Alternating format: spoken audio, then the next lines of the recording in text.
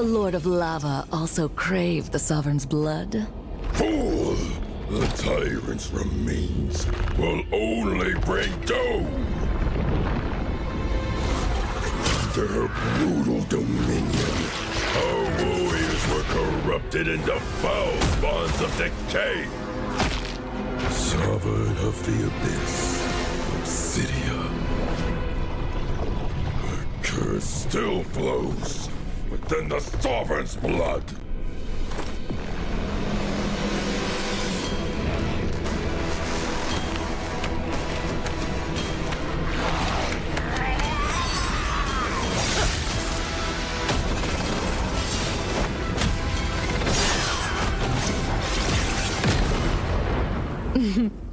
Such loyal little puppets, aren't you?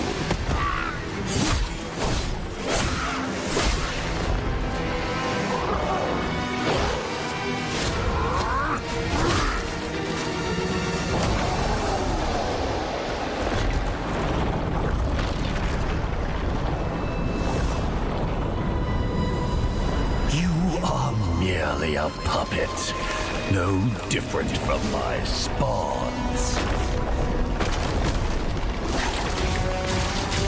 Bow to me. Keep your throne, or be destroyed. The Abyss bows to no one.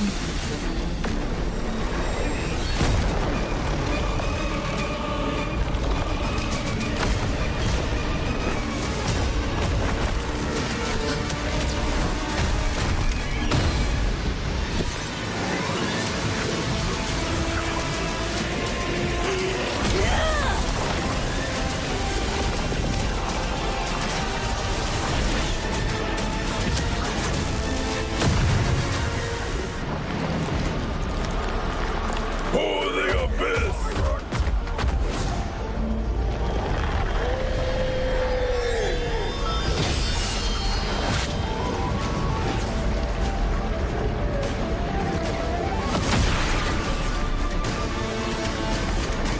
These wretched spawns reek of its corruption.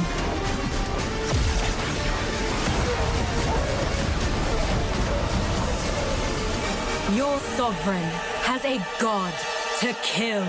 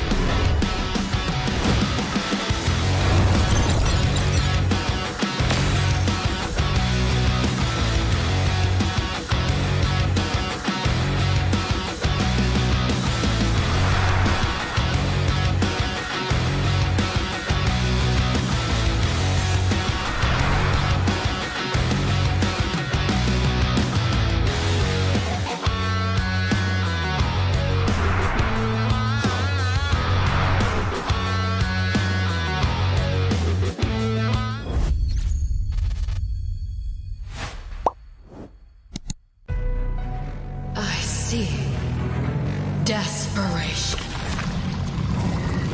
I come to crush my enemies. I reap.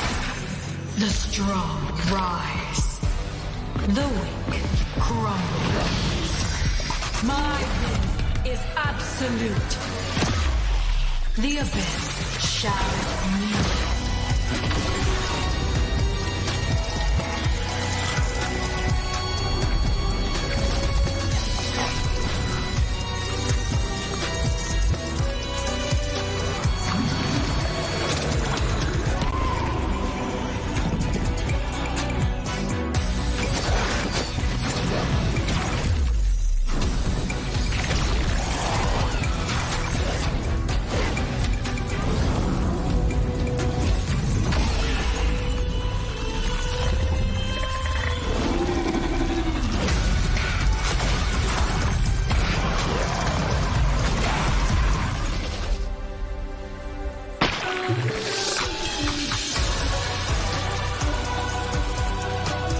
Gaze upon me.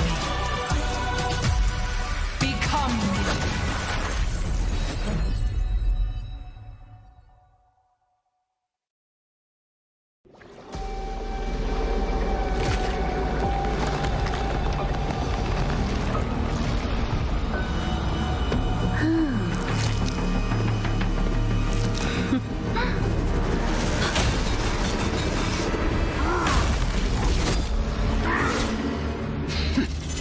Does the Lord of Lava also crave the Sovereign's blood? Fool! The tyrant's remains will only bring doom! Their brutal dominion, our warriors were corrupted into foul bonds of decay. Sovereign of the Abyss, Obsidia. The curse still flows within the Sovereign's blood.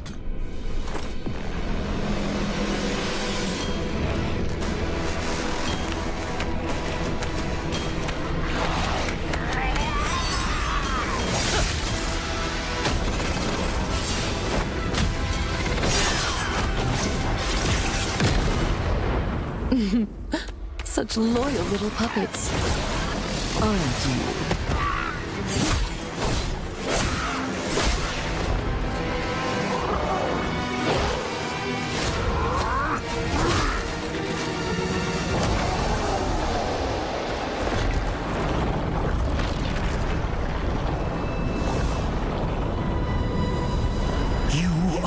Merely a puppet, no different from my spawns. Bow to me. Keep your throne, or be destroyed. The abyss bows to no one.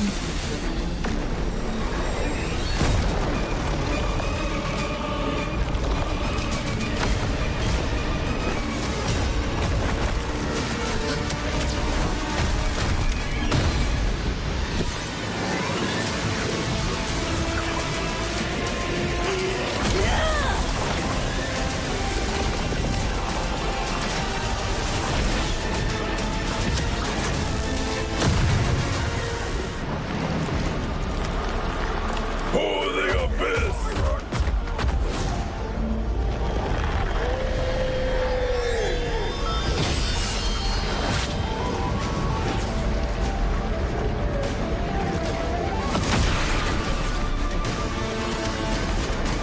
These wretched spawns reek of its corruption.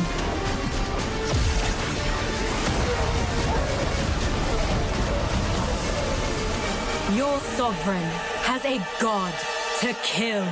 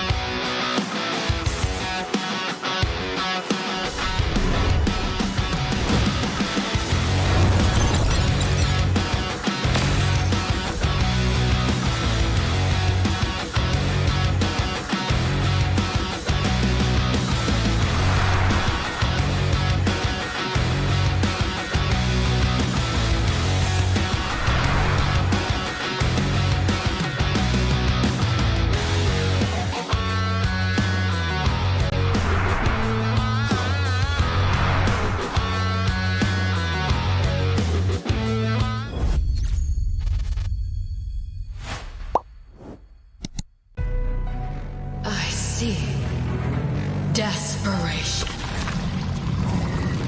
I come to crush my enemies. I reap the strong rise, the weak crumble. My will is absolute. The abyss shall kneel.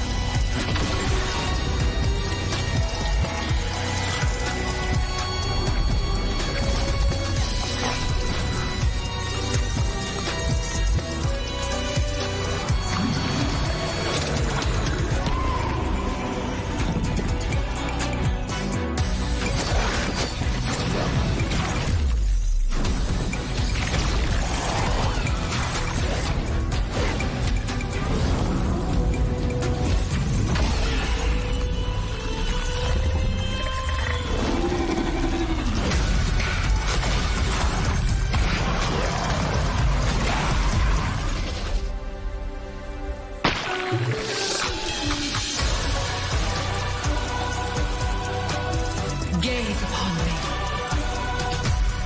Become me.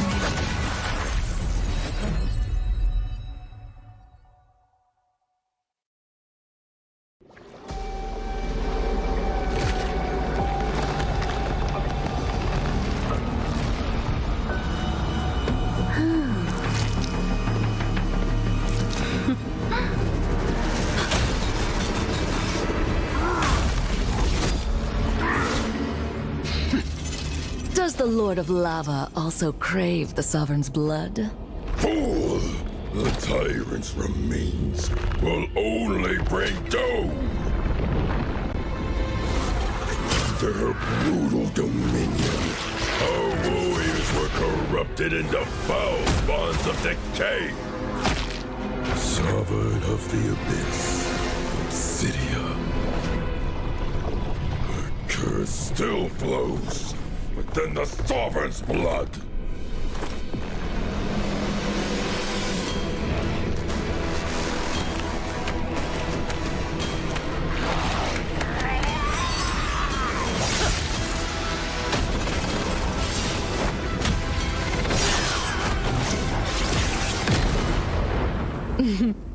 Such loyal little puppets, aren't you?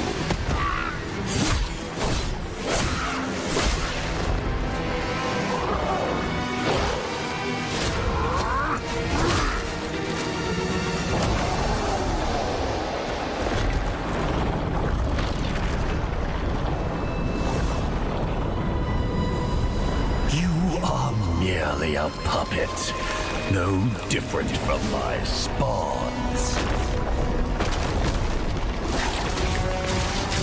Bow to me. Keep your throne, or be destroyed.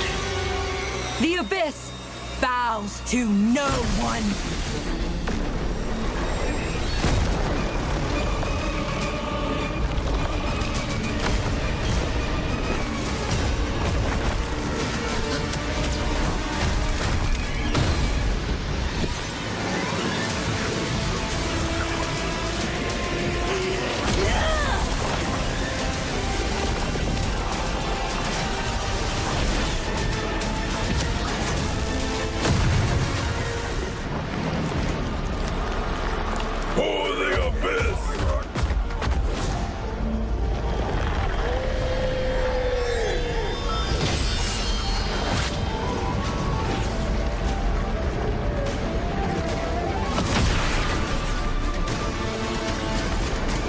These wretched spawns reek of its corruption.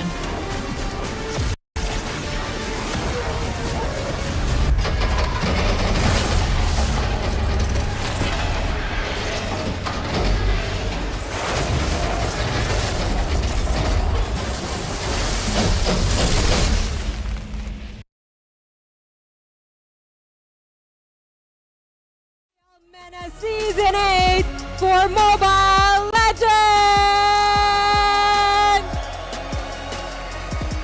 We will see it hosts Yasmino and Seven Last. السلام عليكم ورحمة الله وبركاته. أعزائي المشاهدين، أعزائي الحضور أهلا بكم في ليلة هتكون من أمتع الليالي هنا في مصر، ولأول مرة سنشاهد بطولة MPL MENA الموسم الخامس. وعلى مدار 6 أسابيع من المواجهات والمنافسة بين الفريقين اللي هنشوفهم ممكن نقول ديجا فو الموسم الماضي والموسم الحاضر، سيناريوهات كتيرة وأقاويل كتيرة، ولكن أخيرا الجراند فينالي هنشهده النهارده. لو هنتكلم على أحد الفريقين فنقول الفريق الأمبي ما خسرش ولا جولة في البطولة حتى الآن. هنتكلم عن فريق ذو خبرات كبيرة جدا كتمثيل عالمي كأندية ومنتخبات. هنتكلم عن وصيف الموسم الماضي وحامل لقب الموسم الخامس الصقور السعودية تيم فالكون. ولو نتكلم عن الفريق الثاني ففريق اكس منا. اوكي، رحبوا معانا بفريق تيم فالكونز.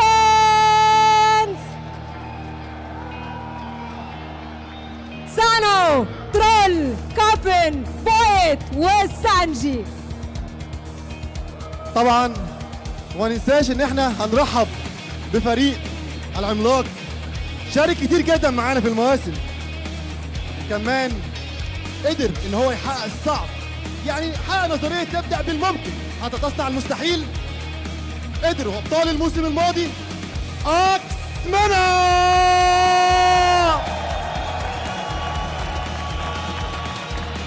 سبيدي، رايس كريمنال، كوانت، ثرو بوي والفو.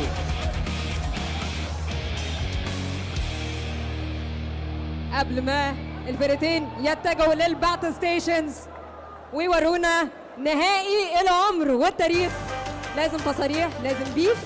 7 لاس مايك معاك. لازم شويه كلام. انا عاوز طبعا ليدر فريق اكس رايس كريمنال، اتمنى كده تنورنا. تيم فالكون، ترول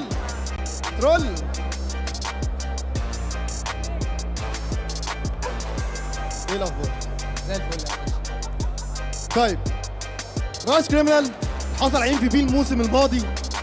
حابب طبعا منك وعد توعده للجمهور اللي جاي النهارده من كل حته في مصر عشان يشجعكم، وطبعا مش هينفع ننهيها من غير رساله وجمله تحب تقولها لتيم فالكون.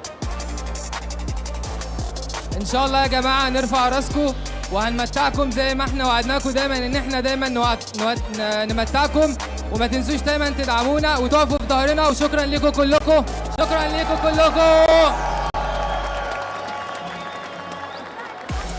رساله احب اوجهها لتيم فالكون، احنا في الاول وفي الاخر اخوات. هاف فان يا شباب، وان شاء الله تبقى ماتشات ممتعه لكلا الطرفين.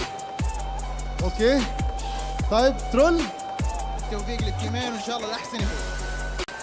اوكي، التوفيق للتيمين والاحسن يفوز. اتفضلوا، شكرا ليكم.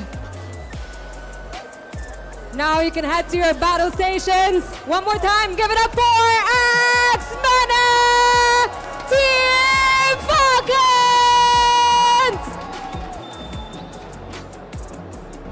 هتبقى أطول best of 7 هنشوفها النهارده يا 7 لاست، ولكن قبل ما نتجه لمعلقينا الكرام خلينا بس نستغل اللحظة المهمة دي بنيابة طبعا على كل قائمين بطولة MPL MENA. عاوزين نستغل اللحظة العظيمة دي عشان نهديها لكل محاربة ولكل ناجية من سرطان الثدي.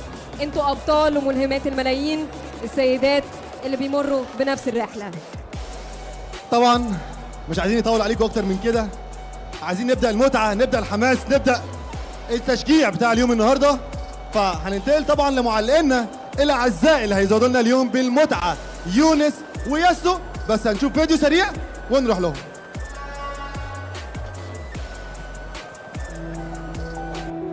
بدايتنا كتيم في السيزون اللي فات في الالترا ليجند. يعني كان في الاول ما كانش هدفنا بصراحه نخش MPL ولا بطولات بروفيشنال، يعني اتجمعنا كتيم كنا بنلعب كل يوم جيمين رانك 3 رانك كده ساعتين في اليوم مش اكتر. يعني لاحظنا ان احنا حتى لو نزل قدامنا تيم قوي بنكسب، ما كناش بنخسر ابدا. ومن هنا جت لنا الفكره، يعني بدانا نطور فيها ونشتغل على نفسنا وسكريمات وكده. الحاجه اللي خلتني اثق في التيم، كل واحد جاي من خلفيات مختلفه وخبرات مختلفه، وده ما منعش كل واحد يتبع نصايح التاني ويشتغل معاهم لحد يوصل لحاجه كويسه. اصعب تحدي عدى علينا السيزون دوت ان احنا كنا بندرافت سوا عادي مع كوتش، وبيكون في اختلاف في الاراء سواء بقى في الدرافت او برضه في الريفيو، فاحنا لازم دايما نوصل لوجهه نظر واحده علشان نكمل. ما ينفعش نفضل سايبين الاراء المختلفه الكتير وكده، فلازم نوحد راينا، ودي كانت بالنسبه لي يعني ممكن اصعب حاجه. اللحظه اللي ادركنا فيها ان احنا ممكن نوصل الفاينلز لما قعدنا نعمل ماتشات كويسه في الريجولار سيزون عموما. يعني عملنا وين ستريك 2-0 تقريبا 3 ماتشات او 4 مش فاكر، فدي كانت حسيت ان احنا عادي لنا فرصه كبيره ان شاء الله ان احنا نتاهل الفاينلز. احساس ان احنا هنلعب الفاينل في مصر مع وسط اهالينا واصحابنا وكل حاجه احساس حلو جدا، علشان اخيرا هنعمل يعني البطوله، واهلنا واصحابنا كل الناس دي هتيجي تتفرج علينا وتشجعنا، الجو هيكون مختلف.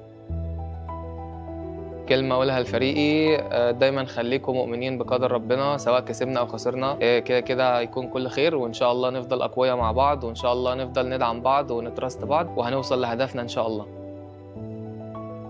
رسالة الجمهور، أحب أشكر كل واحد كان بيدعمنا من أول خطوة لحد ربنا كرمنا وكسبنا ووصلنا النهائي تاني. الحمد لله توفيق من ربنا. الواحد كان بداية مشواره كان ده هدفه، إنه يثبت إن الجونجل العربي يقدر ينافس الإمبورت وكده. وأحب أشكر تيمي إنه وقفوا معايا دايما عشان يساعدونا على أحسن نفسي لحد ما وصلنا النتيجة دي.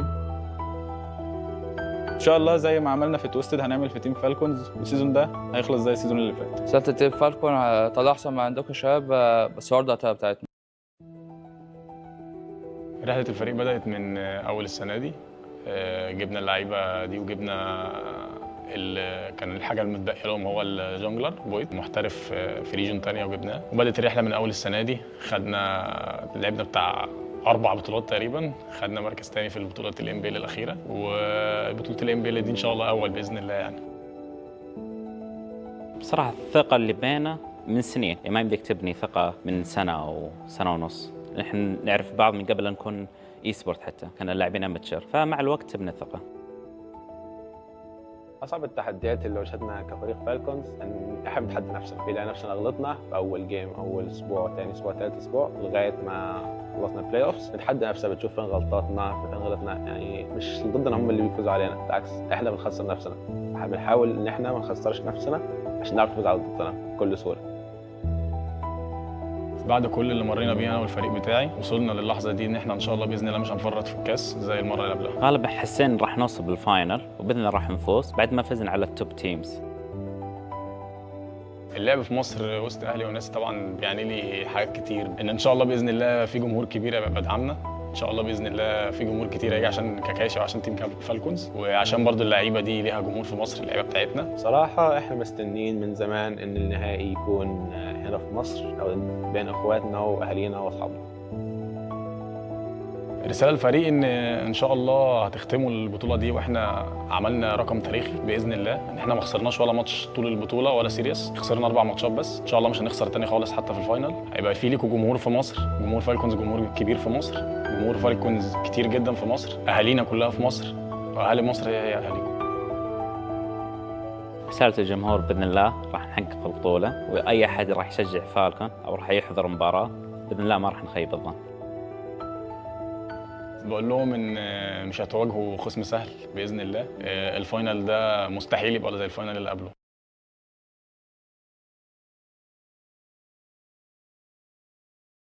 Hello, ladies and gentlemen, and welcome to the grand finals of MPL MENA Season 8. We'll be watching 2 teams battling it out for the M7 spot and also a guaranteed wildcard slot for the second placer here between Team Falcons and also X MENA. It's me, Sheffin. With me is my partner. Thank you for inviting me to another season of MPL MENA.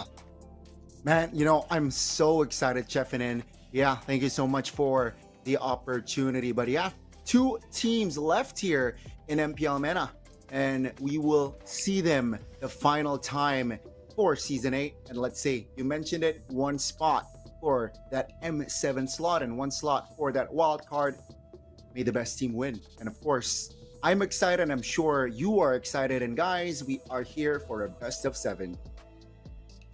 Yeah, but a quick reminder, especially for all the ladies that's watching right now, it is currently October and it is the Breast Cancer Awareness Month.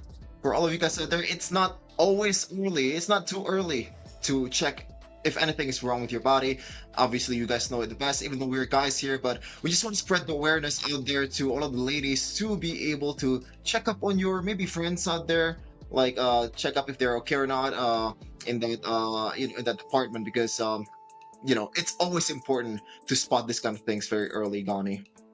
It is. Better check it out, better be safe than sorry. And hence why we are using this for the stream as well. Yeah. Again, guys, especially, if you have a partner, force your partner to check, even if there's mild symptoms, that's already a symptom. So yeah, let's spread the awareness, guys. Yeah. It's always preventive measure is always the best way to handle things, right? Because by the time it's gotten too large or anything like that, it's gonna be harder for you to be able to take care of that. But Grand Finals of MPL MENA Season 8, it's between Team Falcons and also MENA. We're sensing maybe some deja vu feeling here, Gani. Not really the exact same teams per se, but MENA, they are currently in the roster 3 players from the Ultra Legends squad last season that actually won against Team Falcons in Season 7. Is we're going to look at the playoffs brackets, what happened earlier in this playoffs. Twisted Minds is going to get already eliminated by Team Falcons. Twisted Minds obviously is also a team that's one of the forces of MENA regions. Marquis there, Escalera is there, a lot of PH Power, but PH Power, Gani, there is also a player in the Grand Finals, which is the only imported player in this Grand Finals this season, is from Philippines, that is Boyet. Yeah, he was imported technically from MPL Singapore, but yeah, he is Filipino. So we will get to see Boyet in action. And like you mentioned, right, last time round, Boyet was able to perform as well in MPL MENA Grand Final. So we will get to see him again in action today. Yeah, for sure. For all you guys out there that's currently watching the Grand Finals, we're going to update you about the history of MPL MENA so far. Obviously, you see Team X in the first season, not exactly the same reason Team X has currently, but Season 7, that is Ultra Legends. Some players are going to be playing in the Grand Finals for MENA, especially 3 of them currently in the roster for MENA, but Team Falcons, they're still rocking their main 5 here compared to last season's Grand Finals. Obviously, the team here for Team Falcons, Gani, is revenge. Obviously, when you think about it, in the regular season, this is the only team in the history of MPL MENA that hasn't dropped a single match until Grand Finals. Amazing stuff coming in from Team Falcons. Exactly. They're currently undefeated and they like to keep it that way.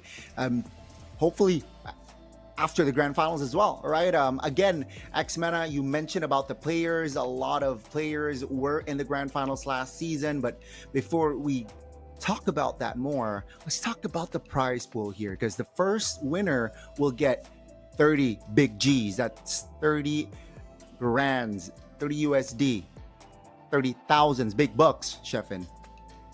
Yeah, not only the big bucks, obviously we've mentioned it earlier in the stream, a spot to Indonesia, to M7, a throwback to M4 that's held in Indonesia, but also the second placer, Gani, they still have a chance to fight it out in the wild card.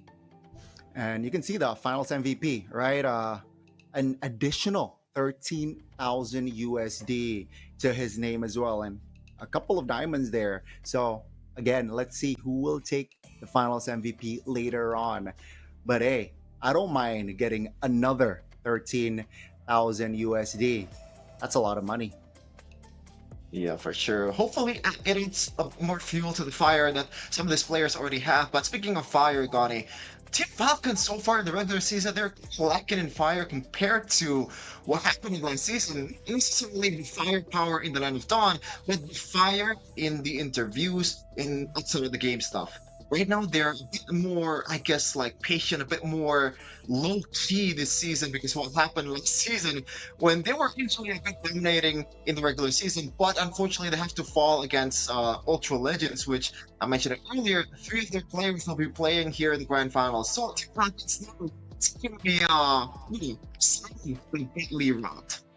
So, that's already a story, right, Chefin? They got humbled last season and they looked for revenge. Fortunately for them, they got an opportunity. They are in the grand finals and they are going up against the so-called, players that beat them last time around last season. So let's see. It's all about revenge, revenge, and revenge here for the side of Team Falcons. And for the other side, Axe, right? They want to confirm. They want to say that, hey, last time wasn't a fluke. They want to prove that they are still the best team coming from the MENA region. And let's see, right? Will that happen again? Or perhaps Team Falcons might get their revenge today. Yeah, because that's always been the, I guess, the argument that the netizens has, right? When you win as I guess, like, an unknown force coming to MPL MENA Season 7, and get the spot in the MSC 2025. That is such a Cinderella story, and obviously Team X MENA here is looking to recreate that again in the grand finals of the MPL MENA Season 8. Not only getting the M7 spot, also getting the Muna Gani. For Team X MENA here, Gani, they are technically, based on Wikipedia information I have, it's based on United Arab Emirates, but most of the players, or all the players, is coming from Egypt. That's the venue that we're going to be playing on, Gani. Wow, that's interesting, right? That is already a challenge for them. But yeah, let's mention it, right? We got Speedy, we got Rice Cream, we got Quanok, we got Throwboy, and we got Alpha, right? And his team this time around, again, a last dance, right? Technically, form again. And on the other side, it's a big organization, Team Falcons. It's going to be very, very tough here, Chefin. Yeah, still with the same 5 with Sano, Troll, Coffin, Boyet, and also Sanji will be the stars for Team Falcons. Obviously, a lot of hopes coming in from the Team Falcons fan. They're not short of fans, Gani, even in Egypt. And I'm sure that the fans of X MENA, they are the quote-unquote hometown team, outnumbers the number of Falcons fan in Egypt, so we can maybe see a more fight here, not obviously in literal form, maybe in the trash talk between the fans in Mall of Egypt, because this is gonna be a fire match, man. A lot of revenge stories and revenge, I guess, like, fuel from Team Falcons. They don't want to go through the same thing over and over again. They want to just claim the spot in Harden and find it out in the grandiose stage of Mobile Legends, which is the M series, man. And this team, Gami, they are very, very experienced. You can see the names there, Sanji, Troll, they are, in a way, the MENA representative over the course of history. Definitely, they have that experience. And let's see, will they use that experience to their advantage here, Chef? And mind you, we got Coffin and we got Chef in here. One's a caster and one's a pro player. So, you decide, chat, who is better. But yeah, I mean, again, right? We got Sano. Again, he is mechanically, I think, the best gold laner, I feel like, in MENA specifically. So yeah, I want to see him perform in that gold lane, especially, I'm from ID, you're from ID. We have seen a lot of cases where the gold laner shifted towards that fighter's will. Sano bring that same flair, or perhaps he has his own identity, and he is confident to pull that off again. Emotionally, I feel like he is also steady here, Chefin, which is going to be expensive in the grand finals. And yeah, I want to see Sano in action, basically. Hopefully we will get to see the best performance, at least from this guy, because again, Team Falcons story, they want to get that revenge from last season. Yeah, for sure. But from the things that I see, Gani, from the stuff that I researched earlier, especially the playoffs, so far there's Actually, no teams at all that played a fighter in the goal, and actually just one, which is X Project, that's already been eliminated by Crystal Minds 3-0 in the first day. They pulled off a Bane gold lane and GK Esports. So two teams that pulled off a fighter gold lane so far in the playoffs has been eliminated 3-0 in the the first day of playoffs, which is quite interesting. So far, it's only been the usual Pirate, even Moskov, even Kumis is popping off in the MPL MENA gold lane here. So mostly still the range or, the usual gold laner that we see as we're going to jump into the draft here for game number 1 of the grand finals of MPL MENA Season 8. Let's go for game 1, ladies and gentlemen, and keep in mind it will be a best of 7. So the team that will go to 4 first will be crowned the champions, and we will have the Broken Walls map here for our first game. So again, with the Broken Walls, a lot of rotations. Expect teams here to draft themselves that perhaps has mobility, because remember, with the Broken Walls, you can rotate towards either the EXP or the gold lane slightly faster with the holes there. But we can see here from the bans, Team Falcons banning out Lancelot, CC, and the Kalea. So I think it's just staple priority bans, a little bit respect towards the Lancelot. I think they are looking for the Yisun Chin. Oh, that might be the case here, as the CC ban will come through for X MENA, just limiting the team fighting and also the early game potential of Falcon Esports. And as you said, Donnie, the Yisun Shin is left wide open, but there's still a lot of prio picks out there that can be picked before the Yisun Shin. Something like Jushin comes to the mind, or if you were brave enough, you could just put Franny first pick if you're feeling like it. But it looks like Team Falcons, they are going for the safe route here in Jushin, just maybe see what X MENA has in their hands, and the Yisun Shin will hit here and be got to catch immediately. Okay, there you go. That's going to be, you're right, the Zushin picked up here for that first pick for Team Falcons. A lot of priorities there. And yeah, it's going to be the Gatot Kacha and the Yisun Shin picked up from the side of Axe. Now, I think it's just prior, right? Nothing too crazy here, Sheffin, at least for the first 3 picks. Yeah, for sure. Now, the CC is already banned actually in the first phase, so the Gatot CC combo will not be present here for X MENA. Oh my goodness gracious. And that should be an Arlet nothing. They went in a full honest approach here for Falcon Esports. Now, X, I think it's not an overreaction to pick an early Eve here. Just really probably the best pick that they can utilize, because of the fact that they already show 2 frontliners in Hylos and also Fredrin, but they went to Uranus, securing I guess a safe EXP laner for them to use, and it doesn't really necessarily lose the lane. As Team Falcons, it should be an easy Eve ban here in the second phase.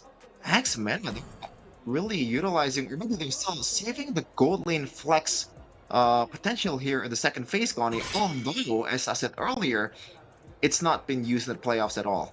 Yeah, it seems like they will keep their gold laners later on. Lapu Lapu man here comes through. They don't want an EXP that can play make. I mean, I believe that definitely can poke the composition of Falcons. Yeah, they will ban it out straight away. Very quick bans here for that second phase, Chef. And another playmaker in that EXP will be eliminated from the side of Axe here. They do not want business, right? They want the Uranus to, roam more freely, no funny business. And if the Uranus is ahead in that EXP, definitely can cause issues from the side of Team Falcons. Stay far lane, clearing 2 waves. Seems like, Team Falcons, yeah, let's just limit the mid laners. No burst and no poke. And no far range as well, technically, right? So now, what do X answer this composition? Looking at it, all right? Against the Zushin, they want to poke. I feel like they want mid laner that can poke here at least, so that can cause problems. Yeah, there's a lot of heroes that can cause problems towards the Fredrin and Hylos, mainly something like Kimmy, or if you want to dig deep here, there you go. The first pick is going to be the marksman first, so they want to see what else Team Falcons has in their favor, because the mid lane I think is going to be the most important pick, Bonnie, for X-MENA. They can still pick a lot of front-to-back hero here. Luo Yi comes into mind. Obviously, the Kimi is the one that scales the most out of all the heroes out there. You can go for a Lunox that can burst on the frontliner and also dive at the same time and take care of things. That might be this. Oh man, there's a lot of heroes that Quantum can use for X-MENA. But also affects the game. It's gonna be Luo Yi for both teams, but so far, I'm liking more, I guess, you know, more damage in X-MENA, Bonnie. Yeah, I think again, with the range that Rager has, it can definitely be utilized. But you know, the Spear of Destruction here definitely can be the X factor for Team Falcons if it lands at the right time, at the right place as well. Definitely can give them an advantage. But with the Luo Yi, you know, another teleporting hero that can be the difference maker. So, you know, let's see here. I like it, right? The Uranus Esmeralda, it's going to be a dead lane.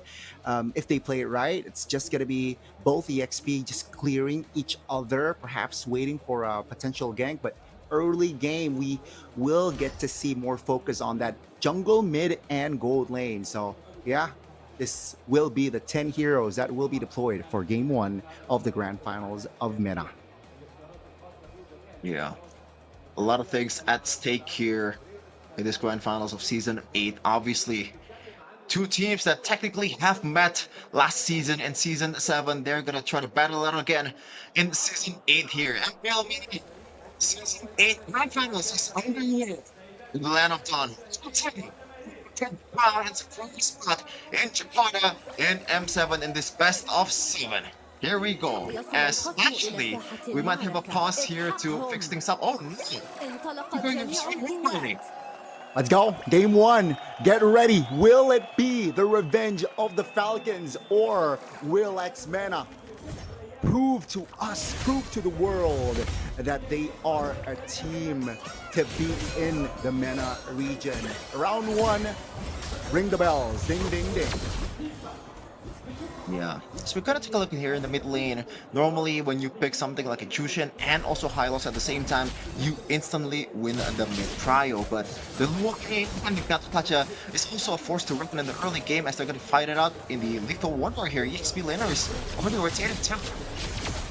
Oh, it seems like the Lethal Wonder at least will fall for Falcons. That's a small win trade, but again, even with the Lethal taken, seems like gold, it's slightly ahead here, taken by X-MENA. So, you know, it doesn't necessarily win trade. Oh, Alpha here is actually poked.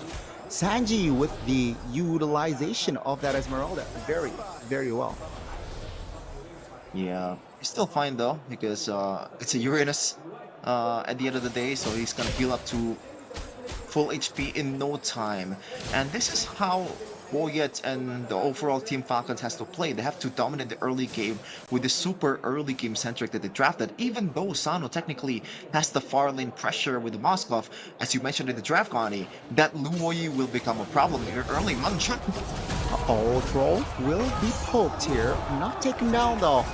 Not quite sure that is worth it. That's going to be the Luo Yi knocked up. That's going to be revitalized. Forced again. Sanji causing a lot of issues in the early game. Presence Wrath doesn't land, but the knock-up will. That's going to be Cuffin taking first blood. Quana will be the casualty, and that will be an advantage for Team Falcons. Yeah, definitely without Quantum, and especially he's already level 4. Let's see if he wants to use the teleporter here, but no, look at Sanji. Oh, Sanji, that's a solo kill. That's going to be another kill on the board. Turtle going for Team Falcons. Rice Cream will not be able to escape Alpha. That's going to be jumping in as well. Quanok very low, taken again.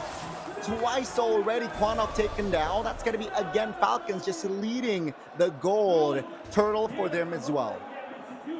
Yeah, for sure. But it's an early lead that they can manage here for X-MENA, especially when you think about it. The amount of range heroes that X-MENA has for them to be able to handle the siege coming from Team Falcons, which is also non-existent. It's only Sano and Puffin with the help of 3 frontliners. It is a very honest approach, as I mentioned in the draft earlier for Team Falcons. Team X, they gotta wait and be a bit more patient. Up top, Sanji now targeted. 2v1, that's going to be enough damage to take the Esmeralda down, but here comes the cavalry. Team Falcons trying to spread their wings. Oh, praise the bad troll. Finding the kill. It's now a 3v3. That's going to be Quanok taking a lot of damage. That's going to be Quanok taken down again 3 times already. 3v2 now. Rice Cream isolated, taunted. Now Alpha trying to recover for his teammates, but Puffin finds the last laugh. That's going to be Alpha taking revenge. At the end of the day, Alpha stands, but it will still be Team Falcons with the goal advantage. Yeah, thankfully he got a bit of a plating here up top, but that was a really huge miscalculation coming from the whole team of X-Men. Not why. He knows that the whole team Falcons to plan him up in the top lane, but he still stays for a little bit off third plating, which is really not good, man. You're a Sunshine. You need to snowball, you need to evade those early game deaths. So we're gonna take a look at the replay here. A lot of action already in the first minutes of the game. Quanok and the whole team of X-MENA. It's not looking good so far, but they have a lot of early game or late game insurance with the marksman they have. So we're gonna take a look at the second objective game here. Both EXP laners already just poking around in the objective control department. Yeah, definitely. You can see it, right? They were able to just exploit the range of that Louis. That Louis has somewhat of short range, but now let's focus on towards the turtle. That's going to be Quanok again, targeted by Troll. First pathway put down, AOG landed on towards Boye. That's going to be Sanji finding a kill. That's going to be Throw Boy taking another kill there. That's going to be Rice Cream isolated in the front and will be taken down as Team Falcons with 5 members in that area will dominate X-MENA, and now they will shift their focus toward the mid lane. Is this the right call? Seems like for now, X-MENA will be able to find the clear. Wow, once again, X-MENA didn't really realize the potential of this composition, man. You're gonna play it more safely and wait and give Quanok and Speedy room to breathe, or room to poke down all the frontliners of Team Falcon, especially once you have the glowing one. That's an ACW for X-MENA, but they were not patient at all. They were not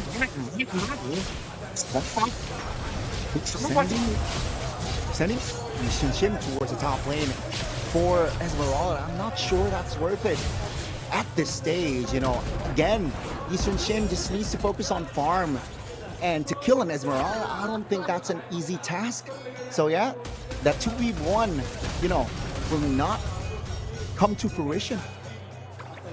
Oh man, the kill count already at 4 in 6 minutes. That's more than 2 kills per minute in this match. They are starting Grand Finals with a bang as Rollways. SOD lands. Throwboy will not be able to escape with the traceless use there. And that will be another kill on the board for Team Falcons. 2k gold lead already in 6 minutes. That's a lot. Yeah, the idea was there to kind of isolate Throwboy by himself and try to just let him farm up some of the gold lanes, some of the wave up top, and also be there in the next objective fight. But they forgot that the ganking potential of Moscow is really activated, especially with how much gold lead that Falcons had currently. Some of them won't take any kills just yet. The overall pressure will always be there for Team Falcons, as they're gonna take the third objective here, surely. Yeah, let's see. That's going to be Sanji, though, finding 3 with the falling Star Moon, but seems like no follow-up after. Oh, Sanji spoke, but that's going to be the third turtle now, just still untouched. Now, Team Falcons, how do they play this? X-MENA already committed with 5 members. That's going to be the diversion just to decoy. Again, that's going to be, oh, the Esmeralda flickering away. 1 HP for that Esmeralda, still able to get away. SOD doesn't land. X-MENA will have more control in that river. That's a knock-up onto the Uranus. Throwboy will deny the perfect turtle. AOG almost landing. That's going to be Team Falcons disengaging, though. No casualties from that fight, but that's a win for X-MENA. Yeah, for sure. That's definitely a win that they're gonna take any day of the week. A bit lucky though. They got away with Sano missing on the SOD to 5-man of X-MENA. As Rice Grim here taking a beating, pops the Revitalize, but he's still going to be able to get away. But you can see right away in that exchange or in the third objective, the nature of this composition from both teams. I think X-MENA just naturally wins objective front to back, because the only real healer that Falcon has is literally just Simon. If Simon cannot contribute to the team fight, that should be a death sentence for Team Falcon's composition, especially in 5v4. Definitely, and you can see here, X-MENA, even though they're behind 2K gold lead, they're somewhat confident, right, in taking the fight here, with especially Speedy already joining mostly. And let's see, the divergent play towards the bottom side, towards Esmeralda, will be committed to 3 players, it seems like, just to get the clear.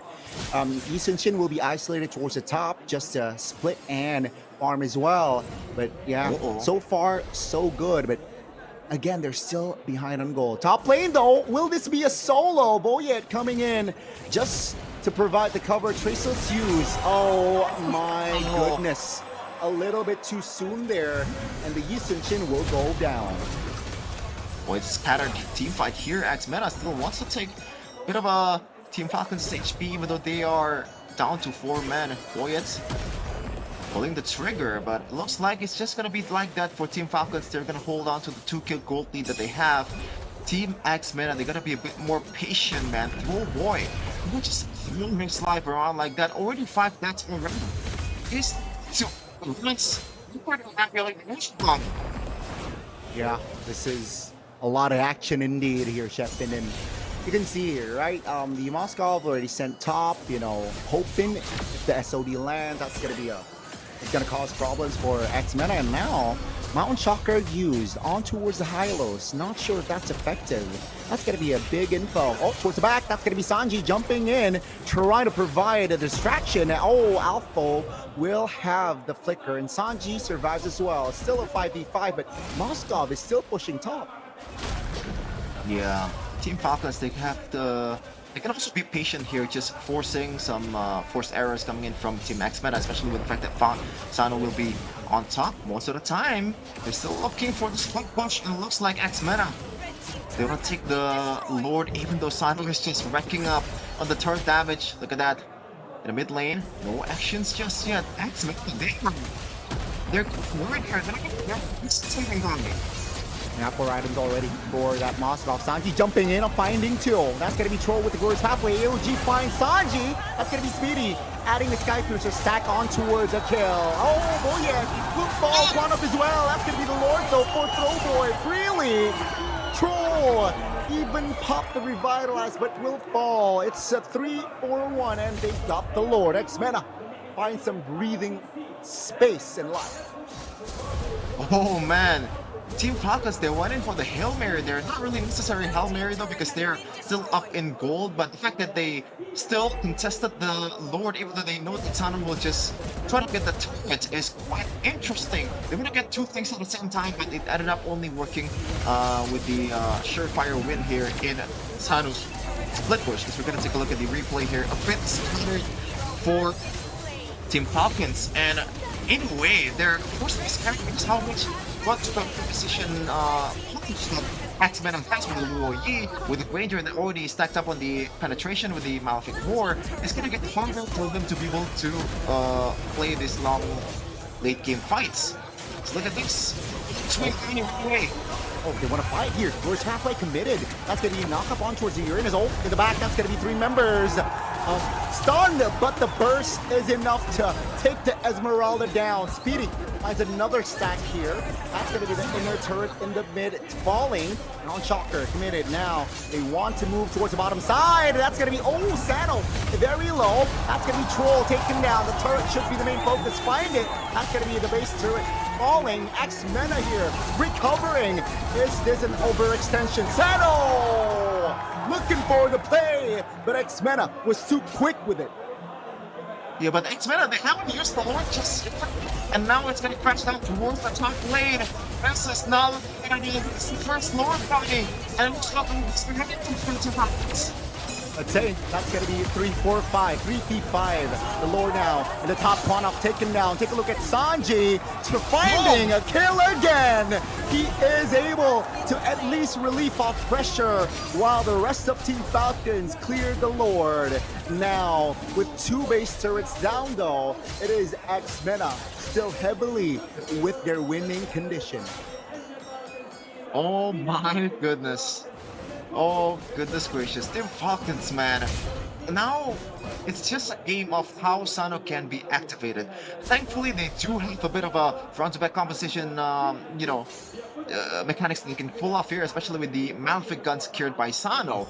But the amount of damage that Sano can put out is definitely inferior to how much damage Team X-MENA can put out in this later part of the game. Let's take a look at the replay here on what happened. Team X-MENA, they are just wrecking up on the turrets here, man. Almost no inhibitor at all for Team Falcons currently. Looks like in the live camera though, they want to still go for the engage or the siege. Yeah, the last base turret is very, very low here, very juicy, right? It seems like X-MENA, the call is just to see. Oh, very low though for Quano. Gotta be careful, Curse Pathway committed. That's gonna be Quano, very low, take him down. That's gonna be the Moscow though, is the trade. AOG towards the back. Now, Traceless on towards the Hylos. Let's see, Troll brings it down by Speedy. That's gonna be the fight that they want. That's gonna be the burst that they want. That's gonna be a wipeout for X-MENA in game 1 of the Grand Finals. And that's X-MENA looking for kills. Good night. Another wipeout before they clean house. Lanadon is theirs. Wow, Team X-MENA, they didn't falter to the early game dominance or early game win of Team Falcons as they secure one step towards M7, towards Indonesia. My goodness, really clean stuff games from Team X-MENA. They played it much more cleaner, especially in the early game, because they have the composition. But at the end of the day, a W is always a W, Gani, and they will take that every day. Look at this. Wow. All of the supporters of Team X-MENA, they technically have the home court advantage as all of their 5 players are Egyptians, Connie. Yeah, you can see it's packed, right? Guys, wow, this is very, very refreshing as well, seeing them in live events. It's a full house. You can see the second floor even, and they cheer on mostly for X-MENA. You can see here from the replay, early game wasn't there, Shepin. Yeah, for sure. This is just not looking good at all for Team X-MENA. But yeah, both teams made some questionable mistake, man. Even in the late game stage there, the XP laner of Team X-MENA, which is Alpha, that was unnecessary. He tanked up literally 90% damage that the Sun put on towards the wall, and he just backed off. Thankfully, he didn't get punished a lot by the SOD, or maybe he actually get punished. I'm not sure what happened there, but you can see, right, the difference of the late game potential of Team X-MENA and also Team Falcons, man. Even though they are down in the dust, they are lacking in a lot of HP bars, but when you take down all the 2 backliners of Team Falcons, you really lack damage, man. You cannot play with all frontliners, although technically Esmeralda deals a bit of damage towards the backliner of Team X-MENA. It is just not enough against 3 marksmen, or 2 marksmen technically, which can siege down the turrets really, really easily, which can play front to back much, much more easier. The winning condition of Team X-MENA and also Team Falcons is just lopsided. Look at this. You know, they're not playing it at max speed. There's a lot of mistakes that they made. It's not the mix of 5 Sano's that's taken down. But yeah, Sano has to realize that he's the only saving grace of Team Falcons in the late game, man. No more SOD towards the back. Yes, you want to make the hero play in the late game in this grand new stage of MPL MENA Season 8 Grand Finals, but the wins come first. You know, finals you can be later, especially if you are too late. And Shepin, I'm still in awe with the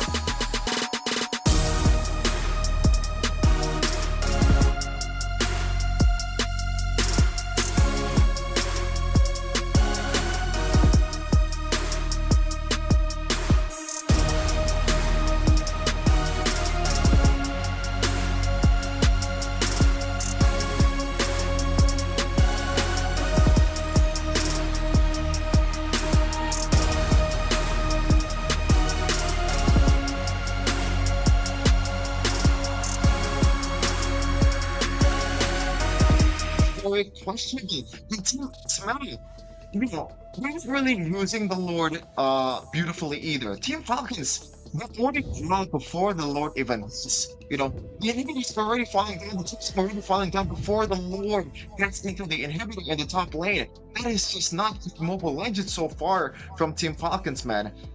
For a team that goes undefeated in the early or in the regular season, this should not be the output in the grand finals. This should be already been discussed. As we're gonna take a look at the gold graphs here, that is the turning point after the Lord take on a look at that, from 3k gold lead up to 3k gold lead down in a span of 2 minutes. That is disastrous. That's a hit, right? Being 3k up, and you built that 3k gold lead first 11 minutes, and then it all went downhill. That's gonna be the MVP here, or at least heat map. Alpha Uranus, take a look how effective he is for first 5 minutes at least, right? Just around his area, you know, and he will get the MVP through 3-0-11 with 82% KP. Yeah, and to be honest with you, Alpha didn't really have to worry much, man. The only thing that he has to worry about is the amount of like the pseudo DPS in early game. Once you get to the late game, the only real problem is Sano on its own. Blade armor, I think it's more than enough to get a bit of tankiness towards Sano. He actually tanked a lot of hits, a lot of spear hits in the opposing side of the base here. But yeah, congratulations to Sano. You know, maybe you can get the finals MVP if you keep playing like this, man. But Team Falcons, you gotta fix everything, especially the draft. You know, this part in the early game is at least decent, right? It gets worse as the time goes by, but it's gonna give the early game like better comp for Team Falcons. That's the stuff I gotta say.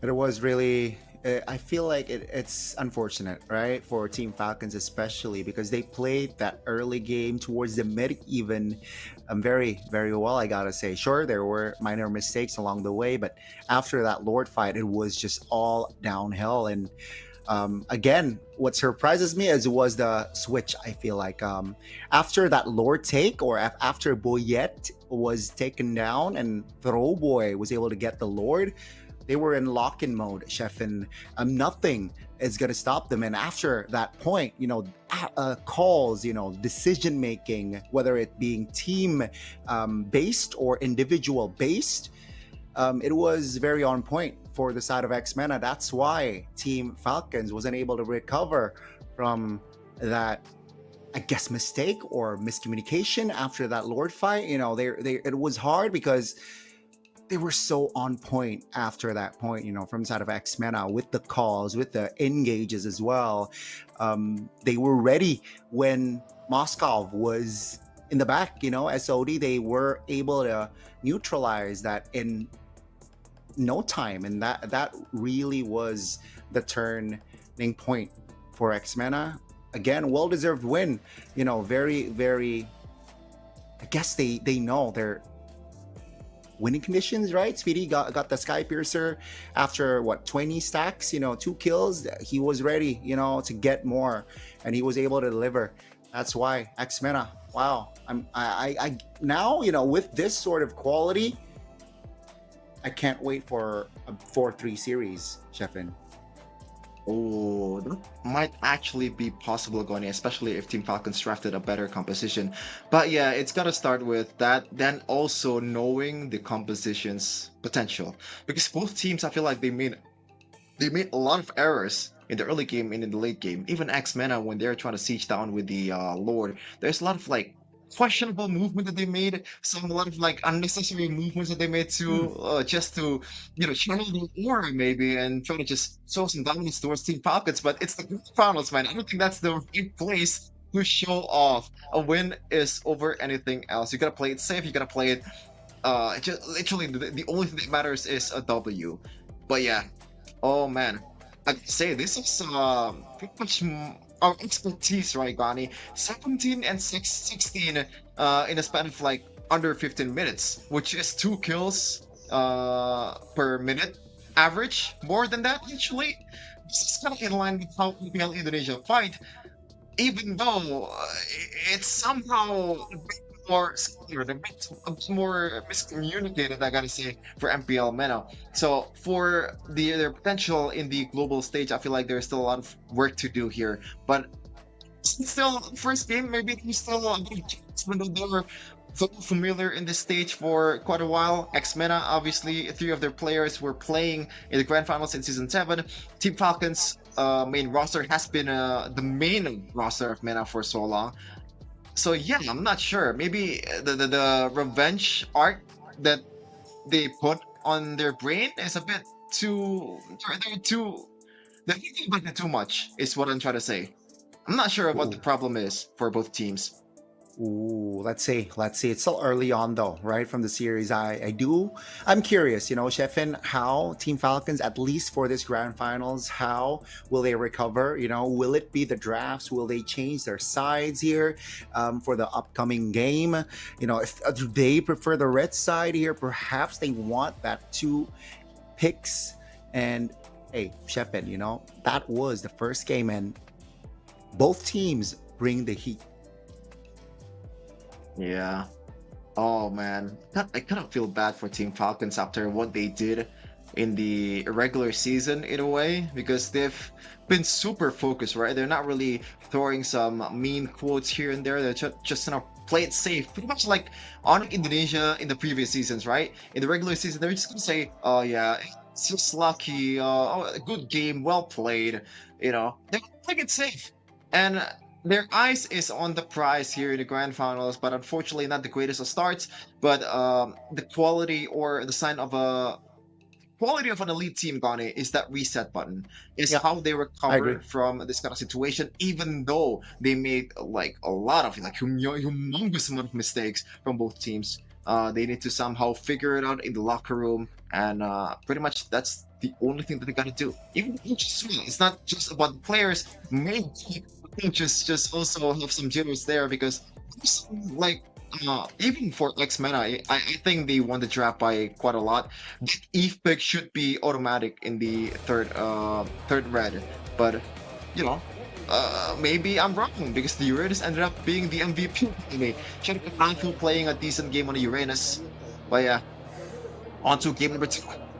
Hey, sometimes, power pick is a power pick, Chef, and you can see the influence that Alpha brought for game 1. A lot of influence indeed. And yeah, maybe, that Eve pick was obvious, but sometimes with a power pick, it somehow can compensate you in the drafts at least. And let's see here, the adjustments from, again, I want to see adjustments from both teams. So specifically, again, especially Team Falcons, right after that loss, what will be the approach for the second game? And you mentioned the recovery, the reset. Thankfully, it's a best of 7, Chefin. There is time to recover. You need to get to 4 points, and 4 points, some would say it's a mountain. It's tall. And yeah, MENA, well-deserved win, but will they be able to bring that momentum into the second game is my question. My question actually is, Connie, like, this venue, man, how cozy it is for the front seats here with a beanbag. Right. Oh man, it's just like a Prime Mobile Legends watch along, bro. I'm here, man. They're all very excited to see their families here, especially I mentioned earlier, some of them wearing the MENA jerseys. Some of the families of MENA players are here to support all of their families, and that should be the boost that they needed to be able to secure a W here and get to M7.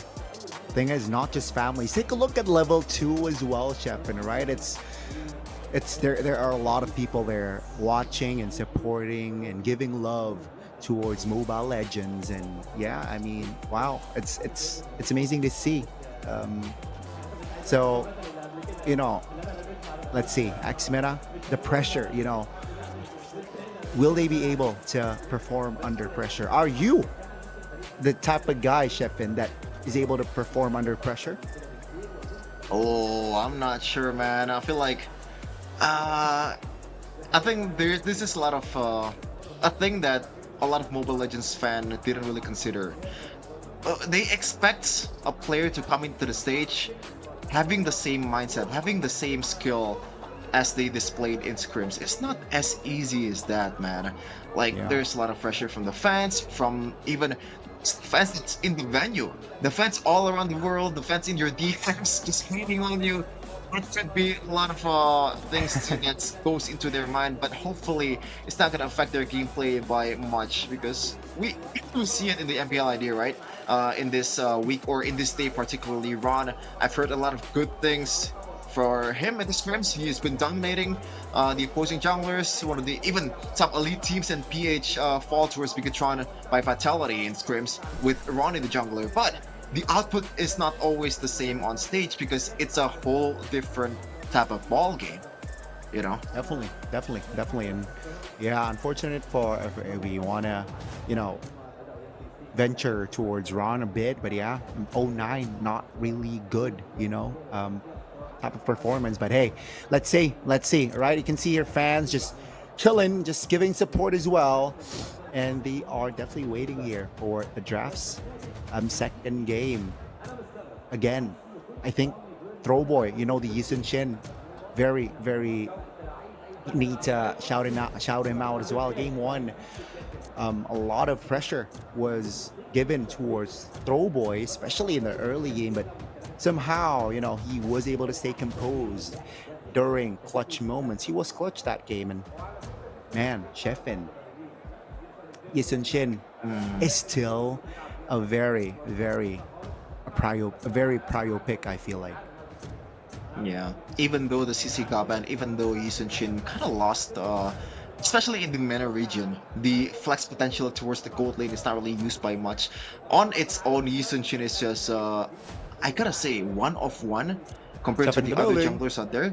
Because, even here, I'm not sure about Boy, man, with Yisun Shin. The snowball potential for Yisun Shin is astronomical. And one thing that's super underrated by Yisun Shin is that Mount Shocker. You can set as a jungler and damage dealer at the same time. That's something that I guess other junglers does not have. Sometimes you go utility, so you have a good setup there, especially with Fredrin, maybe an Akai or a Boxia, and you can dominate early game with your utility, with your CC. But for Yisun Shin, or maybe like if you're playing Assassins, the only thing that you can offer is damage and a burst. But Yisun Shin offers both. He is, I gotta say, the most prio jungler here, maybe outside of Boxia, just because of the fact that, you know, it's that dominant in early game. Exactly, and the way, right? I think what is the advantage of that Yisun Shin is that stun, right? With the Mountain Shocker, you mentioned the Assassins just providing damage, but yeah, if you talk about like Hayabusa, if you talk about like Lancelot, no crowd control in their kit. But Yisun Shin, you know, he's a marksman, right? If you check the game, Mobile Legends, Yisun Shin falls in the marksman category, but is a pseudo marksman. I feel like can definitely get in and get out of fights, has crowd control in his kit, which again just allows, you know, teams or players exploit that fact, you know, with setups, with pickoffs, with say ganks as well. And yeah, very good display, I feel like, right? Decent display from the side of Throwboy earlier, especially, right, with the pressure that he was given in that early game. You know, no farm, was taken down in that first turtle fight. Even he was able to recover and be clutch in that moment. Very they gotta note this. Again, Team Falcons, will they be able to deny that pick, or will they be able to, or you know, the answer is just to ban that Yisun Shin? That's gonna be the main question here for the second game at least. Oh, sorry, getting a bit sidetracked here, but look at the I don't know what the term is. Is it like hieroglyphs you know, the things that you see in Egypt's maybe pyramids or the Sphinx, like the ancient writing of Egypt, man. That looks really really cool. Really brings the vibe here in the Mall of Egypt. Obviously, look at that, all the fans are in the building and more to come. There are still some spots or some you know, standing like places there to be able to be used to watch this primetime show of Mobile Legends in MPL MENA. Man, looks fun. Looks fun. Looks fun, man. Chefin, you know, I wish we were in that building. You know, Chefin in the building though, right? But yeah, I wish I was casting there live, man. Casting the MENA Grand Finals in that venue. Wow. Are you lobbying? Are you lobbying all the you know, the just, you Moonpop know, people out there to fly us to Egypt? Is that how it is? Maybe I am, maybe I'm not. You know, Chefin. Maybe I am, maybe I'm not. Depends, right? Allegedly, allegedly. But yeah, it seems like the players are having fun here, saying hi to the fans or perhaps families there. But yeah, Team Falcons here. It seems like they locked in, right? They lost game 1. A different story if you see their faces here. And they are in lock-in mode, focus mode. Chefin, I want to see, even though I can't see you, and the chat and the viewers can't see you, give us your lock-in face right now. There you go. That's an interesting ask, but I've been locked in right from the start, Connie. What are you talking about? You know, I am fully locked in for Grand Finals of MPL MENA Season 8. Like, why would you not be locked in? Exactly, right? Locked in like the players, right? Locked in like the players. But hey, again, guys, it's just getting fuller, right? Is it just me, or it's just getting more and more crowded in the venue, man? Chefin, do we have time to fly out there? And like, if we go now, do we have time to cast? At the rate that we're going, that might actually be virtual, Connie. But we'll see, though. Just want to remind you all in the chat, or especially the ladies that are watching this, it is currently October, and it is the Breast Cancer Awareness Month. It's not, you know, it's never too early to check up on something that's wrong with your body, man. Yeah. Sometimes pay off, you know. You just prevent something that might be there. You know, sometimes the 1% chance can really shape up your life, Connie. Man, you know, again, guys, ladies, you know, if you have girlfriends, if you have wives, you know, if you have children of age, right? If they have symptoms, even if they don't have symptoms, just go check, you know. Why not? Better be safe than sorry. If you are able to detect that sooner, it would be more pleasant, right? Quote unquote. It would be more, at least, I guess easy is the word, but I'm not sure that easy is the word, but it would be more convenient for you to, you know the steps, know the course of action after. But yeah, again, go check. Better be safe than sorry, folks. Yeah. As we're still waiting here, Connie, like, how's your day, Connie, so far? You know? My day? Hey, thanks for asking, man. My day was well. You know, I worked out in the morning, and you know, just chill after, you know, preparing for the MPL MENA Grand Finals. What about you? You have to travel, right, from Solo to Jakarta. How was that travel? To be honest with you, it was pretty miserable. It's one of those travels that takes a lot more time than it should. I don't want to, you know, throw some shade towards the bus. No, it's not even a delay. Like, bus that stops for no reason at all mid journey. And if you're familiar with the Indonesian bus business, you might know which bus stop. But I'm not gonna say it, man. From Solo to Jakarta just to cast MPL MENA. Well, technically I can cast in Solo in my hometown, but I gotta cast MPL 2 here tomorrow. So yeah, guys, if you guys do not know, we start casting here in Indonesia at 9 p.m. and we could potentially end in like 4 p.m. or 3 p.m. or so if we get like 6-7 match. Connie. Hey, I'm all for it. I'm all for it, Chef Finn, and I was prepared. And it wasn't 9; it was 10 p.m. Indo time, by the way, at least Jakarta time. But again, right? I'm all for it. If this series goes to a 4-3 and the best team won, I am honored to be able to witness and cast over it, right? And guys, in case you missed it, again, the main story for Team Falcons in this grand finals, especially in this matchup, is they want to seek revenge after what Ultra Legends did last season. Mention 3 players from Ultra Legends is in MENA. So yeah, they're looking for that revenge story. And MENA, their story is they want to prove that they are still the team to beat in MENA. The team that wins grand finals here, 1 slot M7 automatically, and 1 slot for that wild card where they have to fight with other teams, and for a slot for M7.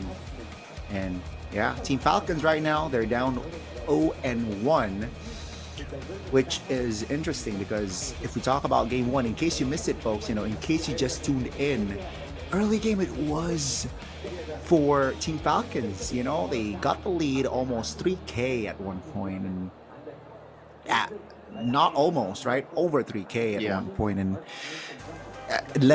minute 11, I guess the second Lord was the turning point, or was it the first Lord?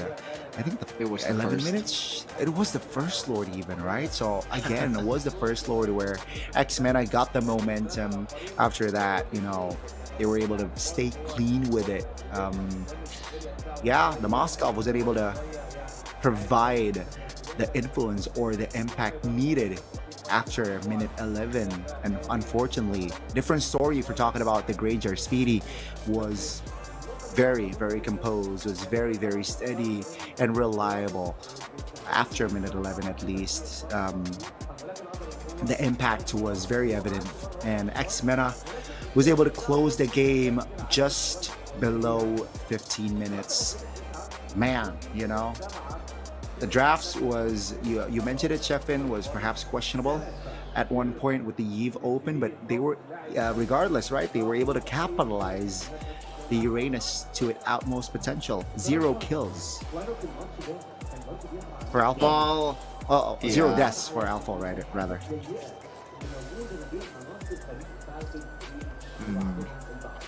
Okay, it seems like we're gonna fix some issues here live on stage. So we're gonna take a bit of a break here. Do not go anywhere and stay tuned for more actions. We are going to game 2 after this for MPL MENA Season 8 Grand Finals.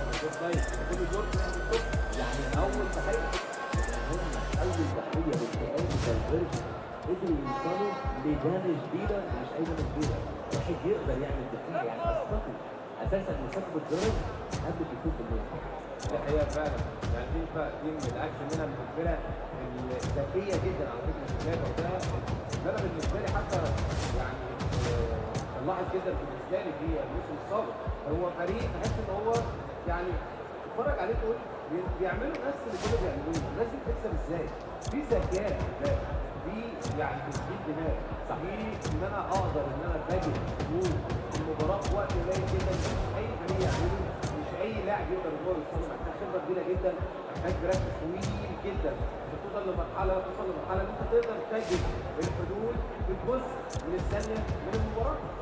لكن جوه الماتش ادرك اخطائه، صلح اخطائه، جدا المدير طبعا مدير، واحب ان انا اضيف عليها حاجه بسيطه، وهي نقطه انا شايفه ذكرتها انا بحب عليها بشكل بسيط. ان الفريق اصلا يكون قدام عنده نفس طويل ده لما نوصل بيست اوف 7 من اخر اليوم، لكن ان فريق يكون متاخر من اول ثانيه في الماتش مضغوط عليه، نزل الجيم في ظهر الجيم بالكل، الجمهور بتاعهم خسران حياته 4 مرات، الوضع صعب. 5 في اول الماتش، 5 عديت من اول 4 توتال 5 هو توتال 5 مسك قال لك خلاص انا 5 انا ما عدتش، انا بحب الحياه، انا عايز اعرف احساسي يعني انا لو بجيبه ضرب 5 مرات اقول عامل ايه يا جماعه يعني معلش اقول انا متوقع يعني الشات اللي حصل ما بينه وبين كريمنال يا شباب، انا والله ما عايز ده من 5 مرات بلعب بيس اعمل ايه مفيش ده يطلع خلاص لا بروتكت سبيد هو سبيد واعمله بروتكت، لكن اللي حصل وقدر البروتكت وقدر فعلا يعني لو كل ما ياخد سنتي على سبيد قدام ارض الكوره يسال شيء يستارت سنتي يبص على سنتي يرجع سنتي ياخد الكل عليه بقى هو سنتي كان بيلعب بيستني كان بيلعب لان انا حاسس ان انا توفيقي الفايتر ممكن مش عارف لو حد كده قدام عارف التحقيق الدايما ده، بس حاسس ان انا ممكن يكون الاثنين قدام كده اكتر يعني مثلا مقطع سنتي على وجه الحضور باستخدام الماكينه بتاعته يعني عموما يعني التمرينه الخاصه دي فماشي احنا اتكلمنا عن سنتي اتكلمنا عن الحضور، بس احنا نقدر نقول ركزنا على الفكره بشكل بيكسر بعض المباراه سيدي كان 0-0 بين مثلا كان 0-4 سيدي خلص الماتش بعد 0-0 الريال اللي الناس بتكشف على اول الجيم هنا، لكن سيدي كان يعني كان ماتش 0-0 سيدي بس 10 جول كمان كان فاضل جول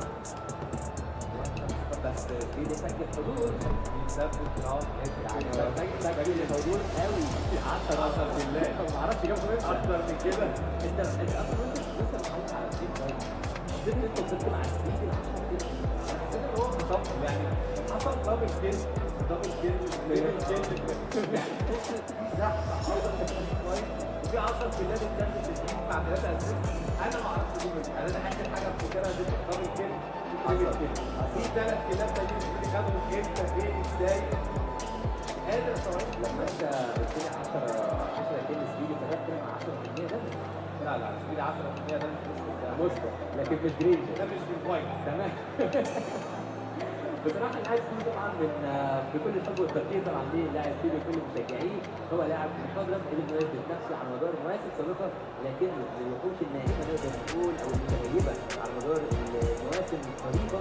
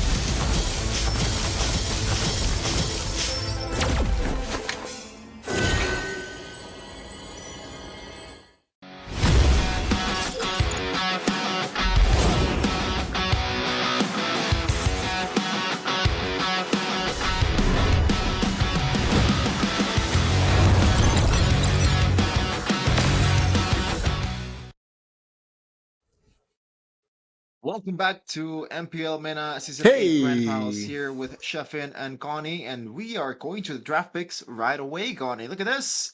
Right away? Players already been banned. What's up? Yeah, right away. Okay, right. Yes, yes. Dangerous grass here, Chefin. So a different flavor, right? We got broken walls earlier in the first game, and Now we will have dangerous grass, and let's see here. Will that affect the pick? Seems like so far not yet, right? It's still the same here so far. Will it be the Gatot Kacha last time around? X-MENA got the Gatot Kacha here, or picked the Gatot Kacha in their first pick. Let's see here, right? Zushin, Yisunshin, Gatot Kacha. Will it be a similar draft here coming from X-MENA? And I don't see them changing it up here, Connie, even though the Uranus is getting banned. And right away, the Gatot Kacha will be the option here for X-MENA. The question would be, like, is it gonna be the same approach for Team Falcons now that the Uranus has been banned? Maybe they spot the problem with their composition. It looks like it's gonna be the Arlet, and this might be a free trend, and there you go. That should be the better composition that I actually predicted the Arlet to come through earlier for the Blue 3 for Falcon Esports, or Team Falcons, but they didn't pick it. Now they went to go for that route. For Team X-MENA, there's not necessarily a good laner against an Arlet in this case, and I'm not sure what to pick, and it's gonna be the Eve, the pick that I mentioned earlier too. So Team Falcons and Team X-MENA drafting a bit more, I guess, like counter towards the opposing comps. Yeah, they listen to you, Chef, and with the Arlet and the Yiv pickup, and yeah, I mean, very natural, right? You against the Fredrin of Matilda always is a possibility, and Team Falcons quick to ban here. They will deny the Phobius. Now they are trying to limit the EXP because they got the EXP laner themselves. So yeah, especially Arlet, they locked in the Arlet. Phobius is somewhat of a counter, with the Infernal Pursuit. And it seems like for X-MENA will still be the same last ban here, like the first game. It will be the chip. Question is, X-MENA, will they lock in the Granger again, right? And I don't mind the Granger here. Sure, it's somewhat vulnerable, but at least it has some range. And Speedy, wow, he displayed a very, very great Granger game last game, so why not give him the Granger again? If it ain't broke, don't fix it kind of vibe. Yeah, but they have the option here to pick the XP laners first here, just because of the fact that the Arlet already showed up, and this should be a bit visible for Team X-MENA right now on which EXP they want to pick. Something that brings stability here, and also a body in front, because the gold laner is most likely going to be a marksman. Blue? Maybe an Esmeralda is a good pick here. It doesn't really necessarily lose the lane, but they went to go for your route here, Gani, towards the Granger. Yeah, because technically Team Falcons has not picked up the gold lane, so if they delayed it, perhaps the Granger will be denied, right? There's always that possibility. That's gonna be the change there. The Halkert Roam and the Claude. So they want to dive a composition. Technically, all 5 heroes from Team Falcons can dive here. Yeah, Falcons. Looks like they're digging deep here with Halkert. Wow, I like this, especially against 2 marksmen and an Eve. I think that should be a really good pick for Falcons. It's a matter of how a troll can use it, because it's not necessarily a troll here if we think about it. It looks like it's gonna be the Hilda just to bring a bit more stability in the XP lane. Doesn't necessarily lose the lane against Arlet, and in fact wins it, and it doesn't get bursted down easily. Now, Falcons, I like this more, but it really depends on how this Halkert will be used, right? And also how Sano will be able to maintain the gold lane pressure towards the Granger. Because Claude and Granger, I think it's a bit more of a skill matchup until level 4 hits, and the Claude is gonna stack up the items. That should be a natural counter for the Granger. We'll see though, if Team Falcons can utilize it to the fullest. Let's see, will they be able to counter, or will they be able to utilize that again? But that will be locked, right? The 10 heroes that will be deployed into the Lanadon for game 2. And ladies and gentlemen, will it be a revenge for Team Falcons and make it a 1-1 equalizing in the series? Or perhaps will we see a 2-0 a breather at least for X-MENA. Lanadon, here we go. Yep, we will see if Team Falcons can show their claws and retaliate against Team MENA. We are starting it right from the base here, Connie. As Troll immediately, if Troll has been watching Blowski's stream, it should be trying to spot up some of the members from Team X right away, and he's already stacking up on the first kill right there, and gets the passive from the Roam Boots. Some pretty good maneuver coming in from Team Falcons. Yeah, pretty good maneuvers indeed. And again, right, we can see here the spells at least. Let's do a spell check. Alpha with the Hilda will pop the rocket sprint. Oh, that's going to be early 2 knocked up there. 2 members knocked up. And let's see, that's going to be Throwboy though, joining very early. Coffin very low. Still able to hang around though this time. No first blood in that exchange. Early level 2 already for both roamers, a bit earlier for Troll. And the rest of him, there should be another mock knockup for Coffin, and look at that. Damage already from him. Uh-oh, gotta be careful. Alpha is already in the flanks. Pops the sprint. Unfortunate there. And Troll is able to get away. So that's a spell wasted at least.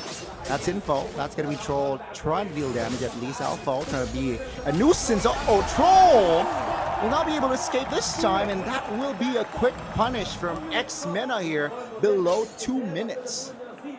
Yeah, and it's all the result of X-MENA handling the mid waves, right? The mid prio is the name of the game in this patch. When you have an Eve against a Jushin, normally you just want to poke down without even clearing the lane, and that really wins you the mid prio. And having a health hit, it does kind of help in a way, but it also kind of disables you when you miss out on the skill shot, when you're not really poking the right way. The Katot Gacha in an Eve, that should be an easy punish for X-MENA in the early game. Right now, Troll looking to be a bit more aggressive here. Yeah, no sprint. That was the info, and seems like they will be able to punish Alpha this time. Uh-oh, 1v4 now. Not a good number. That's going to be the Katot Gacha in trouble. Will be taken down. Real world relation committed, and Throwboy was isolated in the front as well. Another kill on the board for Team Falcons. That is so unfortunate after the fact that you lead up towards that early game lead with the mid prio, but now you lose out on it. Alpha might get taken. Nasty early damage. And that should be like acknowledged here by X-MENA. They cannot go in, freely with this sort of composition, especially in the early game. That's gonna be goodness. Great call there with the combination of Dark Knight Falls, and Speedy was not wise there to be in that position. Punish, that's going to be the final slash. Flicker from the armor. That's going to be Troll though. Punish. Kwanok taken down as well. AOG not landing. Boye comes through. Rice Cream isolated. No way Rice Cream escapes this. And that's going to be another kill for Sanji. 7-2, 3 minutes in. This should be Falcons gameplay here. Just play a bit more sporadic with the Helper, because most of the team is not really used to playing against the Helper. Sanji getting stuck. Real word inflation there. Great position, but that's going to be Throwboy. Ooh, clutch Traceless to get away from that damage right there, and he is able to stay alive. But still, it is 2K gold lead for Team Falcons in the first 3 minutes. Yeah, I look at the KDAs already coming in from some of the members of Team Falcons. That is too much already in a 4-minute span. Sanji already 303. 6 kills participation in a span of 4 minutes. This is just what Arlott brings you in the early game, and especially when you pair it up with an early game hero also in Coffin and also a Hulk. It can just roam around, give some utility, give some TC, and also bring that surprisingly decent early game damage from Arlott from the Vengeances, from the Final Slash. That is already from X-MENA. No flicker. That was the info. That's going to be all under the turret. Real world relation plays. AOG lands too. Dark Knight Falls here committed. That's going to be Sanji though in trouble. Trying to hold on. Sanji is able to stay alive. 5. X-MENA, though, will shift their focus onto a Stroll, who's able to keep his distance. And now, with the turtle up, X-MENA will go for that. No Dark Knight Falls, I believe, and that's going to be coming here. Looking for an angle. Throwboy pops the Mountain Shocker, and that's going to be, again, X-MENA here taking their time.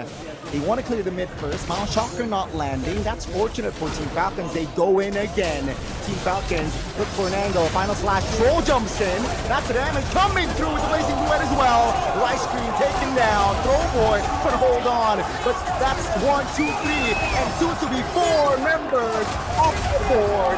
PD last man standing, and he isn't able to escape. That's going to be the early wide pass for Team Falcons. Yeah, and it's a bit too early too for X-MENA, man. 5 minutes and 30 seconds and already a wipeout coming in from Team Falcons. 4K gold lead already bit mass for the Falcons. They're just rolling through X-MENA with this early game composition. It's like early game execution in the first game is actually not like losing on a draft for the early game pressure and still wins it out with a 3K gold lead out of it. It's a sign of Falcons' competence compared to X-Men in the early game. And when you draft something like this, it's much easier from Falcons to realize. And I gotta say, something tells me under the turret will be able to be taken down. That's no marksman. Take a look at the top here. Perhaps an interaction could come through. Yushin Shin versus the Claude. The bottom side, though, it will still be Sanji taking a lot of heat. That's a solo by Seno. Throwboy will be taken down in the top lane. Oh no, Throwboy's living up to his name, man. This is not good at all. 5K already in 6 minutes. Like, I've said this a lot in MPL Indonesia broadcast, but it really might be over with this kind of composition. There's really nothing that can stop Troll to be so aggressive, especially when the Petrify is low, which is something that doesn't really come often in MPL IB. We usually, or Beloski usually, or Moeza, some of the players that we have usually prefer the Flicker just because of the fact they can gap close and get away freely once you pop out the Stinger. But Troll uses to go for more kind of a safe route in getting the kills. This is a safe route in staying alive, but it's not the objective of a Hellcode. You want to stack up those bounties because you are, at the end of the day, the rover, right? You want to be the trade towards some of the bodies that X-MENA have, especially in the late game. So, Team Falcons, they build up a really decent lead here. Look at the KDAs already from all of the members from Team Falcons. The only one that has died so far is the rover, and that is really, really ideal. Very ideal for Team X-MENA though. Yeah, you can see the gold cap already building up again. And with Sano here, right, with the Claude, very different with the Moskov, very mobile, I gotta say, with the Claude, able to get in and out of fights, get in and out of positions as well.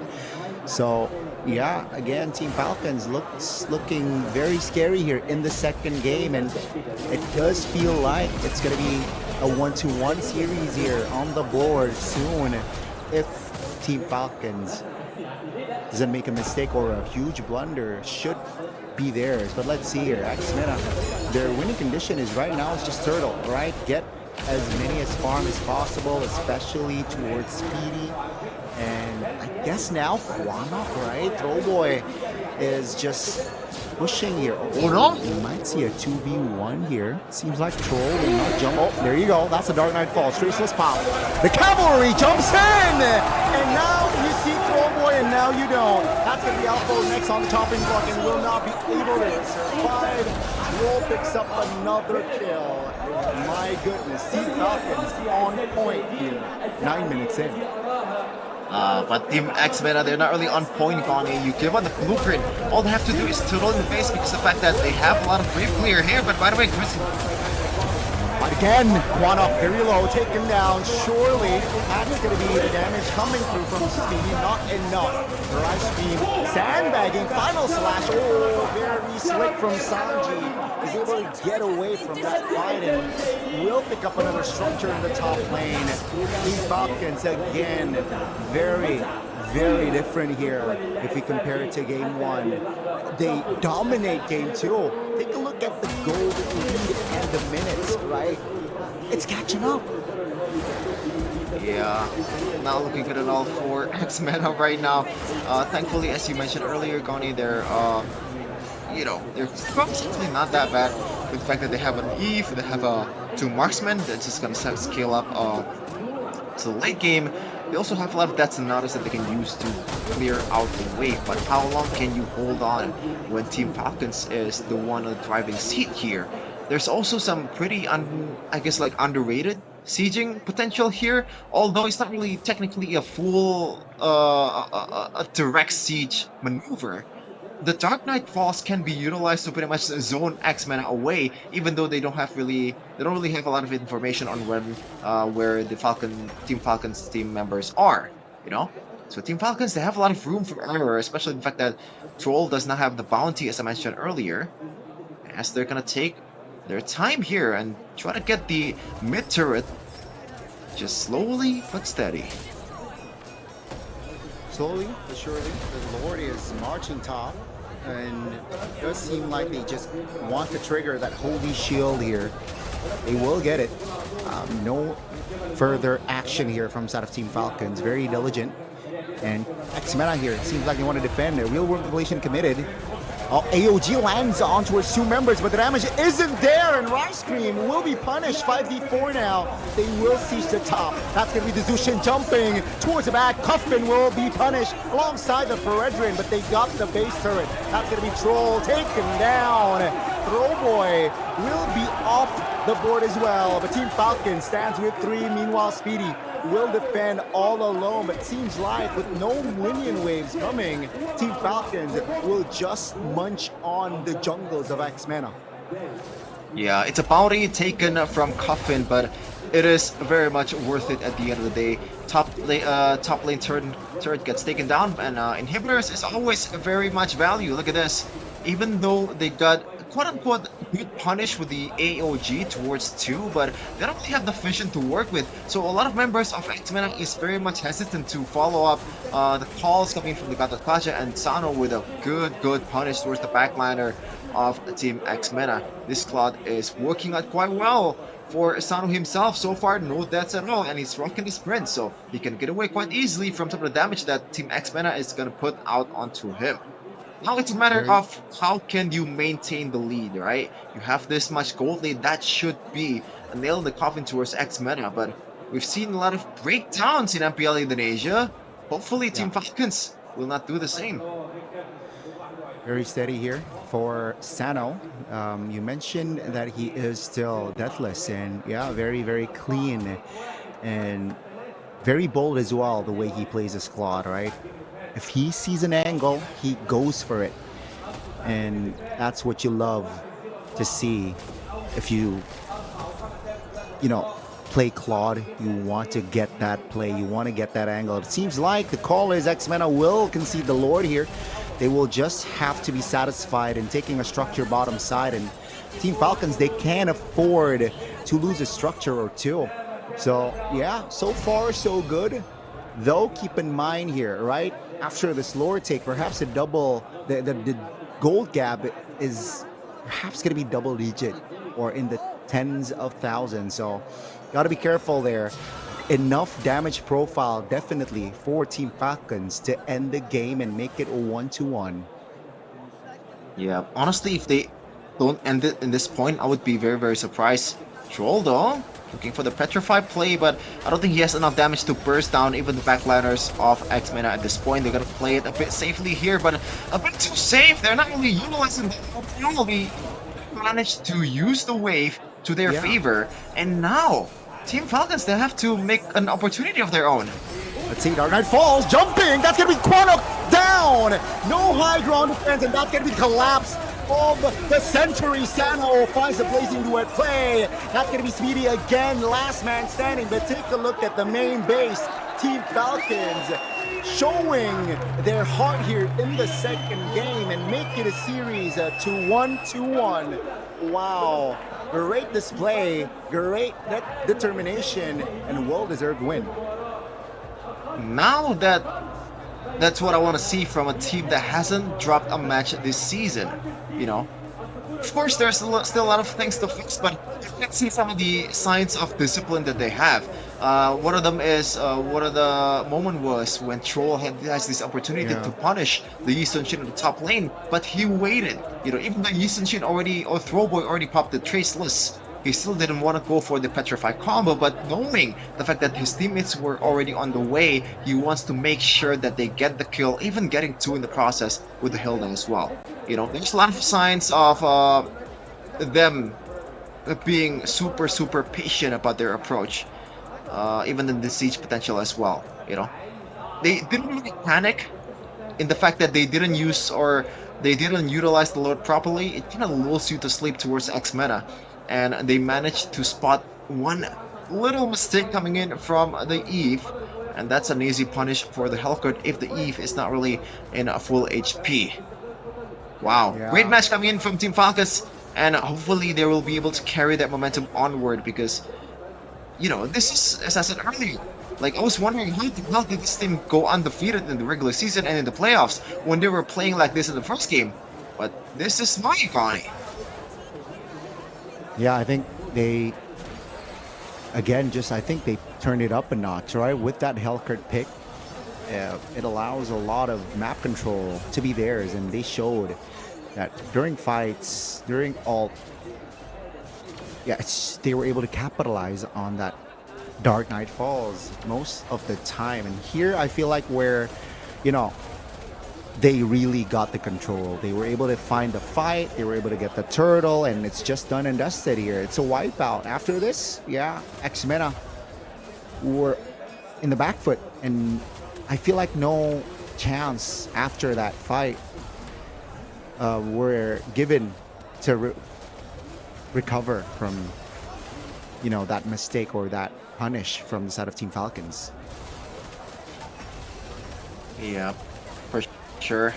As you can see here, the first death coming from Coffin, even though the bounty has been taken, is still pretty much a worth it trade. Sano gets some kills, Team Falcons get some turrets too, and this is just masterful play coming from Troll. Just immediately punishes Monarch. That's, you can't really say that he's overextending as a Yeve, you know, he's just trying to poke down some of the waves that's coming in from Team Falcons. He's doing his job, trying to make sure that the inhibitor turret's still intact, but unfortunately that was way more than enough for Troll to capitalize on that micro mistakes. As we're gonna take a look at the stats here, damage for tower comparison. Wow. That's from even though they took down some towers, it's mostly because of minions, Connie. Wow. Again, very, I guess efficient, right? Is the word here from the side of Team Falcons.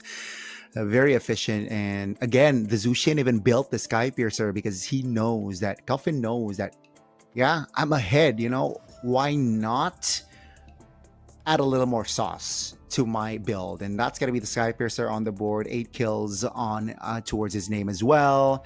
And again, a different, we mentioned as well, Chefin, that in the drafts, you know, 5 heroes from the side of Team Falcons, they can dive, and they showed that, you know, we saw Sanji with the engage, we saw Troll with the engage as well. Even the Zushin was able to pop and engage as well. So they were able to utilize that composition, that dive composition very well.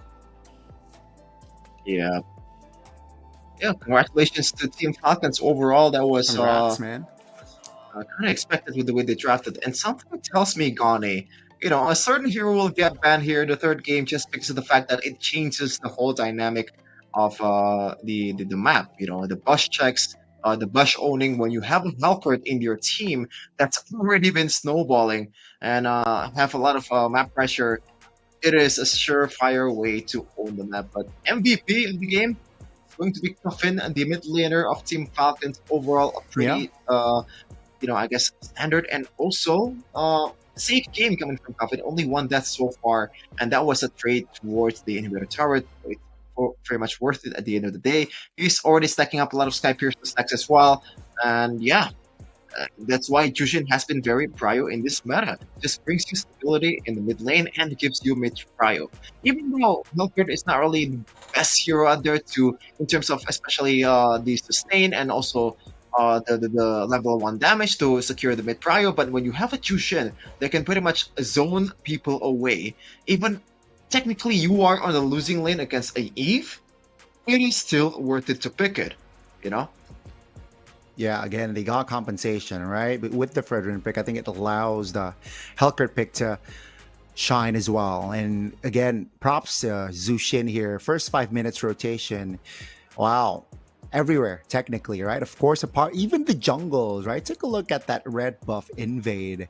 So yeah, the Zushin or Cuffin here, not Sheffin, mind you, because Sheffin is an EXP laner, but yeah, Cuffin was able to influence or impact here, at least, not at least, well, even the first 5 minutes, Cuffin was able to give out a lot of positionings that, of course, the advantage here built up. And yeah, again, Zushin, you mentioned it being prio. I agree. Now, I feel like X-MENA can switch sides. Maybe they want the Zushin themselves later on, game 3. Yeah, but obviously, I'm not sure, man. Maybe, even though we mentioned it a lot, right? The flex towards the gold lane not being used a lot in MPL MENA playoffs so far. In fact, the only team that used it is GK Esports, and also another team in the first day that they got eliminated 3-0, all of them, man. So, is it really wise to bring the flex here towards the gold lane? But it seems like the perfect time too, right? Because the opponent will not be able to expect it. So that's why I think the Yi Sun-shin is still as prio as the Jushin. You know, just to bring out that surprise factor, as people would say, respect the unknown. And so far, that gold lane fighter is, I guess, a bit unknown too for the MPL MENA region. But that remains to be the question, man. We'll see what's going to happen in the third game. I expect the Hellcurt will be banned in the first phase, just because of the fact that, as I said earlier, it just changes the whole, dynamic of the map.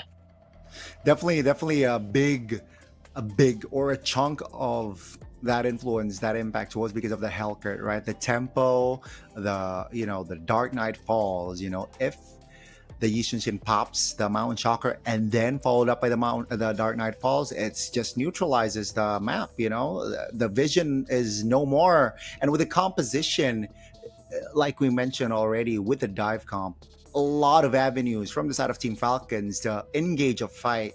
You can use the Flicker Final Slash, you can use Troll to jump in, you can use even in certain angles like we saw earlier, the Blazing Duet, jumping in towards the back if there is an angle. That sort of composition is very, very nasty. Combined with a Hellcurt, yeah, it's, just communicate. Yeah, I'm ready. Dark Knight Falls ready. Pop it, and yeah, all 5 members can jump towards the back or jump on you.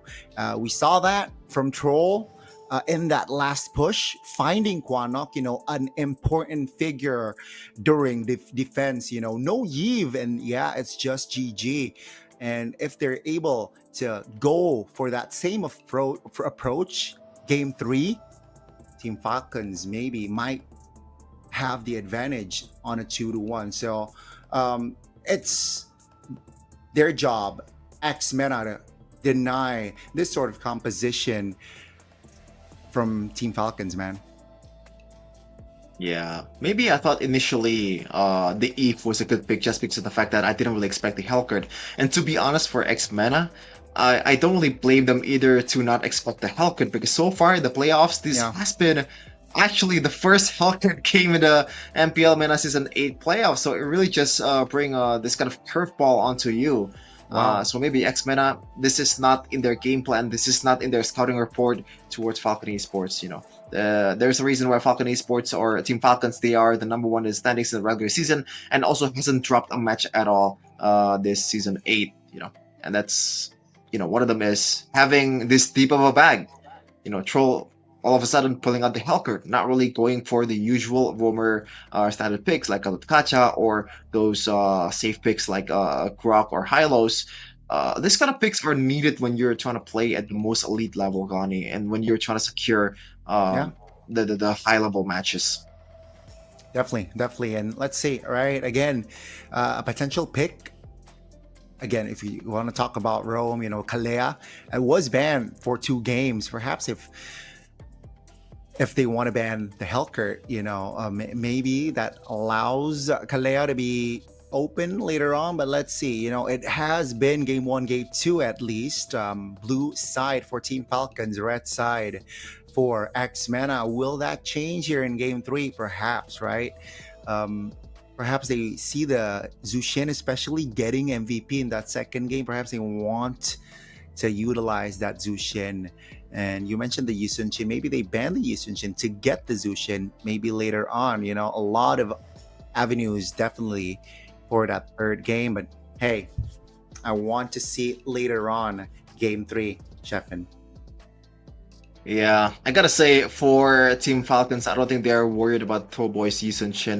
Not necessarily because of the fact that Yusunshin is not strong as a hero, because so far Throwboy has been, in a literal way, throwing a lot of kills towards Team Falcons, and it's kind of sad to see, man. Like, this is one of the most, the rising prominent stars of MPL MENA, the one that it proves, at least in the regular season, that usually MPL MENA brings out a jungler, like the imports, right? The Filipinos coming in to carry the jungle, but Throwboy is there as one of the anomalies. So like we try to prove that this MENA junglers is as competitive as the imported junglers, but this is the output so far in the first 2 games. Not really the greatest of debut, or not really the greatest start in the MPL Grand Finals Season 8 here for Throwboy. Hopefully he can recover, or maybe he wants to go for the Boyet's route here and just try to take the utility jungler in a way, Gani, because that brings a bit more stability.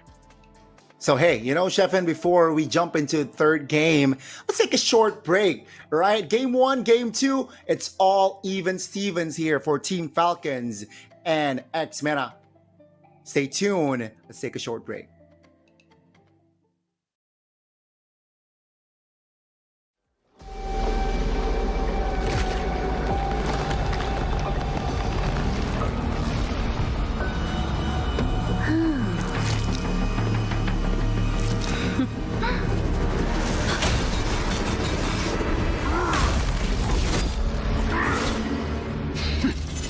Does the Lord of Lava also crave the Sovereign's blood? Fool! The tyrant's remains will only bring doom! Their brutal dominion, our warriors were corrupted into foul bonds of decay. Sovereign of the Abyss, Obsidia. The curse still flows within the Sovereign's blood.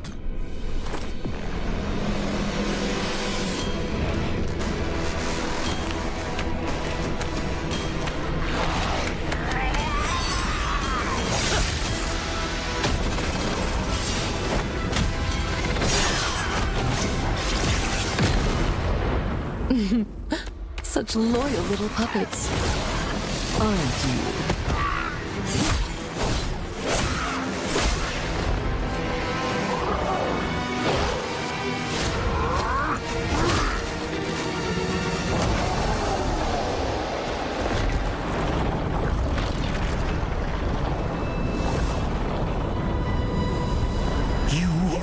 Merely a puppet, no different from my spawns. Bow to me. Keep your throne, or be destroyed. The Abyss bows to no one.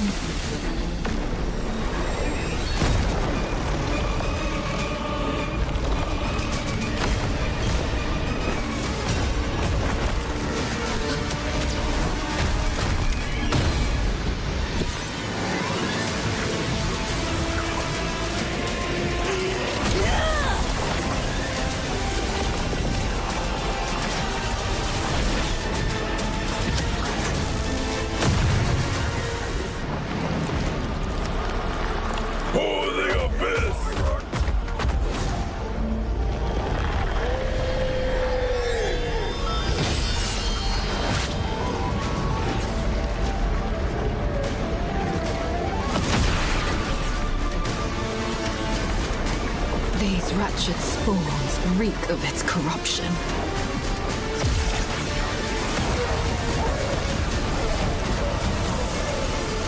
Your sovereign has a god to kill.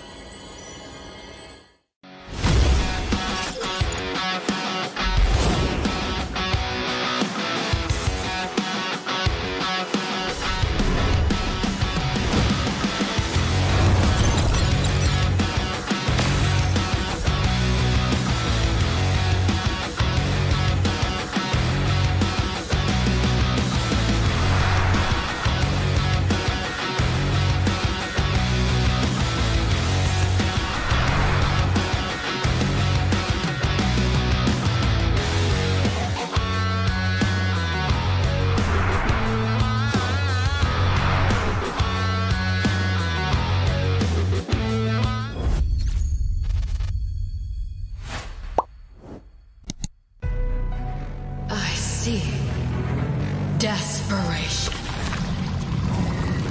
I come to crush my enemies.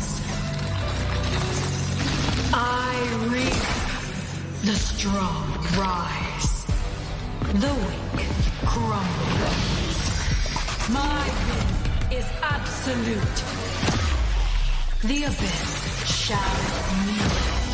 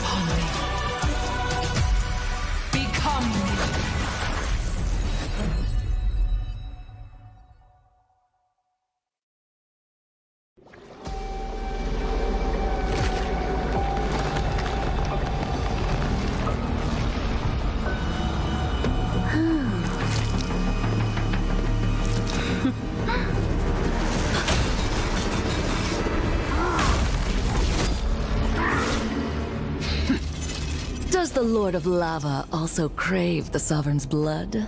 Fool! The tyrant's remains will only bring doom! Their brutal dominion, our warriors were corrupted into foul bonds of decay. Sovereign of the Abyss, Obsidia. The curse still flows within the Sovereign's blood.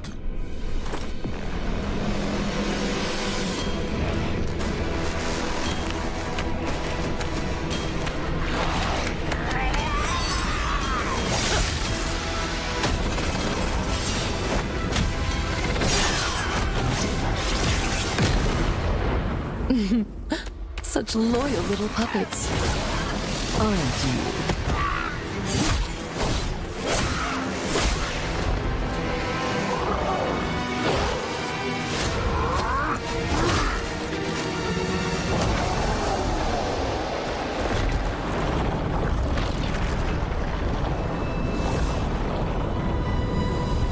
You are merely a puppet, no different from my spawns. Bow to me. Keep your throne, or be destroyed. The Abyss bows to no one.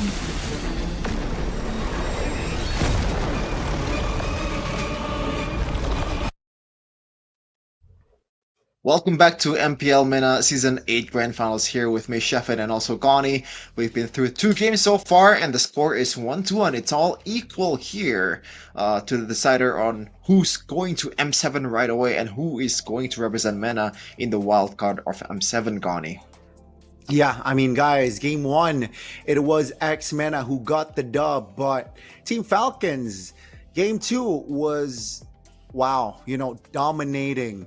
Very, the gold gap was huge. Structure was, I think only one was taken down in the bottom side of the map. So yeah, a very clinical and clean game from the side of Team Falcons. Will they be able to bring that sort of momentum in that third game, Shefin? Is what I'm trying to look out for. And also, will they switch sides here? So far, it has been blue side for Team Falcons, red side for MENA. Will we see the first change in the grand finals sides-wise, or perhaps we might see the same all 3 games? Yeah, I feel like changing side should be one of the options here for Team MENA.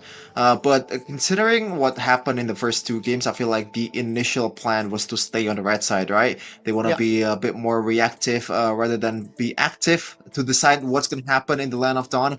So that's why they are very content on letting go of the Jushin. It worked out in the first game, but I feel like that Team Falcons kind of did it to himself. But in the second game, that early Eve pick that I mentioned in the first game was punished heavily by the Hellcurt. Now the question becomes, can Team Falcons keep up the tempo and also in the early game when the Hellcurt, when that curveball is not going to be there in the third game, potentially, because there's no way, right, Gani? They just let go of the Hellcurt when you know that it's working so well for Troll, right? That's a good question, Shefin. The Hellcurt, will they respect it, or perhaps will they have an answer to it right now? So are they baiting a Hellcurt pick while they have something up their sleeves? That's also a possibility. Maybe don't give me that look, Shefin, because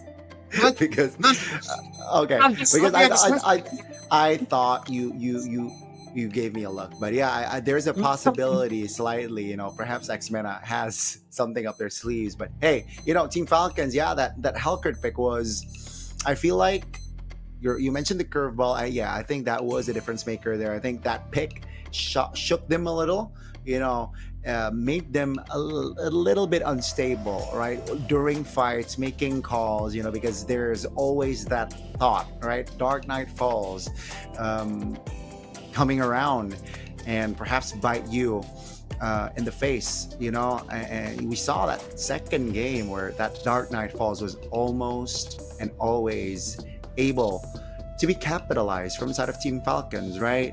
Remember that Throwboy gank top lane, technically is solo. It was helped by the other rest of the team, but that sort of approach with the Hellcurt on the opposing team definitely needs to be checked in the third game if they do opt for the Hellcurt to be let go, or perhaps they have something else in mind, right? Again, I think Dangerous Grass was a big part of why the Hellcurt pick was, again, just amplified that pick as well in that game. More bush controls, more angles that they can tackle, and that's why they set up a 5-hero dive composition as well. Again, just enhances that Dangerous Grass map. And let's see here. So far, it's a different map, Game 1 was Broken Walls. Game 2 was Dangerous Grass. So will we see the same here, like a repeat, or perhaps we might see a different one, like Flying Claws? Perhaps we might see that here in the third game.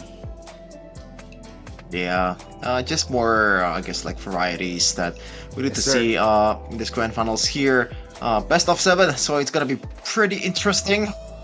Oh man, I gotta say, Donnie, with the way game number 2 was building up, I'm not sure if I can expect game 7 here, because MENA, they were completely outclassed by Team Falcons. Granted, I think the draft really favors Team Falcons by quite a lot too, but again, they gotta recover. They gotta hit the reset button that Team Falcons was able to do after the first game.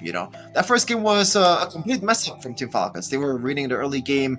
You mentioned it, 3K gold lead initially for Team Falcons, and that Lord fight that was super questionable just gives MENA a lot of advantage to work with. And that's something that looks like Team Falcons was able to fix in the game number 2.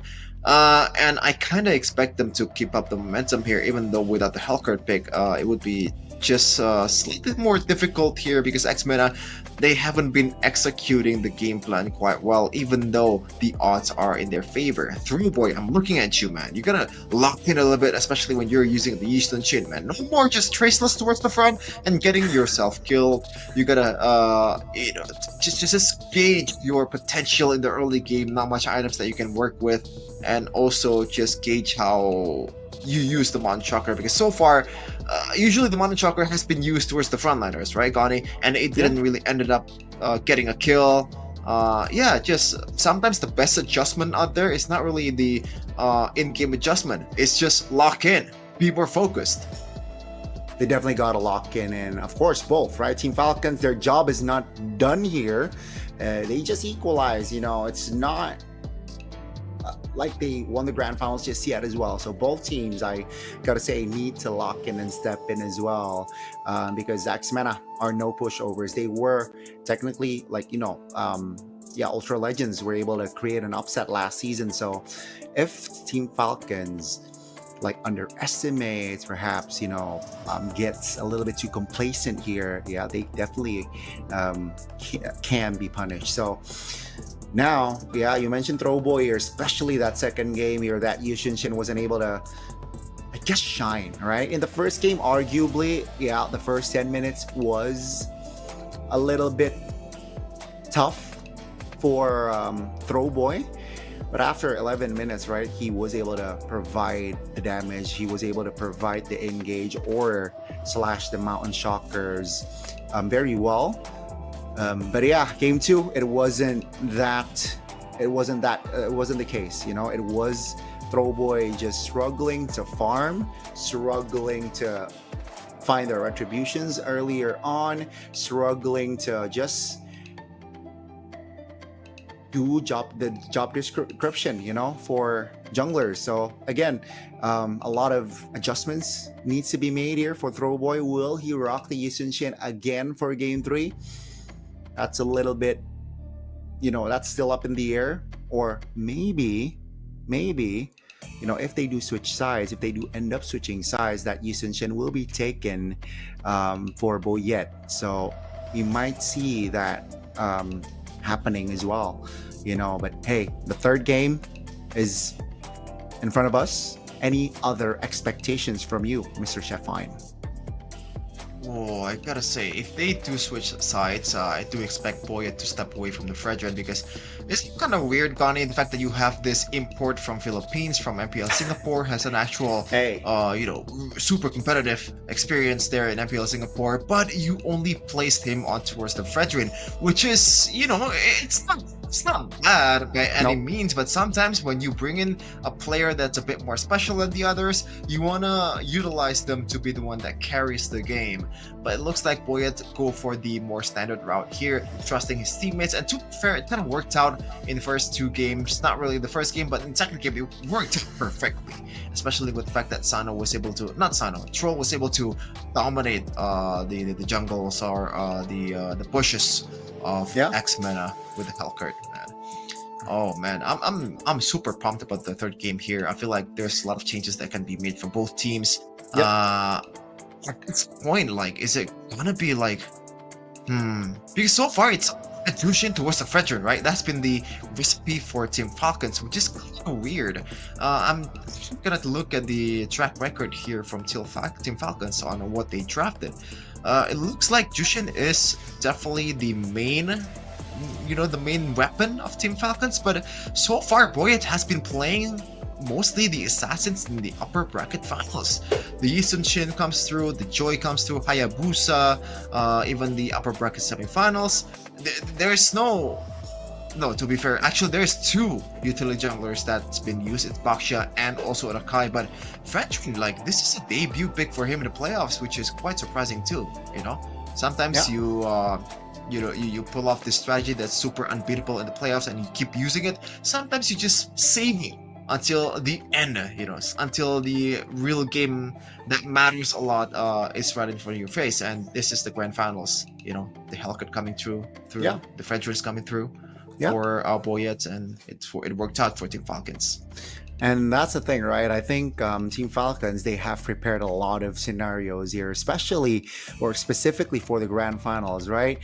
Maybe they stay strat, or maybe they just prepare this sort of approach here.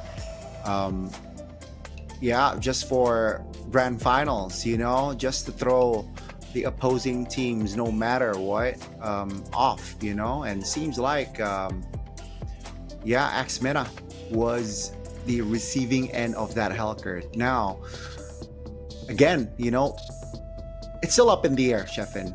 Will they respect that Hellcurt instantly, like immediately, game 3, or will they let it slide?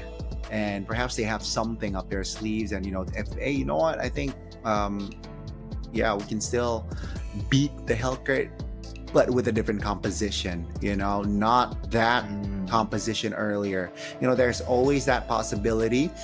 But if Troll has an opportunity to get the Hellcurt again and the composition is set up right, go for it. I think Troll was one of the biggest factor why they dominate that game in that second game, and it shows.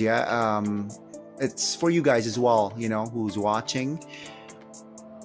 If your roamer can go for the Hellcurt, learn the Fredrins. I think that will allow that Hellcurt pick to shine. I think with another tanky build hero in that jungler, I think the Hellcurt compensates.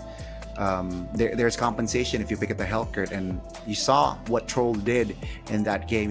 Neutral objectives were easily taken, right? Especially if we're talking about the 2 first turtles, right? And then you can snowball from there. So you can replicate that sort of gameplay if you have that squad, and if you have that roamer that can rock the Hellcurt, or if he wants to develop the Hellcurt game, unlike me. Thank you. Like you, Gani. Okay. Unlike me. Unlike me. Oh, unlike you. Okay. I was wondering, like, oh, wow, he got Hellcurt already in his bag too. Like, oh, respect the grind, Gani. But apparently, no, you're still sticking with the Kufra. And to be fair, Kufra has been used finally by Beloski this today. He won, by the way. Your team. But Yeah, but speaking about MPL Indonesia, we can kind of draw some parallels here, Connie. So far, from all of the teams in MPL Indonesia that has brought the Hellcurt into the Lanodon, usually the instantaneous response from the opposing team is just abandoned, right? Whether it's Aloyski, the one that's established the Hellcurt roam for the longest time, whether it's Mueza, not really the most proven Hellcurt user out there, but after a game that he used, he performed beautifully, immediately gets banned. Even Alec, a rookie, not really a rookie, I'm sorry to say this, but one of the, I guess, like, not really Young bloods. known roamer out there, one of the young bloods of MPL Indonesia, he gets the respect once he used the Hellcurt. I think it's a problem of the hero itself rather than the user. Once you are decent enough to be playing the Hellcurt, I don't think it's gonna be left open for these teams. But we'll see though. Again, as you said earlier, not everything can happen, especially in this region, because I've been casting MENA has been a bit of a routine for me over the few seasons here and there. I saw some weird picks here and there too. I saw some Clint Pryo back then when one of the grand finals that I've casted. I forgot which one. I saw just multiple of peculiar picks, not the one that we usually see in ID or PH, and we love to see it, man. We love to see some more colorful drafts, some more improvements, some more, I guess, like variety, variety and flavor in different regions. That's what that's what makes Mobile Legends beautiful. The identity of each region is just differs so much. Yeah, I agree, and I think with this current patch, it allows that, right? A lot of flavor, from the roam. You can rock the damage roam. You can rock, conventional roam. Like the XP as well, right? You can go in for the damage. You can also go in for the big boys like the Uranus, so a lot of variety in the junglers. You can go utility. You can still go assassins as well. It's very balanced, which I really like. And in this patch, the gold lane, this is something new. I feel like it's, especially when the patch is already gold lane XP. Maybe back then when it was just 2 side lanes, we get to see a lot of 2 fighters in the in the lanes, in the far lane and in the other lane. But now we are getting a lot of fighters in the gold lane as well. So 2 fighters getting the snowball. The idea is you get the snowball early and just go crazy, not allowing farm for the other gold laner, which let's say is a marksman. So yeah, that seems to be the idea. And it seems like, well, actually, if we're talking about ID region, it has worked a lot for most of the teams, especially the top tier teams, right? That fighter gold lane who really understands the concept, who really understands the winning condition. But it's just still too specific. I feel like if let's say Sano is more comfortable on the gold lane, the conventional marksman, go for it. We saw what he did on that Claude, untouchable.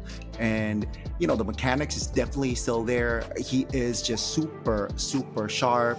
And yeah, go for it. If that's your power, if that's your comfort, stick to what works for your team. You can try here and there, but if it doesn't work, just shrug it off and go back to your comforts, man. Same as you guys who are watching, in the chats. Ranked games, if you have your squad, just be flexible. If you can follow the meta, follow. If you can't follow the meta, if you have some sort of strong your own flair, your own composition, go for it as well, because I feel like that's the beauty of this patch as well. That's the beauty of Mobile Legends. There's a lot of avenues to be the winner in the Lanodon. Looking like someone that doesn't really adapt to the patch, Connie. Hey. Oh man. Hey, that's the thing, that's why I love my Kufra, man. I love my Kufra. But hey, I added Gatot Kacha this season. Oh, appreciate look at yeah. that. Donnie added got that catch up Yeah. for finally a new hero outside of the three that he played so far in his Hey. career, man. Yeah, we need That's more character heroes, bro. development Like, right there. That's character development for me. for sure, for sure, for sure, for sure. Yeah. What do we want to talk about? Do we want to talk about our rank games? I'm just, you know, Because I'm it's just. not. Hey, yeah, guys, you know, in case you're wondering, I'm a roamer main. Chef in here as an EXP laner main, but you know, can play the Hayabusa. But yeah, he's a EXP laner. He's an XP laner. My bag is way deeper than yours, guys. It's not just about. It's not even just the jungle, bro. Are you just trying to rage bait me, bro? Because bro, out of all the casters, at least the English one, right? I'm the most flexible one, right? I can play all 5 roles, right? Don't play with me. Can Don't play. Don't forget the. I might be able. I might be able to play the Kufra better than you. Oh, you know, you okay. wanna check it out? That's a We have a reach. new mode, by the way. That's Shout out a to reach. Mobile Legends. Shout out to the devs. That's a We reach. got a one-on-one mode. So maybe I can prove my worth to Gani and prove that my Kufra is better than his. Even though, you know, a 1v1 Kufra match is probably gonna take at least 10 hours to be able to get settled, bro. How would you even win with that? Just build a Sky Garden helmet allowed in a 1v1 mode? Like that seems like some kind of like a loophole that you can use when you play pretty much every hero, right? Just back off when you're super low and try to win the numbers game. Yeah, perhaps, right? I personally haven't 1v1 anyone in that mode, so You can be my first. Come again? You can be my first too. Oh. okay, Sheffin is Sheffin wants me to be his first 1v1 by the way. But yeah, guys, all jokes aside here, we are about to jump to the mall and we are about to see the situation, right? We are about to see the situation here on Team Falcons and MENA. Yeah.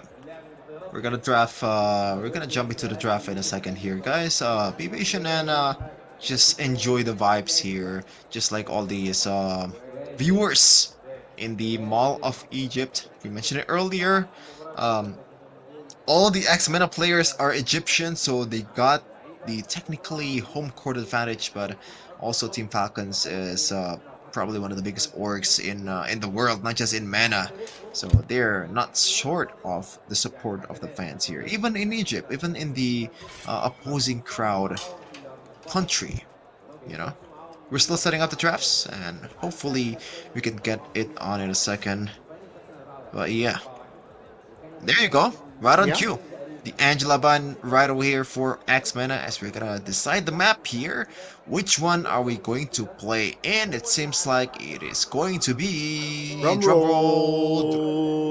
Oh, it's still rolling. Still going. It's still rolling. It's still going. Oh, okay. We will get Oh, to there see you a go. different vibe. Yeah. Yeah, rivers in the desert, in the Egyptian desert. So there's gonna be some pretty potentially contested picks here. Mainly the Khalid, very on brand in the MENA region. You know, I expect the Khalid to be one of the prior heroes here just because of the fact that it is enhanced much more in this kind of situation. You can rotate around much freely, and you already have a really good initial like roaming around potential. But Gani, look at this, 4 bans already, and we are not seeing the health crit so far. But MENA, that's an adjustment because so far 2 games, Boyet has been rocking the Fredrin, and it worked out in game number 2. Yeah, it seems like that's gonna be the approach here.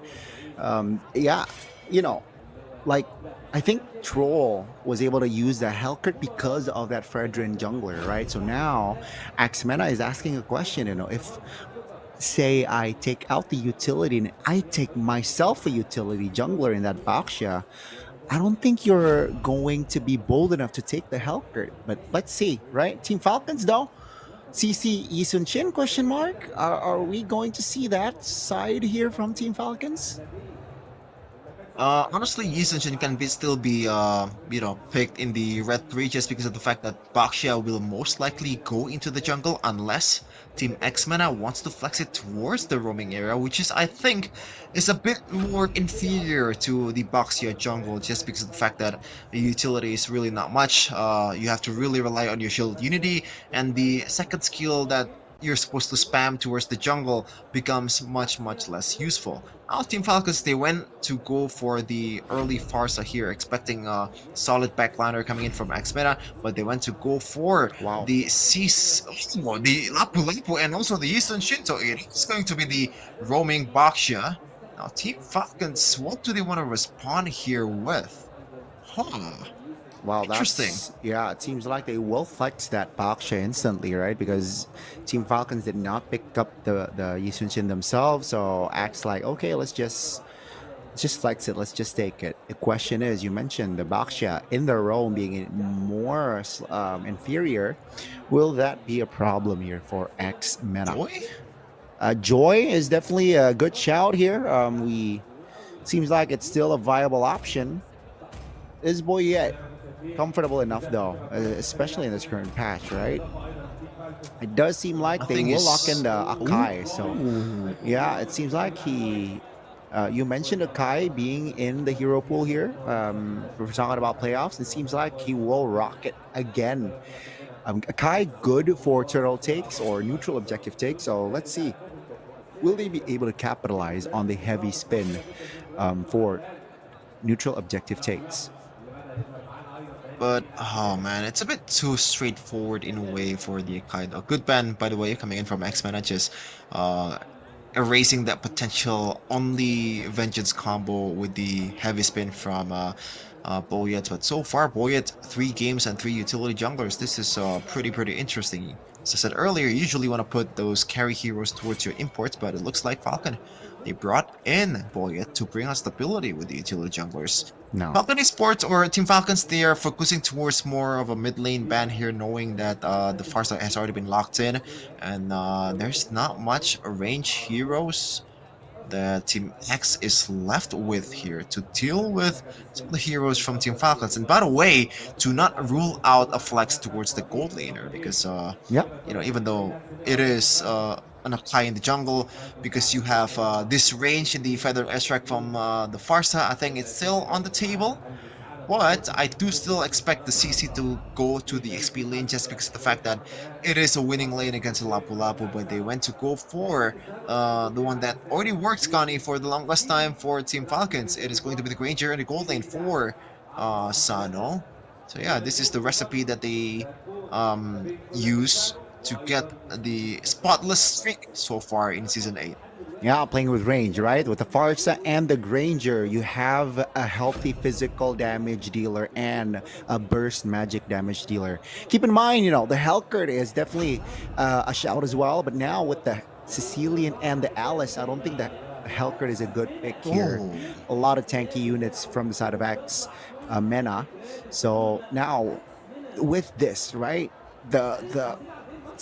is suppression the answer here? No, it seems like not the suppression. It's just going to be the Cho. So they want to pick off members before entering big fights. Oh, I gotta say, this is a bit ballsy coming from Falcon, but Troll is definitely known for the Cho. Huh. There's not much, I guess, proper targets for the Cho here, because the Sicilian or Quanok will most likely be rocking that Purify. The Tristless is there for Throwboy. And the frontliners from X-Mena is super hard to burst down unless you have a CC that's already stacking up the items or snowballing. So, limited options here, but we finally see the flex towards the gold lane. Potentially the Lapu Lapu gold lane will be used against the Granger, so it's gonna be much more of a maybe a dead lane here until you get level 4. Maybe we can see some actions with the Bravest Fighter, but I feel like the Lapu Lapu will just opt to go for a quick clear towards the objective game, especially in the first fight, Connie, because the Granger will not be able to catch up to the team fight, and he's not going to be able to make a difference when the items are not there yet. Yeah, let's see. And yeah, ladies and gentlemen, it is a 1-1. We will get to game 3 here as we quickly jump to the Lana Dawn. And let's see what will happen. Who will have the advantage here? Will it be MENA? Or will it be Team Falcons who will have the first point to 2 in this best of 7? Yeah, definitely. Team Falcons is looking for a get back after what happened in Season 7.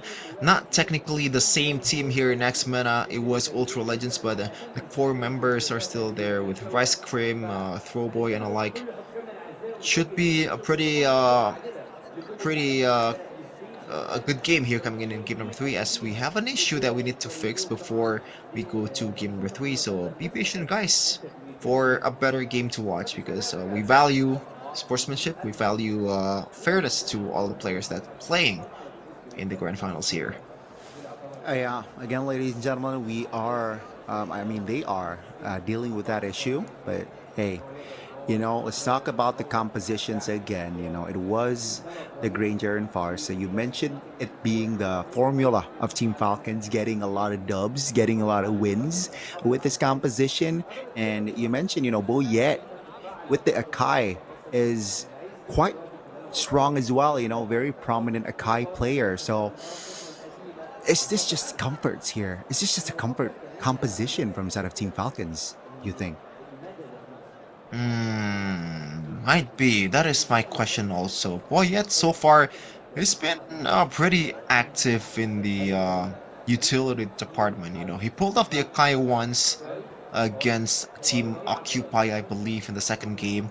And it was a game where Troll played the Cho, and also the CC is there to be used. So that might be the winning formula here for Team Falcons. But isn't it still kind of weird though? Like the fact that you have this tool, heavy spin is usually used to either lock someone down towards the wall or just disrupt some of the incoming engages, right? When you're up against a Tigreal, when you're up against a chip, you want to respond that towards or with a heavy spin to disrupt their engage. But in this case, they have a pretty good control with the current calls. Also, it feels like it's not really the best of combo, even with the Way of the Dragon, right? So I don't know, like what's gonna be the grand plan here for Team Falcons, but they won the matches that they've played with an Akai, so I trust them in this time in game number 3, as we're gonna go finally into the Land of Dawn. Again, Land of Dawn, here we go for game 3. Both teams look for their second point here in the best of 7. Who will take it? Will it be Team Falcons with the Akai, Farsa, and the Granger comp, or will it be the Baksha Flex and the Alice in the gold lane composition, or the XP rather composition? Oh, right away, look, we can see some damage trade here. Ice Cream still has the revitalized Troll, might have to use the flicker here. Yeah, that's gonna be first blood for Quanok, right? That's an early, very fast first blood, and oh, that's very, very unfortunate for Troll. He holds his flicker though. In the bottom side of the map here, we can see the EXP being alpha on that Alice. So we will see Granger versus Lapu Lapu in that gold lane. You can see your green camps already contested. Now that's gonna be a Shield Unity. Oh my goodness! Boy. That's a very, very unfortunate caught there. That's gonna be Rice Cream in a very vulnerable position as well. Another kill on the board. What looks to be a great start for MENA. Team Falcons recovered. Yeah, for sure. Disrespect, I guess, towards from Throwboy here. The early game damage of an Akai and also a Cho with a Thrill is definitely something that needs to be respected, man. As Troll might be in trouble here. Shield Unity connects, but he still has the Shunpu to get away. And Sanji getting a cheeky EXP lane crap here to further boost his EXP tally. Oh, so for early game, it has been pretty, pretty lively, Gani. Yeah, very much action here. Especially if we're talking about the mid lane. Gold lane all quiet though, alongside the EXP here. Just clearing. But the mid lane, different story. We got 3 kills in total. So now it's going to be the first turtle in contention. That's going to be Troll here, half HP. Sanji jumps in with the curtain call. Throw boy again. Caught there with the feathered airstrike. Now that's going to be the turtle taken for Boyet. Rice Cream will be taken down. No level 4 for the Cho, so no way of dragon available there. Guanok is still able to clear and farm, but again, 2 important kills on the board there from that turtle fight. Yeah, and that's my worry about the Baksha room, right? Once you hit the shield unity, your utility is pretty much almost very much limited, right? All you have that ultimate that can give you a bit of a damage reduction, but that's it. Rice Cream will be the target again. Yeah, Wave Dragon and Feather Airstrike will finish the Baksha. That's going to be Troll. Both rumors going down. Sano will be taken down there by Speedy. A very, very great play. That's going to be Sanji 1v2 in front of the turret while Speedy gets away. Oh, that's actually that trade is for Axe Mana. A little bit too hasty there from Team Falcons. Yeah, for sure, especially towards Sano. Like, there's no reason for him to go down in this early of a game. That was a pretty decent setup coming in towards Rice Cream, but they overstayed by a little bit, man. They gotta wait for the items to be able to pop off. Lapu-Lapu in the gold lane against a Granger in the gold lane. You gotta realize there is time to everything. The Granger will not be able to keep up with Lapu-Lapu early game potential, especially once level 4 hits. Now, it's gonna be a waiting game here from Team Falcon. They're just gonna wait for Team X that has the better early game, just because of the fact that they have a fighter in the gold lane, to maybe make a mistake in the objective game, right? Because I think this composition for Team Falcon is built to punish mistakes, right? To punish overextensions with how much setup they have, and also in a way counter setup. There's a lot of CC immune, but Quantum pulls the trigger on towards the Bat's Feast. That's again just too hasty. That's again already an important ultimate popped. Let's see the engage though. Alpha trying to hold on. A retribution battle. Oh, that's a great connection. Boyet finds the turtle. Quanok taken down. Boyet now isolated, taken down by Speedy. It's a 1-for-1, but they got the turtle now. Do they want more? No way of dragon. Remember, Troll popped it earlier on. And that's going to be Alpha, very low but surviving. Sanji, Cuffin finds an angle to take the Alice down, and Throwboy falls as well. Wow, Team Falcons was able to find the last laugh. Yeah, they played that quite well, Team Falcons, and there is a reason why they picked the Cho quite a lot of times, Troll doesn't seem to be trolling with the Cho, man. Like, that pick off towards Quantum was very, very crisp. And by the way, Quantum is rocking the flicker. Like, in a way, this is both respect and disrespect towards the Cho, right? Or maybe just the whole team of Team Falcons, because you want to evade the feathered airstrike. You want to evade some of the incoming damage that's going to come in from the mid laner of Team Falcons, but you also got to watch out for the locks. There's a lot of locking potential here from Team Falcons, man. Even the curtain calls will be a very useful weapon towards the backline of Axe Mena. So that's why Quanok has to be extra careful and, realizing when the flicker's up for Troll, when the, the second skill is up for Sanji. Uh-oh, Boyets. Yeah, I'd say no sidestep. That's going to be Boyet caught here. Heavy spin popped forcefully. That's going to be the Baksha isolated, but no damage there committed. 5 members already from side of Axe Mena here trying to look for an engage, but Team Falcons is able to keep their distance for now. Top lane pushed. Uh-oh, Sanji engaged on. Vengeance pop. That's going to be a lot of damage taken by Sanji and will be taken down. Speedy gets another kill on the board. 4-0 for this Lapu.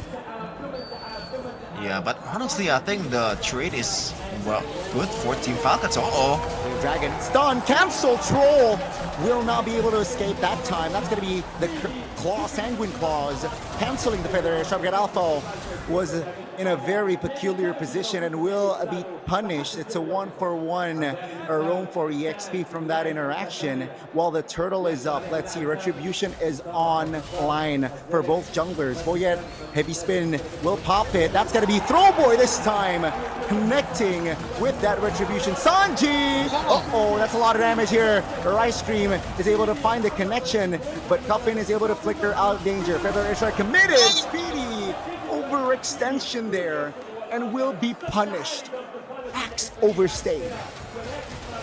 Yeah. And then, oh, gotta wait a second. Sano is getting the execution towards Quanok here. Troll has been locking down some of the members of X-MENA really well with the way of Dragon Man.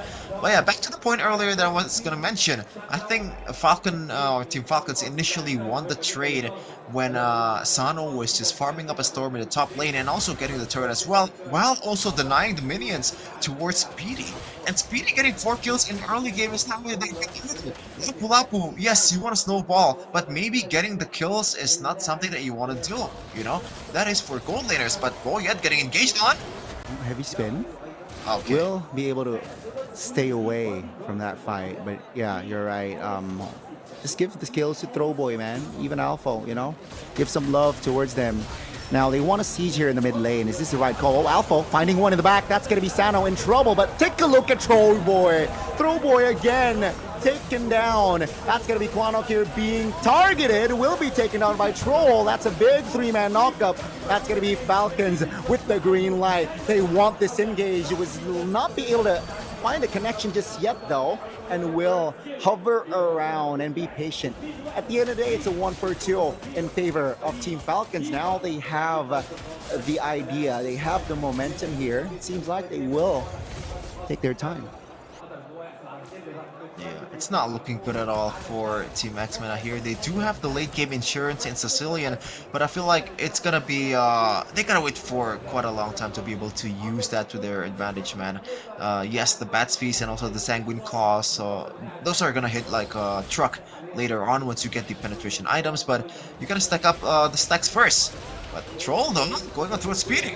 Yeah, Speedy with the flicker wasn't able to escape there. Too much burst damage there from Coffin. Now, with a 5v4, I don't think this is a great or a wise decision to fight. Let's see Alpha tanking in front. That's going to be Sanji as well. Getting out! Sano finds the angle to take the Alice down. Wow, again, the coordination here from Team Falcons is just sublime. Throwboy, peculiar positioning. Troll is on him. That's going to be the Traceless towards the back, but Cuffin has an idea. Feather Airstrike not landing. That's going to be Lord, though, taken by Akai. Troll is going to be able to escape. That's going to be the trade of Lord for Troll. Speedy looks for an angle, doesn't find it, and that will be all, folks. Yeah, it's sporadic for Team Falcons, but they definitely know what to do here because they can play the kiting game, man. They're not really playing with the timer gun. They're not playing with the window. They're not skill reliant like the X-MENA's composition. You gotta wait for the Throne of Blood. You gotta wait for the bravest fighter, and even then, the damage output will be pretty much limited compared to Sanji, compared to Sano that can throw out damage with the Rhapsodies and also the current calls anytime they want to. First kill of Sanji is gonna be very punishing towards the frontliner of X-MENA, and that is why so far Falcon, even though they play not really the cleanest MLVP so far, but they got the jump in. Oh boy, caught with a heavy spin. Will not be able to escape. Chorley, 1 HP with the current call and will be taken down by Granger. That's going to be the collapse though. Alpha finding a kill. Both mid laners going down. Mid turret taken. Rice Cream looks for an escape, doesn't find it. Speedy though will escape. It's a 3-for-1 again. Now Axe in the flanks. Alpha looks for an engage. Awkward one. That's going to be a free kill for Sano. 4K on the board here. Gold lead-wise for Falcons. They want the mid. That's a lot of burst damage coming from 3 members of Team Falcons. They got the kill, they got the wipeout, and they got the turret as well. Yeah, and once again, yes, they do have the late game insurance in Sicilian, but sometimes even though Sicilian is a bit more, I guess, like, he doesn't need a lot of peels, right? But he does need a bit of setup that can help him to be able to be relevant much faster. But the roamer of X-Mena is a Baxia, which is very much utility limited, especially in the late game. It already falls off as a jungler. It falls off even more as a roamer because right now you're just a walking sandbag, right? And the punish is gonna be easy, especially for Sanji, man. True damage is gonna be bursting down towards the Baxia like hot knife through butter. We'll see though in the live camp here. It looks like they're trying to set up for a split push, but they do have the Mountain Chucker to spot up everyone. So Throwboy finally playing a bit more safe here after 4 or 5 kills already on him. Not really the greatest of starts in these 3 games of Grand Finals, man. All on Yisun Shin, by the way. Yeah, all on Yisun Shin or Throwboy. Alpha, oh, that's a lot of burst damage. Oh, taken! Sano finds the kill. Rice Cream cancelled. Way of Dragon on towards the Sicilian. Thank you very much, says Sano. And that will be Rice Cream isolated as well. 3 members quickly deleted by Team Falcons. Wait, isn't this endable? There's still a bit of waves here. Can't think clear. Speedy still has the bravest fire. We will concede the mid turret though, and seems like Team Falcon says, yeah, that will be all. We'll focus on the Lord. Oh, great reaction there by Cuffin. Stylen to deny the connection of that Mountain Shocker.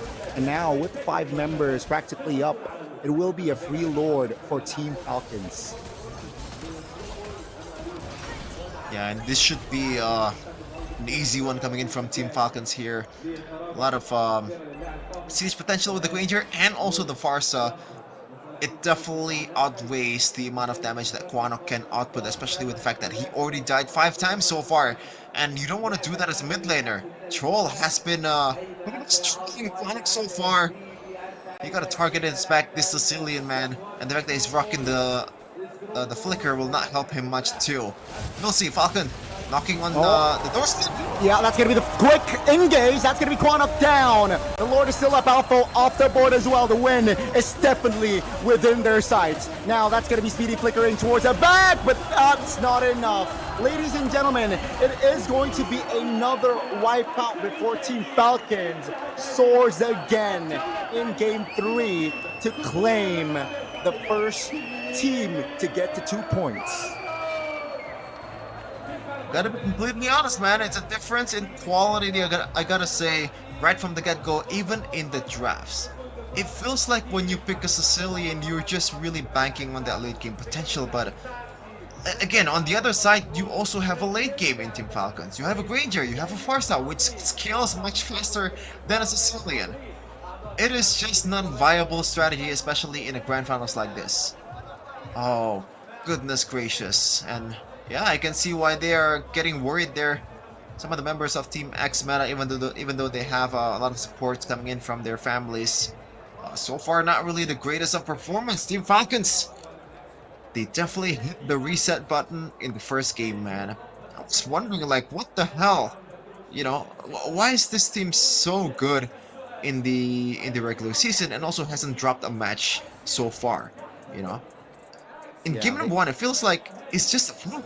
You know, it was just an error in the draft, and also maybe the jitters of them coming back to the Grand Finals facing the same pretty much enemy in Season 7, so they overthink it just a bit too much. Now, this is Team Falcons that I'm talking about. 10k gold lead in almost 2 games. Very much dominating the game so far. Yeah, I mean, you know, their job is not done yet though, Sheffin, right? Yeah, they were able to display 2 dominant games, but they gotta stay focused. They gotta stay locked in if they want to win the Grand Finals here. And seems like you called it right with the composition, like the Granger, the Farsa, and the Akai. Yeah, it's just GG, you know. And yeah, Sheffin, I wonder now, you know, Axe tried red side, now Axe tried blue side, but they weren't able to capitalize on both sides now. Yeah, it feels like the sides is not really the main problem, man. It is just the adjustments going through the drafts, right? You know, the fact that they flex the Baxia super early, like it is just already a red flag in a way. I guess they just don't want to give out the Yi Sun-shin towards the opposing team. When you have a Yi Sun-shin that doesn't really perform the first 2 games, why would you give them another Yi Sun-shin to play with? Boy so far has been a super underwhelming, man. For a guy that's one of the rising stars in MENA, one of the best junglers that they have in the regular season, this is just not up to par of the standards that he has in the regular season. Oh man, Chefin. Oh my goodness. Oh my goodness. What a show. What a showing. What a showing from Sano as well on that Granger Chefin. I have no words, right? I genuinely thought that they were able to at least delay, at least buy time for the Alice, for the Sicilian, just a bit, just a bit, just to have more time for that Sicilian to really pop off, just to have that Alice more items as well. But no, Team Falcons were sharper, and especially in the last 3 fights, they were able to find the right connections as well. Troll finds Quanok there with the flicker as well. I feel like that's where, that's the nail in the coffin. Without the Sicilian, there's no magic. Technically, there is Alice, but there's no crowd control. There's no sure magic fights as well, and the Bat Feast eliminated, right? So with that, it allows Team Falcons to engage more. And yeah, after that, I don't think they were able to bounce back, And with that Lord, I think they played it perfectly as well. They know well that the gold gap is there. They have enough damage profile to end the game. Again, just good quality, good quality of MLBB. They're displaying here in the third game. Well-deserved win for Team Falcons, definitely. Yeah, for sure. I feel like right from the get-go, the winning condition of the composition of Team Falcons is just much easier to execute, man. When I you have agree. a CC, when you have a Granger, it is just super easy to cycle your skills. On the other side, the Lapu-Lapu, it's a Sicilian. You gotta wait for the items first for the Sicilian. Yes, you have the early game advantage with the Lapu-Lapu. What? But you're kind of playing with a timer in a way, right? Because Lapu-Lapu won't be as relevant as the CC, as much of a trouble as the CC in the late game. Oh, brother, this is just yeah. There's got to be some huge adjustments that they need to make here, X-MENA. It feels like they're just flexing the Baxia just for the sake of giving Throwboy the Yi Sun-shin that does not work at all, and Yeah, I agree. setting themselves a coffin. They're just willingly going to the coffin and bury themselves under the ground. And MVP of the game is gonna be Sano with 14 kills. Stacking up on these Sky Piercer stacks here. I believe he was on max stacks as well, which really shouldn't happen at all in the professional scene, man.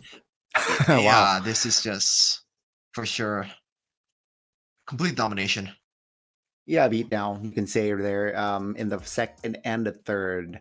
But yeah, I mean, full item Granger and a lot of engaged tools from Team Falcons that can be utilized, right? And with that in mind, I mean, the first 5 minutes you can see Sano, I think his main focus is just farm, and yeah, that's gonna be it, right? Even he get a little bit action there during turtle fights, I believe, and with that, it's Sano again displaying his sound mechanics in MLBB.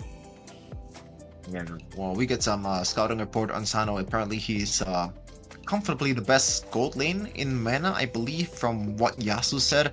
And I believe the rotation towards the middle is when he actually died, Bonnie. So not much of an action. Well, you can call it an action, but in a bad way for Sano. But it's overall a very clean game for this Granger. Only gets picked off one time. After that, it's just pure, I guess, he's just playing it safe, man. He knows after the punish that speedy head towards him, it's just time to lock in and be a bit more careful. And to be honest, as I mentioned earlier, there's not much lockdown. There's really not much utility that can punish the backliner of Team Falcons. Both Coffin and Sano pretty much had a real estate in the back of the composition here, right? The only thing that can really deter them from being dominating this game is the early game potential of the Alice and also the Lapu Lapu. But it's not really utilized to the fullest for Team X MENA, and that's gonna be game number 3, man. And once again, and as I was saying after the second game, it looked like this is building up towards a 4-1 victory towards Team Falcons. Game 1 was just a fluke, maybe. Because so far, these 2 games, they were dominating completely, Like, it is just an outclass in every factor, in every aspect for Team Falcons compared to X MENA so far.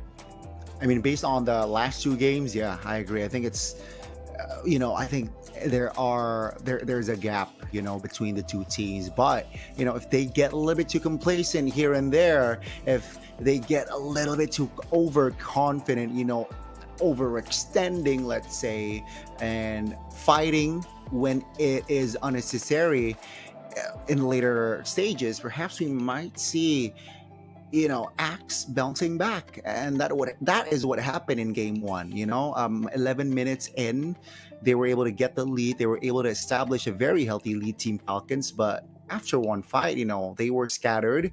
The Axe capitalized and they got the dub. So Team Falcons, if they're able to at least stay disciplined, they know how their win cons and they're able to execute it. Yeah, just don't blunder. If that's the way to go, maybe we get to see a 4-1 game. But if not, I think there are definitely chances here for X MENA. Remember, they are on home ground. You mentioned it a couple of times already, so there's definitely some morale boost there. But hey, sometimes, I personally, I used to compete sports. When I'm away, that's where is, I like playing away more than home sometimes. So, but yeah, that's again preference. I haven't been playing competitive anything in so long, but I kind of get what you're saying, Connie. Sometimes it's a bit more satisfying to shut down the opposing crowd rather than please your home crowd, right? I play basketball, so I think for me, hitting a game winner in a away game feels much better than home game, home turf, right? Because you just want to prove all these haters that's against you that you're wasting your time coming here. Nah, just kidding. But yeah, I prefer silencing the home crowd than listening to the cheer of a home crowd. I think that's the word. That's the way to put it. That's my take. That's my preference, at least. For sure, man. But hey, game 4. Yeah. I think look at the left-hand side. I would be in that position too if I were to be down 2-1 after a two game domination from Team Falcons, man. You gotta really rack up your brains to think of something, anything that can give you an advantage, because they really do need it right now if they want to qualify immediately towards M7. And by the way, guys, even if they do lose in this match, in this best of 7, they still qualify to the wild card. So it is still a ticket towards Indonesia, not to the grandiose stage of M Series, though. Yeah, they have a chance though to get to M7 through that wild cards. The team that loses this grand finals, but the team that wins automatically, right? Say hello to M7. And as it stands, Team Falcons are ahead. So let's see. Will they be able to stay sharp, stay locked in, right? Just to get that first win after the third game, or after the fourth game here. If they're able to win here, they are at championship point. One more point later on. Let's see, will X MENA deny that opportunity and make the series to a two each, two apiece, Chefin. Again, it seems like from the, I guess from the facial expressions here, they're trying to recover, they're trying to reset here. But yeah, it seems like the draft is about to start soon, Chefin. Yeah. I feel like it's a different situation here for Team X-Men. If they do have something in their bag that they haven't shown yet, it wouldn't really make sense, right? Because I think at this point they should have shown it already.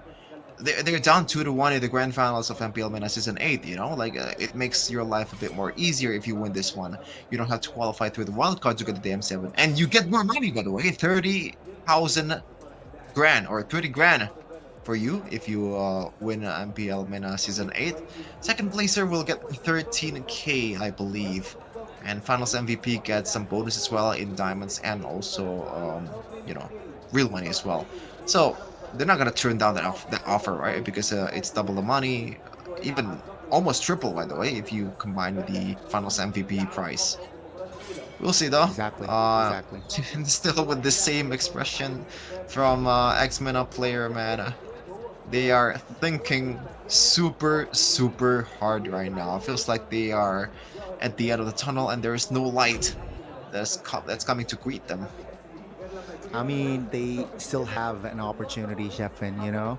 But I think that's just a gesture of locking in, you know? Let's see, though. Let's see, right?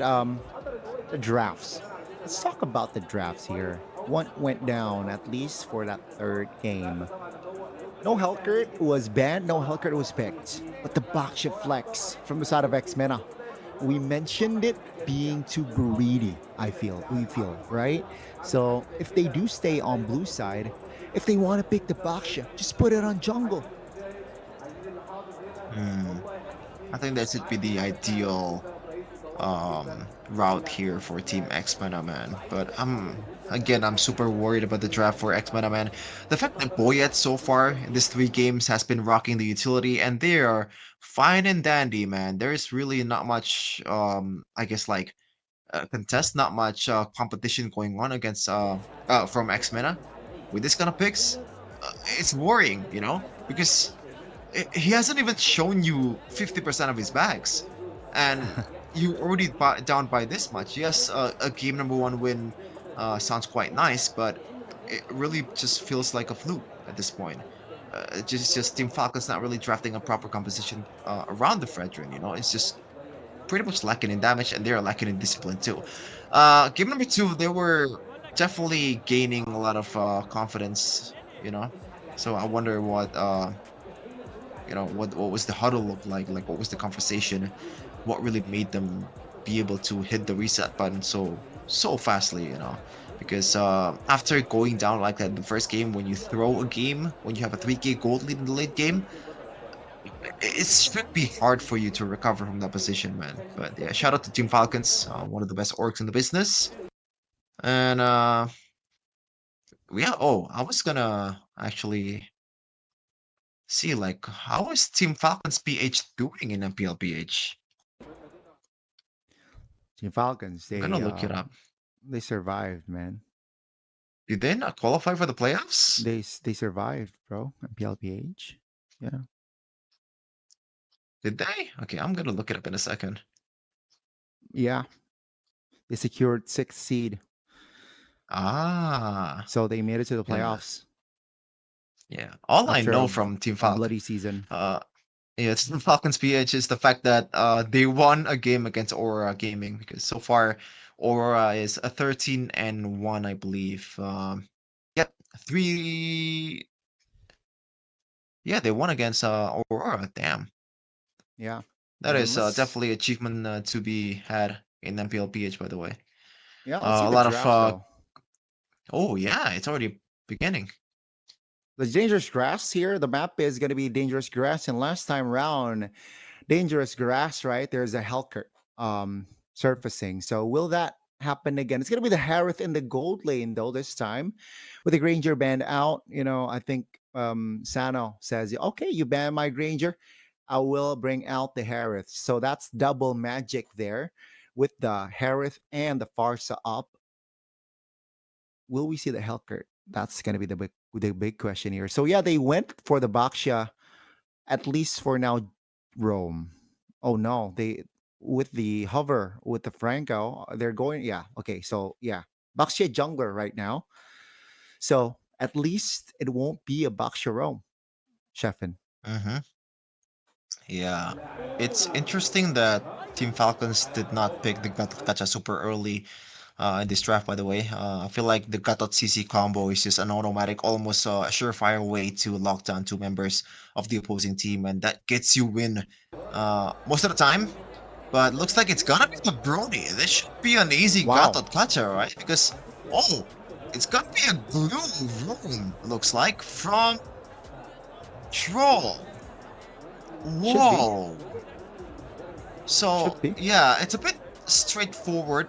You know, you're trying to punish the Baksha in a way, right? Because Baksha is very prone to getting CC'd by the glue. Even Franco will be on the table too for the glue in the early game, unless the Franco has the flicker and, you know, can outplay with the Iron Hook towards the turret. But yeah, this is really interesting, you know? But I gotta say, I do think the Gacha would be overall the better pick here. Yeah, I think right now, you know, I think Troll is just. I think he's been given a hero. I think given a hero that will be annoying towards Throwboy here.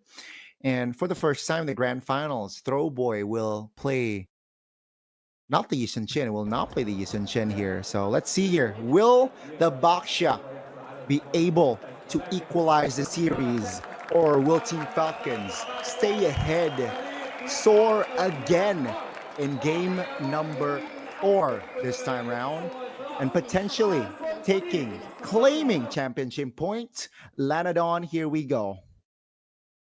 Okay, so I actually looked up some of the history that Troll has with this glue.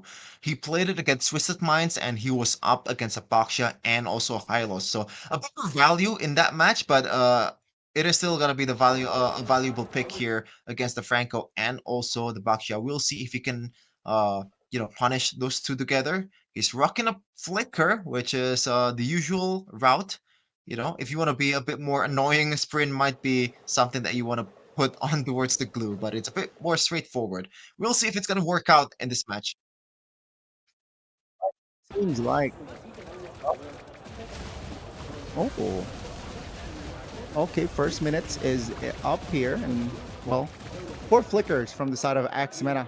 It's clear that they want to fight here more to close the gap, or perhaps keep their distance. But with the glue, it's so annoying, right, Chefin?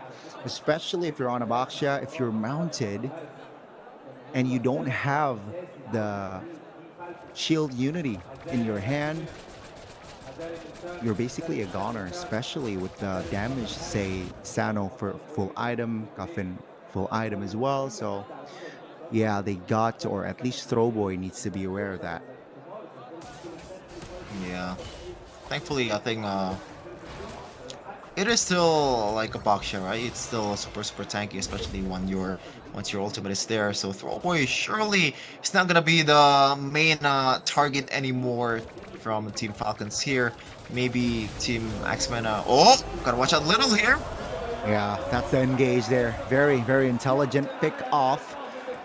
Troll spent the flicker, but Wanok paid the price. That's going to be Team Falcons here with a 5v4 advantage. We should have more control in the turtle. Throwboy, though, with the shield unity, looking for an angle. 3 members already on him. That's going to be a heavy spin to ensure the turtle take. That's going to be Alpha taken down as well. That's going to be a mount from Glue. Throwboy is going to be the target. Boyet, though, taken down. Now, with the mount, it's going to isolate Troll a bit. And that will be a punish. So at the end, it's going to be 2 kills for Axe, but they got the turtle.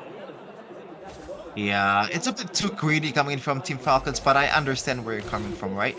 They already have the momentum in taking the turtle. They want to have a bit more after Troll ensures that he can mount on towards one of the members of MPL MENA. But what they don't realize is Boyet is on an Akai. Like when you have an Akai, most of the time, what you want to do is secure the objectives. They did that, but the utility from the Akai will be very much limited, right? You only have that first skill and second skill to enhance your damage, and it's really not by much, especially towards the frontliner of X-MENA. They gotta play a bit more disciplinedly. Here, Team Falcons, they do have a bit of a lead after the first turtle, but they cannot throw it. Okay, quick Sky Piercer in hand of Quanok. Let's see if he's able to collect the stacks. You're looking on towards the rotations towards the bottom side. Sano discovers it though, played safe here towards the back under his own turret. And that allows Alpha a little, Sanji here to play aggressively, knowing a lot of bodies were committed in the bottom side of the map. So it's going to be a quiet fight. Oh, that's going to be Alpha popping his region. That's, again, just a quiet game after that first neutral objective take. Yeah, they just want to play it slow here from both sides. I like the way that Falcons are very much super aware of this Franco's potential, especially combined with Brody, right? This is just a surefire way to win the lane. It's already a winning lane against a Harith because of the initial base damage of the Brody. Now you combine it with the Franco, Sano has to play super carefully here. Troll gonna be the target here. Yeah, Throw Boy was able to connect on that shield unity, but no clear follow-up there. That's technically a 5v4. Feather Airstrike committed already. Vengeance popped. That's going to be Quano caught there in the back. That's going to be Quano going down. Heavy spin popped. Now, Rice Grim very low. Should be taken down here with a mount.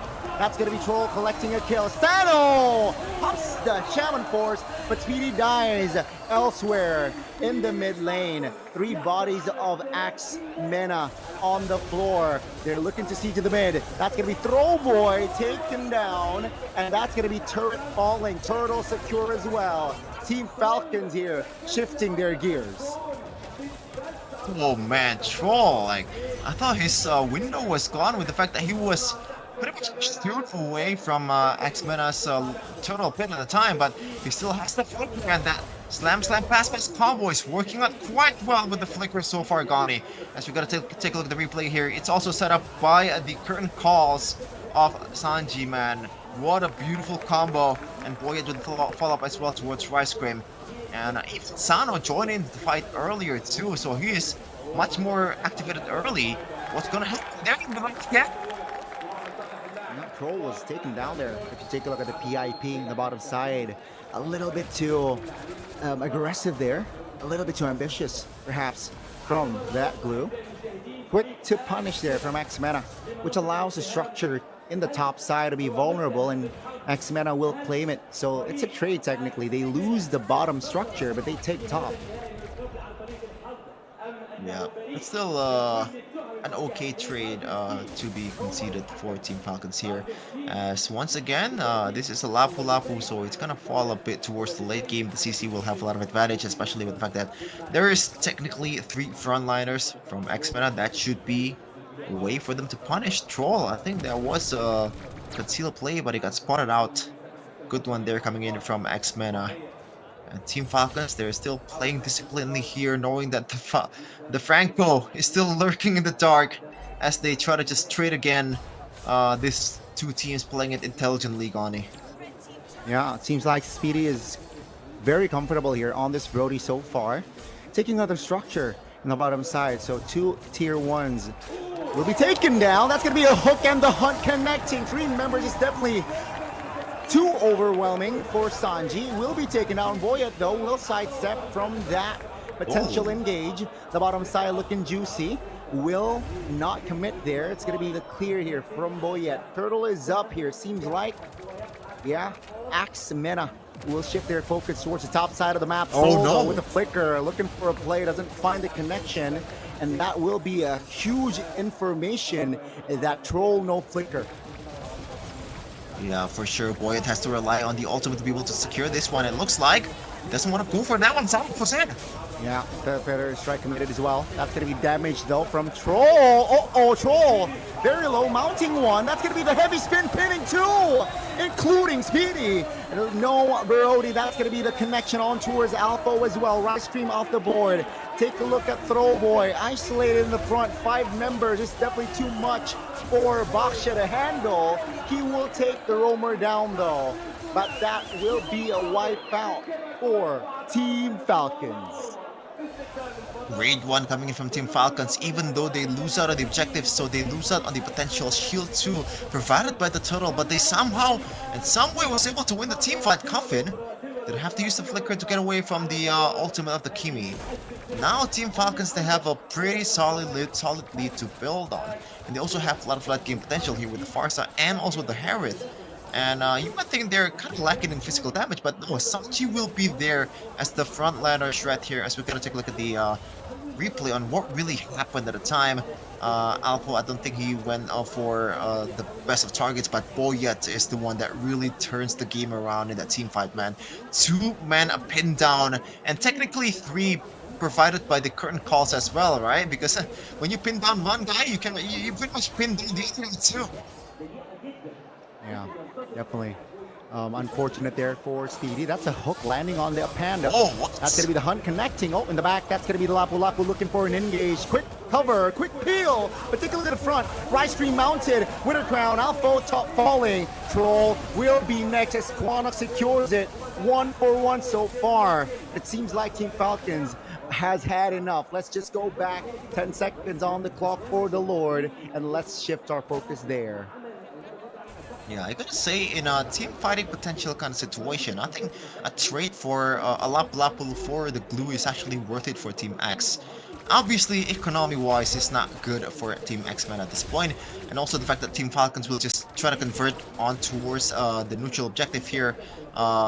This is a winning trade at a time for Team Falcons.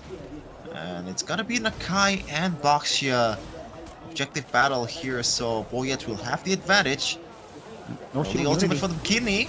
Yeah, no ultimate. That's going to be the Shaman Force pop. Feather Airstrike as well. Take a look at the back. That's going to be Troll jumping, pinning as well. Throwboy isolated, taken down. No retribution for X-Man Speedy. Mounted. That's going to be Speedy off the board as well. Take a look at Alpha trying hard, trying his best, but it won't be enough. Asano collects the kill, and Alpha, Throwboy, and Speedy will be off the board as Team Falcons will claim the Lord.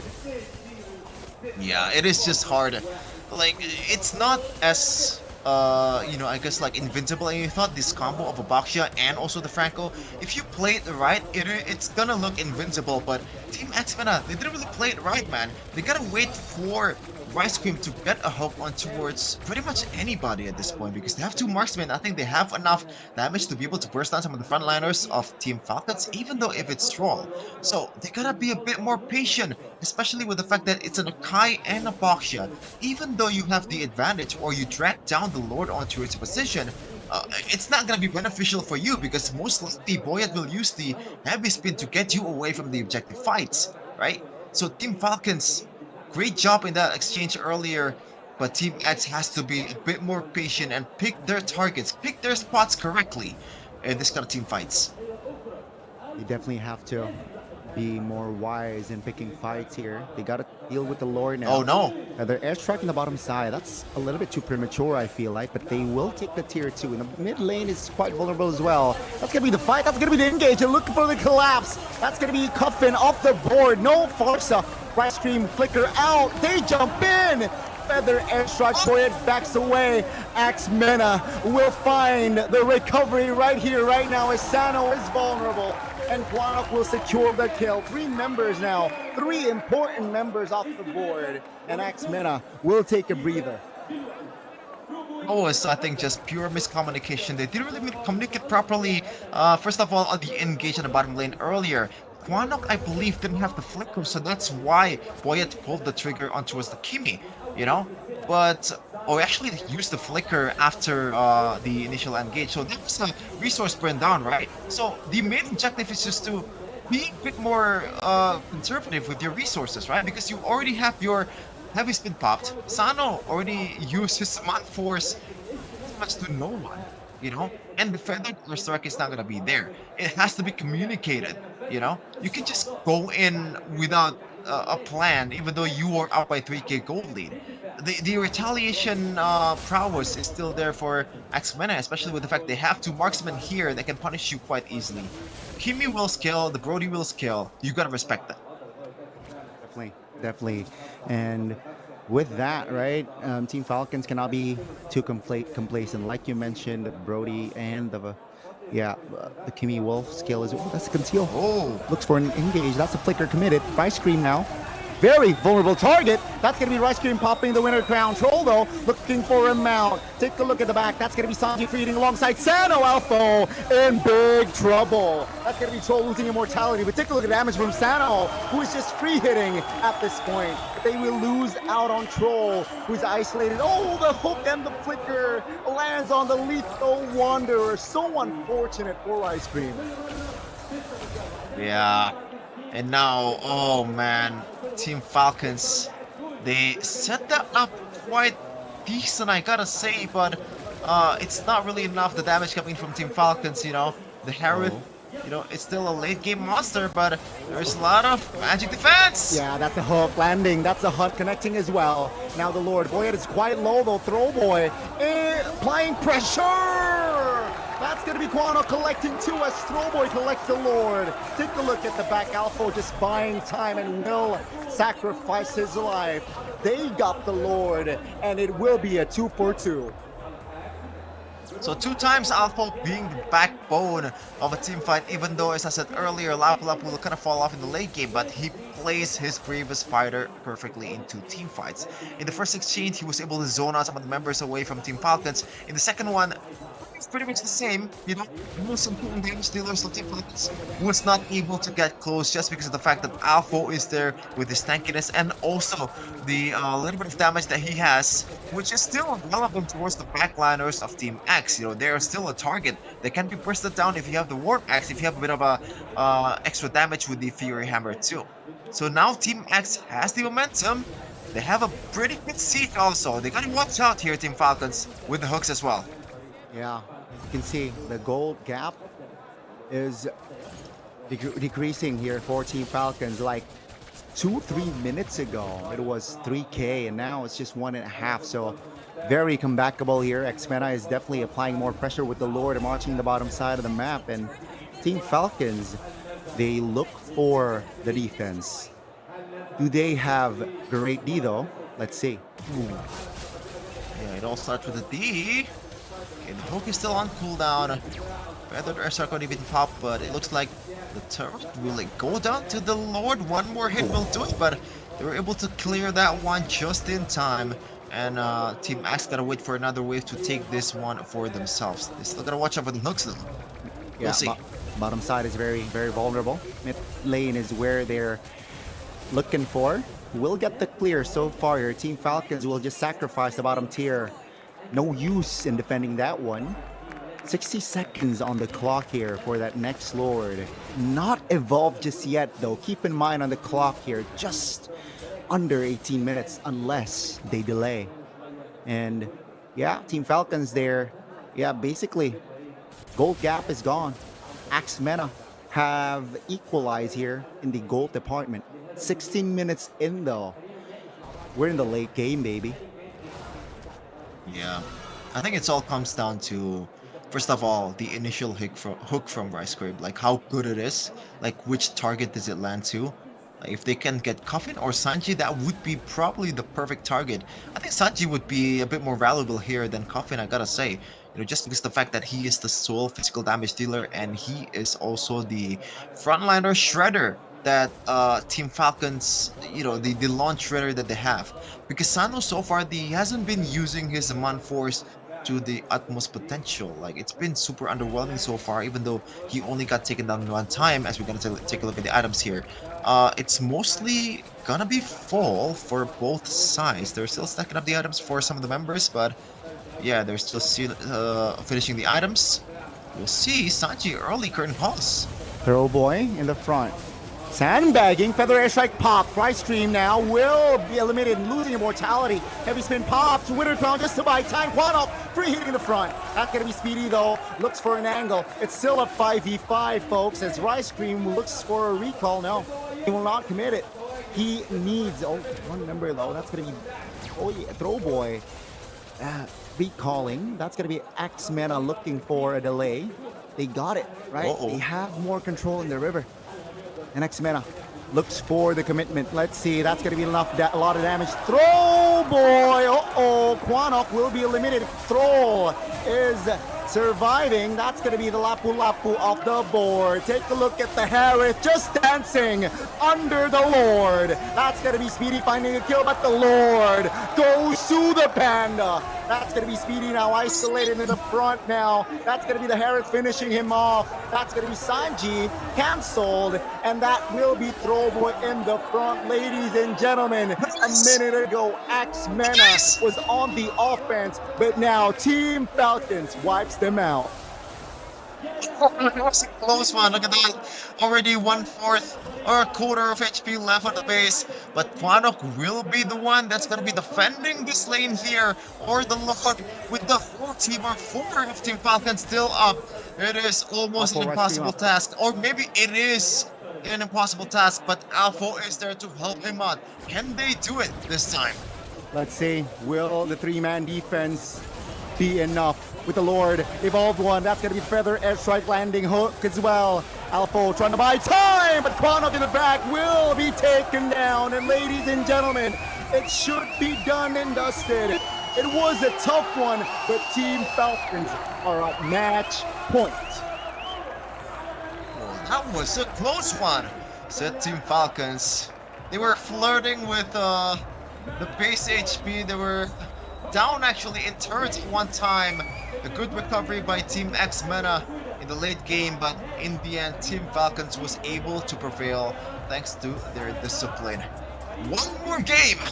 Match point for the Falcons here to secure a spot towards M7 in Indonesia. One more game for Team Falcons. Their job is not done yet, as Yet was able to clutch that Lord, and they were able to wipe X-MENA out, and it's just GG, unfortunately. 3 minutes ago, it was them defending. It was Team Falcons on the defense with the Lord from MENA, X-MENA. But with that Lord fight, man, it was so sharp. Well deserved as well. But boy, oh boy, championship point for Team Falcons. Yeah, I think some of the members of Team X-MENA has to realize their value in the late game, right? Especially Quanok, man. In that pickoff, I think the final pickoff in the late game, like, he realized that he doesn't have a flicker, but he is still super aggressive. Even the troll was literally in range for the slam pass combo. That is just a pure disrespect. And also not knowing your value in the late game. You are the main damage dealer. It's not going to be the Brody. It's not going to be Speedy. It's you. Yeah. You know, with the glowing one, with the penetration, you're going to be the one that's melting out the frontliners of Team Falcons. When you're not there, the winning condition becomes even harder for X-MENA. And that is why Team Falcons, despite them not having, I gotta say, maybe it's a more 50-50 or like 40-60 on the late game potential here. But, you know, in fact, they still have two marksmen, right? With the Kimi and also Brody. It should not be that bad in the late game, you know? Shouldn't be that bad. Brother. But yeah, Boyet was clutch, man. Some of these pins is like... usually when you pick on a Kai on the jungle, you're not really expected to pick off, right? You're expected to be just securing the objective.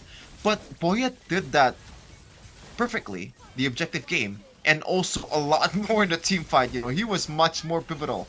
Some of the spins are super important. Look at this. Speedy also getting pinned down as well. Unfortunately, you know, he got kicked off to the right side, even though the combo was on the left side, so... but at the end of the day, Team Falcons was able to get a W, and that is all that matters. One more win. One more win for Team Falcons to get their revenge from last season. They weren't able to collect or be present at an international MSC last season because of the grand finals, but they are one win away in securing a slot for M7.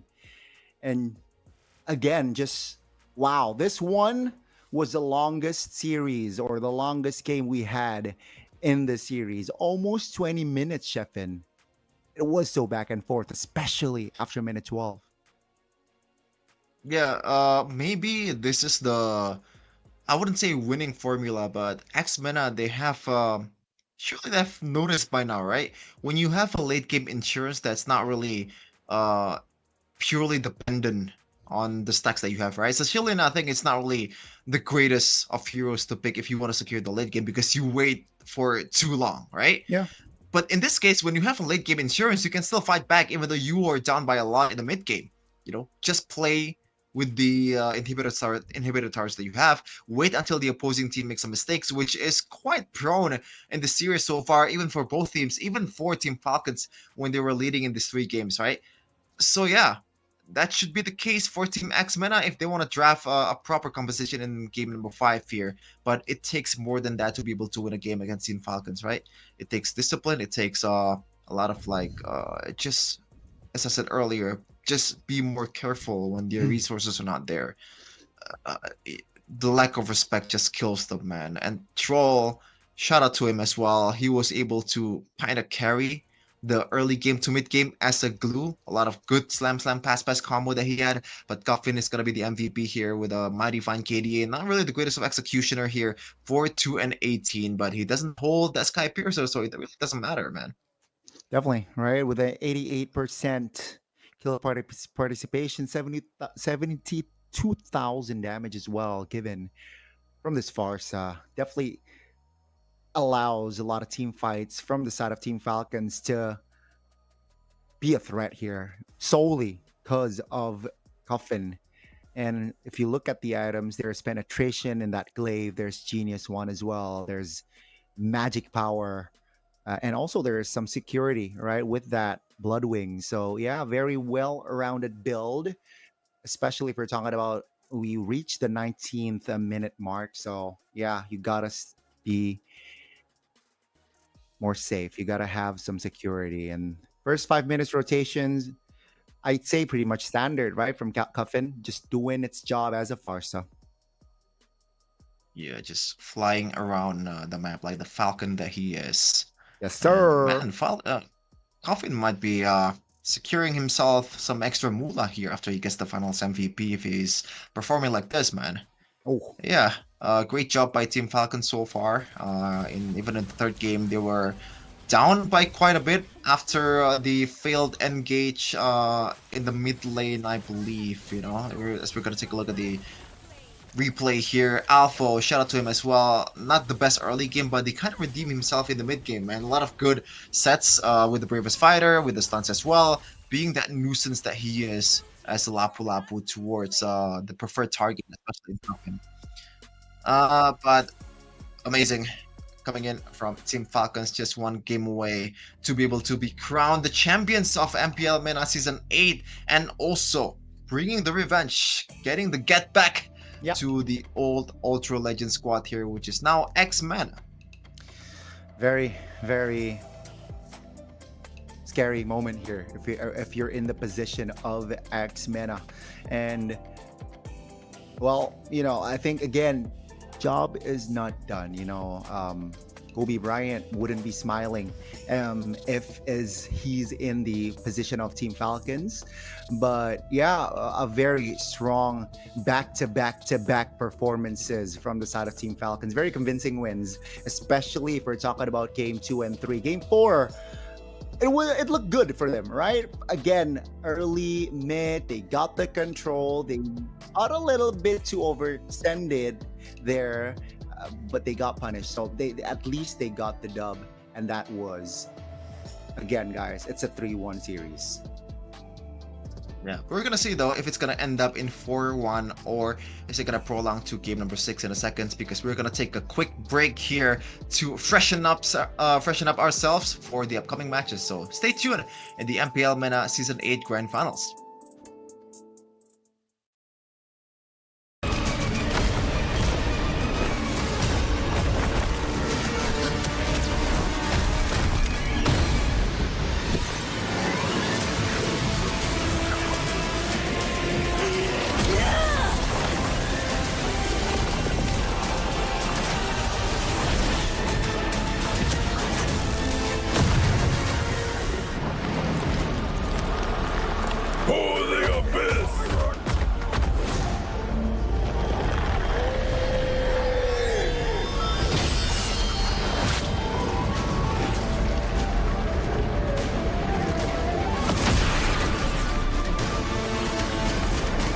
These wretched spawns reek of its corruption.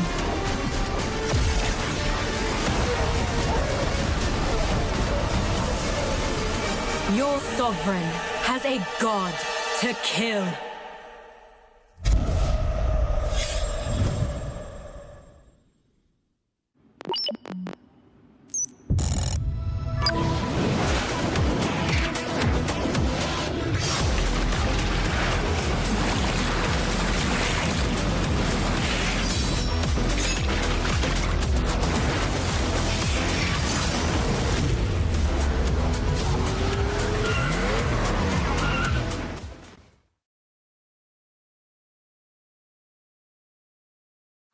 ثلاث مراحل. تمام؟ يعني يبدأ التحدي. عايز اسمع حماس.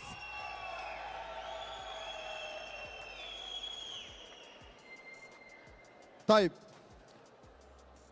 هنعوز الناس ترفع ايديها وهنختار واحد واحد، بس خليكم فاكرين هي ريسكي، يعني هتستكفي بالمية يا توصل وتخاطر وتراهن وتوصل للقلب. صعبانين عليا، ما خدناش ولا واحد من الناحية اليمين. من الجنب ده؟ صراحة مقصرين في حقهم. طيب طب هتختاري؟ اختار. اوكي طيب انتوا مذاكرين كويس؟ مذاكرين كويس؟ مين فيكم اكتر واحد مذاكر؟ ها؟ اكتر واحد مذاكر؟ طب تعالى اللي متشجع قوي، تعالى قدام الجمهور. لا من هنا. من هنا. اتفضل من هنا. من المنتصف بس بسرعة. ممكن ماشي اوكي تمام. 20 ثانية. 19 18 17 جري 16 لسه في خلق كتير عايز يلحق يشارك. 14 13 عدوا يا جماعة بسرعة، في ايه؟ يا سلام. سبيد ران تحفة. اوكي طبعا قول لنا اسمك الأول ومنين؟ انا اسمي شوقي من القاهرة. أنا مبسوط إن هو أول واحد صوته يبقى عالي. أول واحد صوتك يبقى مسموع. طيب نبدأ بالسؤال السهل. طيب السؤال السهل التاني. السؤال السهل ب 100 جوهرة، بعدين هتتخير تاخد ال 100 وأوت ولا تخاطر وتخش في السؤال الأصعب. لو برضه جاوبت صح هيبقى 1100، لو خسرت هتخرج من غير أي حاجة. يلا بينا. نو ريسك نو فن. بالظبط. ورينا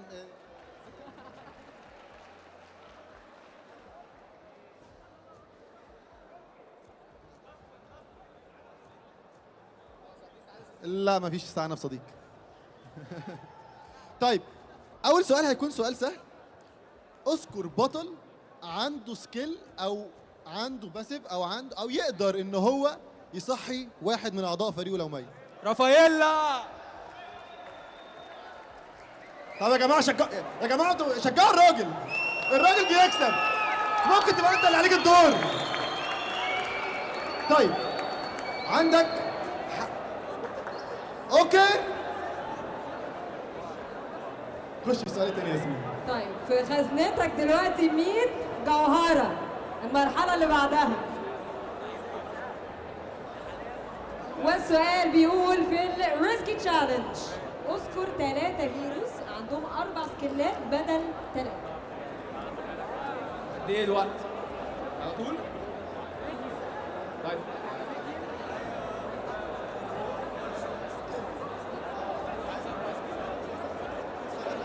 ابطال زاسك يوزونج 5 4 3 2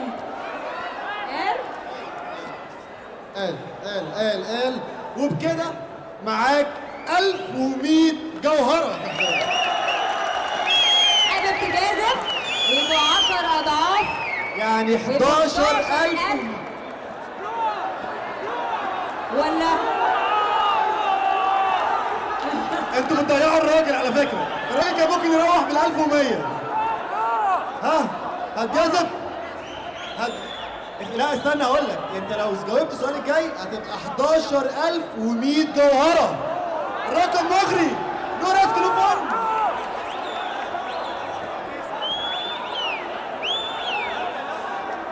كرر بسرعة. ولما اخسر مش تخسر. مدمنين رهانات مش ممكن. ها بسرعة كرر. يا ابني. نو ريسك نو فن. يلا ليتس جو.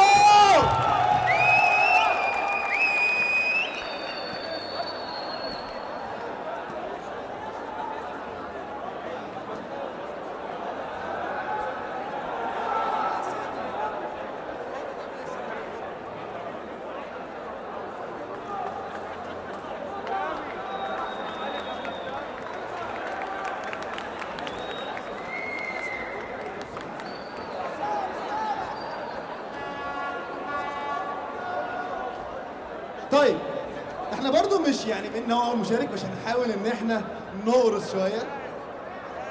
لا لا لا لا لا لا لا. طيب السؤال ببساطه هتذكر عدد واسامي الرولز اللي بيكونوا ظاهرين فوق وانت بتختار البكايه بعد كلمه الاول. وانت بتدرافت بيظهر لك تختار ايه الرول اللي انت هتلعبه اللي فيه البكات. في حاجه بعد الاول يبقى في واحد. هما كام رول وهتذكرهم؟ فكر غير الاول. فكر في السؤال والاجابه اللي انت بتقولها دي هي دي. وكم عددهم؟ بس فكر. انا بنبه اهو بقول له فكر. يلا لا لا لا لا لا لا لا لا لا لا لا لا لا جماعه ده 11,100 جوهره. 11,100. يلا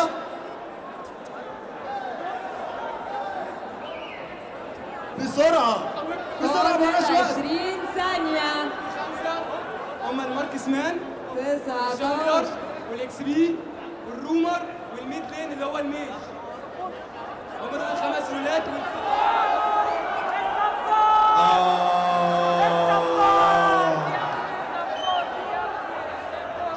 لا لا لا لا لا لا، ده انا قلت هبدأ بحاجة سهلة شوية. هنديله فرصة 10 ثواني يفكر ولا ايه رأيكم؟ ها؟ روح رياضية. فايتر والميج والماركس والسبورت والتانك والجانجلر. جانجلر مرتين. ماركس مان هو ده اللي ناقص.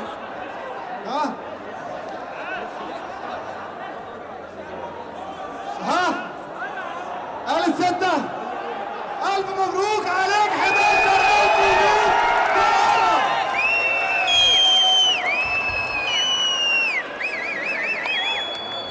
ما ننساش اعزائي المشاهدين على الكيو ار كود علشان تلحق تتوقع مين هيكسب المباراة الجاية علشان تكون تحصل على جواهر 100 جوهرة لو توقعت صح.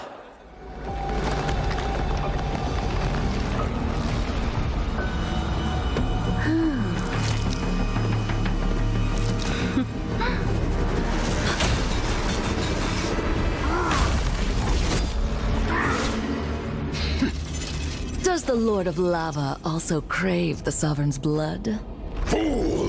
The tyrant's remains will only bring doom! Under her brutal dominion, our warriors were corrupted into foul bonds of decay. Sovereign of the Abyss, Obsidia. Her curse still flows within the Sovereign's blood.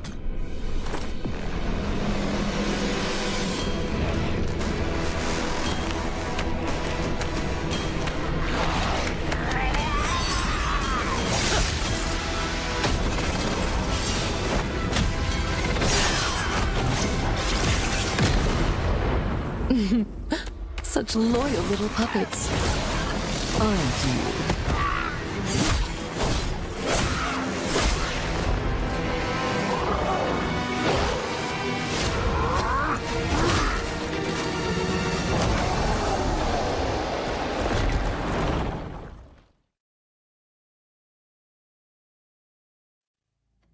Welcome back to Grand Finals of MPL MENA Season 8 here between X-MENA and also Falcon Esports, or Team Falcons that's currently leading 3-1. They are one game away to securing the championship of Season 8 and also a ticket to Indonesia in M7, Gani. Well, it doesn't look good here for X-MENA, unfortunately, right? Even though they got the first game, they were able to set the tone of the Grand Finals to their advantage, but they could not keep up. Game 2, Game 3, it was a dominating win for the side of Team Falcons. Game 4, a little bit back and forth. It was the longest game of the series, but Team Falcons was able to pull it off at the end, and they are sitting at match point, like you said, Sheffin. And guys, in case you tune in, that was what happened before we focus on Game 5, potentially the last game of MPL MENA Season 8. Now, will X-MENA deny that?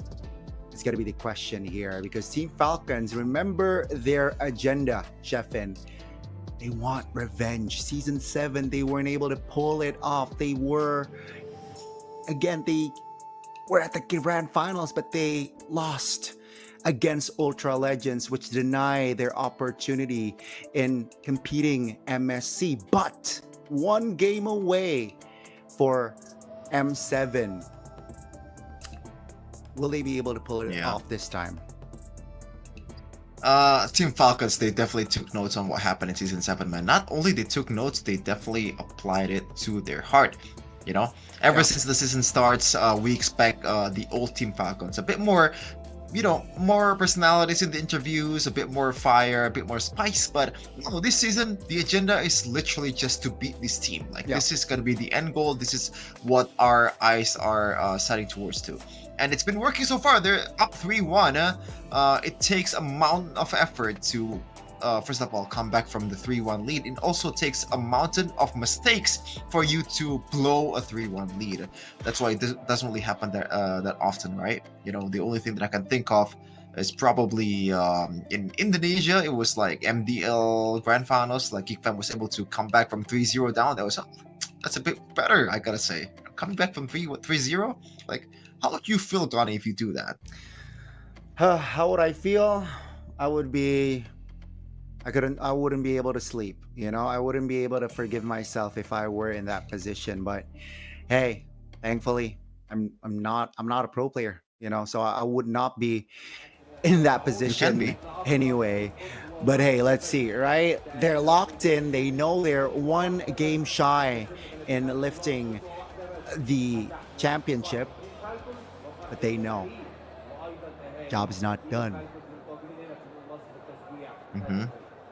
And we can expect them to let loose a little bit after securing the championship, right? Because they've been holding it back for so long, being super low-key, being super quote-unquote humble. I think they just it's not really humble for Team Falcons. They just keeping the fire to themselves and keeping it just, it's just a time bomb until they get the victory here. Even if they get the victory, by the way, it's still not a surefire win for Team Falcons just yet, because there's still a comeback potential, some things in life sometimes it doesn't go the way you want to. It's Team Falcons, if they don't wanna experience that, then still, this is the time to lock in more than ever. It seems like the Angela ban is still very much consistent throughout all the matches that we have today. No Angelas and no Kaleas so far in this grand finals. The Uranus will still be respected from Falcon or Team Falcons. After that first game, seems like it worked out for them, right? Even with after banning out their Uranus, seems like dubs just keep coming for Team Falcons. So why fix it? Zushin will be banned, so it's going to be the box shot first pick again. Team Falcons should respond with a similar approach like they did previously, and it will be the Farsa and the CC here early up. Mind you, last game it was Cuffin who got the MVP on this Farsa as well, but oh, a quick shake up here. Not the Yisun Shin for Throwboy, it will be the Hayabusa. I actually like this one better than picking the Yisun Shin, because in a way the Hayabusa also is a bad matchup. Not really, what I mean is like, the Yisun Shin is a bad matchup against the Hayabusa, right? Because you don't really have a lot of stuff to get away with. You are prominent to get locked down by the Ogi Shadow Kill once the Quad Shadow connects to you. Now what's going to be the answer here for Team Falcons? Do they want to go the utility route? I kind of expected the Akai. It seems like they don't want to change too much here and picking the Yisun Shin right away. So X-Mena, they're not really in a rush to ban the Yisun Shin, even though it's one of the most prio jungler in the meta. I don't think it's really that prio anymore in this case, as the Akai will surely be locked down in the jungle, right? Unless Falcon or Team Falcons wants to go super crazy here. If they want to go the same route, it should be an Eve ban for Team Falcons, I believe, in the last match. We'll see if it's gonna stay the same, just to better the or maybe worsen X-Mena's front to back composition. Yeah, I like that Eve ban, right? Just go for it again, go for it again. Oh, a different round, a different one here. Quanok will not be able to utilize the Kimmy anymore. He was one of the main reason why that game was prolonged, or the previous game was prolonged, because Quanok was able to find this cheeky kills on this Kimmy, and Axe says, yeah, we don't want another engage tool on that EXP. Arlet eliminated here. Phobius comes to mind, but then, so it seems like, right, they're banning the heroes for troll here. Our roam ban seems like because CC is already on the board for Team Falcons. That might be the case here, but for Team Falcons currently, is it still gonna be the Harith? No, it's gonna be the Granger here, so they want to kite a bit better, and I gotta say I'm on board with this decision, because Sano in that game earlier, his Harith is a bit underwhelming, not wow. Man, they're bringing out the heat here, Connie, and they're still sticking to the glue, even though they're up against Luo Yi. And it's a Hayabusa this time. I gotta say, I'm not the biggest fan of that blue. Huh. You're right, especially as a last pick, right? You already see all 5 heroes, then you still respond with the glue. It seems like in his mind, right? It's just create chaos during 5v5s. And if he's able to get the Baksha, sure, it's a roamer this time, but it will just dismantle the formation. Perhaps that's going to be the case here for that glue, but I'm on board because there are a lot of options on the board for that roam position. I prefer the other options, right? Not the glue, but let's see. Troll delivered on that glue last game. Seems like he wanted to use that momentum earlier. Ladies and gentlemen, potentially the last game of MPL MENA Season 8. Let's see. Team Falcons and X-Mena. Lanadon, here we go. Championship point for Team Falcons. Here we go indeed. As we're gonna take a look at the spells here, nothing too crazy. It seems like both teams are not opting to go for a Purify at all. And we'll see. Look at Rice Cream is gonna get poked down just a little here.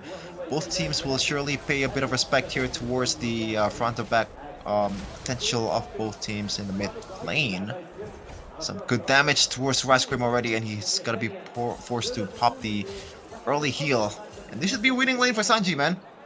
It should be super easy for you to freeze down the Lapu Lapu and get the XPs away, but Troll super aggressive early. Yeah, Flicker for Troll, revitalized for Rice Cream. So both roamers popping the spells, but that's gonna be Quanok forced to use that Flicker as well. So 2 spells already off the board. That's going to be another engage. Oh, the burst damage is definitely there, and Rice Cream will pay the price. First blood for Team Falcons, just 1 minute in. Seems like Quanok will get freezed out of his lanes. Good job coming in from Coffin, knowing that he has more advantage to work with too. And this is just abusing glue in the early game, right? Oh, might get abused this time though. Shield Unity connects. Oh, that's a perfect crowd control there from Quanok. And that will be Troll without a flicker taken down. So both roamers here went down early. Yeah, but at least MENA or Team Falcons, the kill goes towards Boyet. And also they got the first blood, so it is extra gold at the end of the day for Team Falcons. So trade is still worth it for Team Falcons. So we're gonna build up towards the first objective here. Coffin is on the brink towards the level 4. We'll see if they can utilize it to perfection. They want to engage. Oh, perfect communication there. Coordination was on point for MENA. They were able to capitalize on that positioning, but take a look at Boyet here. Stun, heavy spin pop, throw boy! Finds a retribution there despite the heavy spin being committed. Oh man, maybe the secret for Throwboy is to get away from the Yi Sun Shin, man. Good still coming in from Throwboy.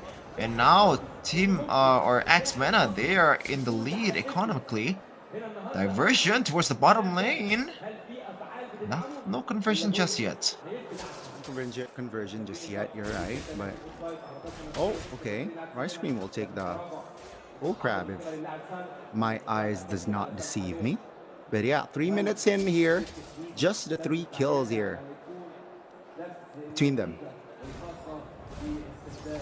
Really good engage, by the way, in the top lane earlier. Just gotta wait a little. Yeah, that's gonna be Feather Airstrike landing. Oh, the damage is definitely there. A kill for Boyet. That's gonna be Throwboy off the board. Heavy spin defensively. And that is going to be costly for Throwboy. Yeah, for sure. Man, Throwboy, you made a good play there in the objective fight. You should not be doing that, man. I don't think there's an excuse that you can make when you're a Hayabusa getting locked down by a glue, because glue's not really a lockdown hero either, especially towards an assassin. You wanna use the glue to punish the frontliner, but when the assassins are getting punished, you are the one that's doing your job wrong. So yeah, Throwboy has to be a bit more careful here, even though he is on a Hayabusa. Yeah, definitely, man. Gotta be more cautious. And yeah, unfortunately, right, with that kill, it actually allows Team Falcon to be a bit more, I guess, has more ground, right? Level 7 on Boyet, Throwboy is still level 6, looking for a 7 right there on the green camp, and that's gonna be the Feather Airstrike already committed before the turtle. Is that the right call? It might be too early there, but Speedy, I don't think he's gonna be joining the turtle fight anytime soon because he doesn't have the item just yet, and he also burned out the flicker. Troll goes in. Yeah, that's gonna be Rice Cream going the front with the puissance. The Bravest Fighter doesn't really land. Throwboy jumps in. That's gonna be the shadow kill committed. Alpha. Oh, that's gonna be Boyet though, securing the turtle with the heavy spin. It will be Quanok pinned, and that will be a kill for Team Falcons. Now they apply more pressure in the jungles of MENA. Is this the right call, or is this too greedy? That's going to be Sano jumping in. Throwboy with the shadow doesn't really land the connection that he wanted. But that will be all. Team Falcons 1K gold lead 5 minutes in. once again, out of all the people that gets locked down by the Akai, it is the mid laner that's supposed to be in the back line. But I guess Quanok wants to play this a bit more aggressively. It is in line with his, you know, very aggressive persona so far in the regular season. Once again, some of the damage dealers from X-MENA has to be a bit more careful with the setup potential from Team Falcons composition. Dash coming in from Alpha, he wants to go for Coffin, but looks like the opportunity is not there anymore. Okay, it's back to the waiting game here. Thankfully, once again, Gani, just like in game number 4, Team X-MENA, they have late game insurance in the Natan and also the Luo Yi. The wave killer is gonna be very, very massive, and it's gonna be hard for Team Falcon or Team Falcons to be able to break through this one. Yeah, you're right. Question is, are they behind a bit much here? Is this too much for Team Falcons at this point? 6 minutes into K gold lead. Let's see. Boyet doesn't really show. That's going to be the quad shadow. The heavy spin triggered. So that's actually a small win for MENA.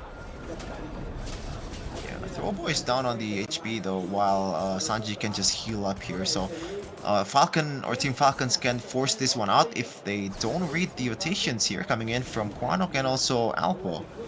Yeah, they're just gonna back off and try to set up for the turtle. But Rice Cream is already dragging the turtle down to his advantage. Let's see, both junglers not having their... No, Throwboy has the retribution, but Boyet has to wait a bit. That's going to be Cuffin, though, receiving a lot of shadow kill in the back. That's going to be 2 members, though, Quanok and Rice Cream. Technically isolated. Quanok pulled back and taken down. It's a 5v4. Rice Cream pulling away. That's going to be the Natan now, jumping back. That's going to be Vengeance Pop, but he will fall. The turtle falls for the Panda. That's Boyet securing the second one in this game. Boyet jumps in. The back chef goes down. Throwboy has 2 more shadows. Will find the back one. Pin doesn't really land, but that's the damage will be delivered, and Throwboy will be eliminated again. There's got a Bearer's Fighter towards the front. Oh man, good amount here. Alpha trying to buy time, perhaps. Purple buff will be taken by Boyet, but he will fall. The only compensation from that interaction here was a Boyet kill. It's a shutdown as well, so technically it's quite worth it for X-Men in the mid lane. That's going to be the feathered airstrike popping. Bravest Fighter just to clear as well. And that will be all. Bottom side looking quite juicy here. It seems like that structure will be the first one to fall in this game. You're right, actually. Even though despite the early game lead coming from Team Falcons, no structure has fallen down just yet in the span of 8 minutes. I expect like 1 or 2 outside turret for X-MENA is already fallen down by now with the amount of lead that they've amassed so far. But no, Team X-MENA, they might have a lot of fighting potential here. Diversion just to rotate around and clear the waves here from X-MENA, as they might want to set up for a trap here. Troll, conceal play. This might be a sandwich. Yeah, Speedy. Quick to disengage. Troll now mounting one in the back. That's going to be Boyet looking for a kill onto Speedy. Quanok in the front will not be able to hold on. No. That's the Baksha pulled away from the team, and that down goes Rice Cream. Again, this duet of mid-roam always dies at the same time. 3 times now already for them. Yeah, I am not liking the way they use the diversion, man. Sure, if you want to clear the lane and just give them a bit more rotating power, just do it. Just don't overextend, man. They know where you are already. It should be clear as day. It's not gonna kill them. There you go.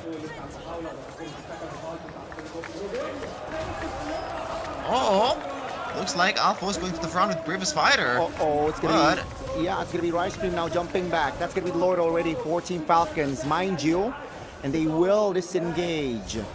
Boyet finds the pin. Quanok finds the flicker. He's able to get back to safety. Sanji, very low, but is able to get away this time. And again, just Team Falcons just building more lead here. But this first Lord, I don't think they will gain anything from it. Because, yeah, it's just the first Lord and X-Men. Technically, they are above health-wise in that position. So Yeah, I think they will lose the structure in the bottom side, but that's about it, right? Yeah, they will lose out on the structure outside there in the bottom side, but that's just a structure.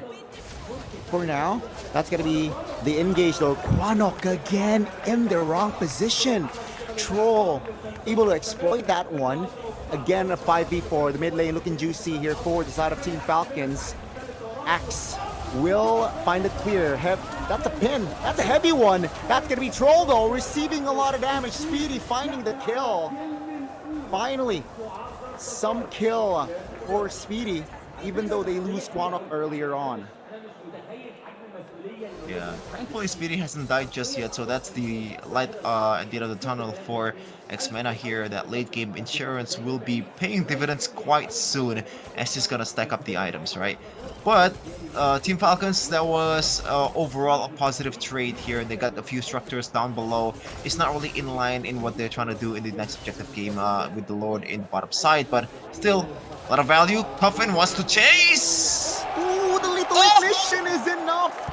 The lethal ignition is enough to take him down. Throwboy now off the board. A 5v4. The mid now surely falling, but perhaps they have other things in mind. Kwanok down. They want bodies. Alpha figuring out. Sano will land the shots, but not enough to take more members down this time. They got the clear though, at least. The mid-roam duo of MPL MENA is not really doing a great job, but the mid-roam duo from Falcon Esports, man. Puffin be puffin, and Trollin be trollin. It's an honest approach for this glue. It is super, super cheesy. Kind of in line in what skin he's using right now. That's not a birthday cake, that's a cheesecake for a troll. Wow. It is just so, you know, abusable, man. Once you're just out of position just a little bit, which Kwanok so far has done so many times in the series, it really falls in line with what Troll is trying to do here. You know, it's easy picking every time Troll is in range on the backliners of MPL MENA. All he has to do now is to punish the main man, which is Speedy. Already has the penetration too. Now, it seems like they want to contest this Lord. I don't think it's wise. Looking at the gold gap right now. Struggling to find an angle. Throwboy, though, is in the mid bush. Alpha pops the bravest fighter. That's a big ultimate span. Oh, that's a pin! Good night, Throwboy! As now it's a 5v4. Take a look at the fight now. Sano free hitting. Rice Cream taking a lot of damage. Will be taken down by Sano. Now in the front, Sanji looks for an opening, but will disengage as they will shift their focus on towards the Lord. And they will get it surely. Oh my goodness, Speedy! What the heck are you doing? That's gonna be Speedy. Again, just taken down. Alpha as well. Kwanok now, no flickers. Oh, will be taken down. And ladies and gentlemen, for I believe the fourth time this series, this will be a wipeout for Team Falcons. I'm sorry, that was too naive coming in from Speedy. Like, I don't see the game plan. Now Throwboy has to use the ultimate to clear the way if he gets it. Or no, actually. No, not even. Now, they want to end. I don't think this is the time, but they will get most of the clear here in the mid and in the bottom side. So again, Team Falcons here pushing and pushing. They know the championship is in their sights. Oh my goodness, this might be the minutes. 2 minutes away from being crowned the MPL MENA Season 8 champions and securing a spot in the grandiose stage of M Series World Championship in Jakarta, Indonesia. Team Falcons, they set their eyes to the base, to the crystal of MPL MENA. It is just a time winding down for them. Should be endable right here, right now.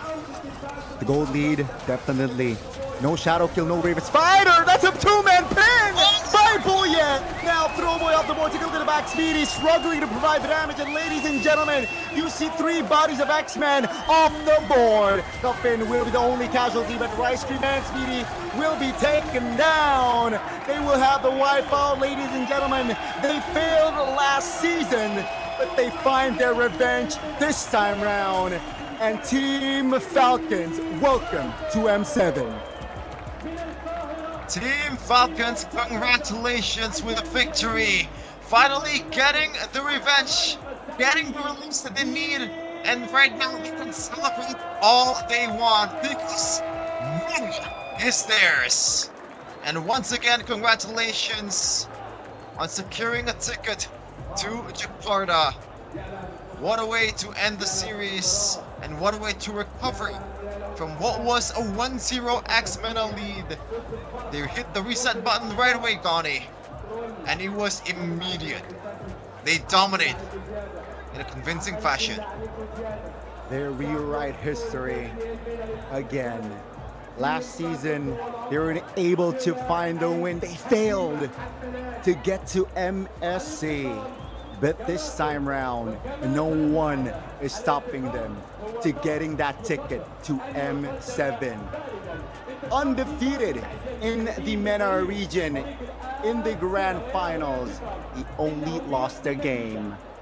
But at the end of the day, they take the series 4-1, and they deserve to be the champions of MENA Season 8. Falcons flying sky high in the air, and nothing can stop them anymore. They are cruising through their competition, spotless. Not a single loss they've suffered this season. Amazing way to bounce back from what happened in Season 7. They failed, they underestimated their grand finals matchup in Ultra Legends, and now they make a legend of themselves. The only MENA team to go undefeated in their run on their way to secure a championship. And Chapter 8 is theirs. But there's a lot more stories to be written in the Book of Falcons. Definitely. And on the other side, X-Men, their journey will not end here. Their journey will continue in the wild cards. Where they will fight other teams, other competitors, in hopes to get a slot to M7. But Team Falcons, you mentioned it, they soar again in Season 8. And congratulations, Team Falcons MENA.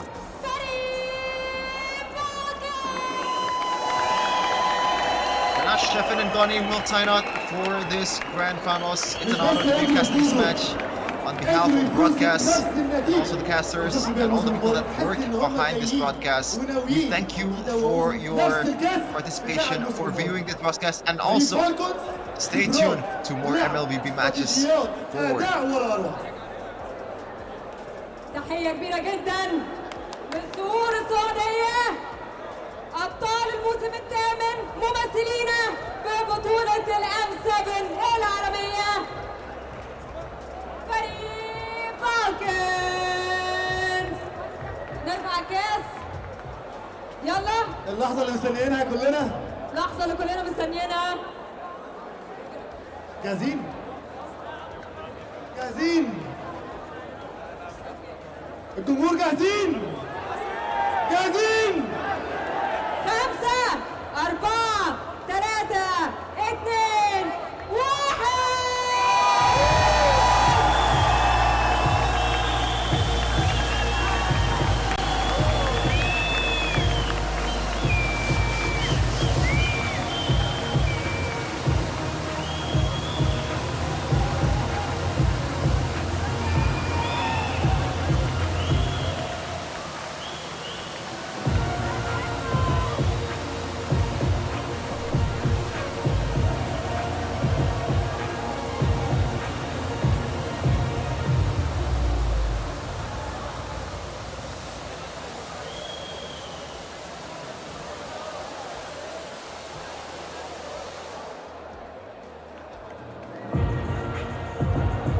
ودلوقتي هيتفضل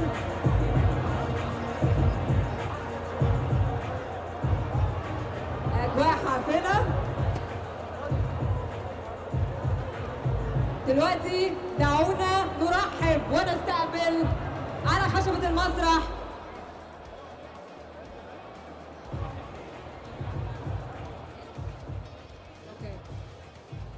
قبل ما نرحب ونستقبل خلينا نعلن عن MVP فريق فالكنز اللاعب كوفن.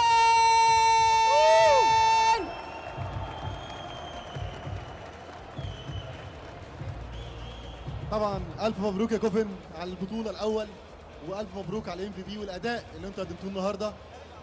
حابب قبل ما نعمل اي حاجه تقول ايه عن ادائك اللي قدمته النهارده وفريقك اللي قدمه النهارده؟ صراحة يعني يعطيكم العافية على التشجيع ويعطيكم العافية على كل شيء. شكرا. حلقي مرة ضايع فيها. وخلاص.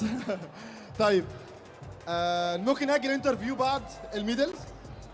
طبعا الانترفيو هنروح له خلال ثواني، ولكن قبل ما نروح الانترفيو خلينا نرحب بالسيد راي اونغ هيد اوف اي سبورتس ايكو سيستم لشركة مونتون، الشركة المالكة للعبة موبايل ليجندز بانج بانج. Welcome on stage.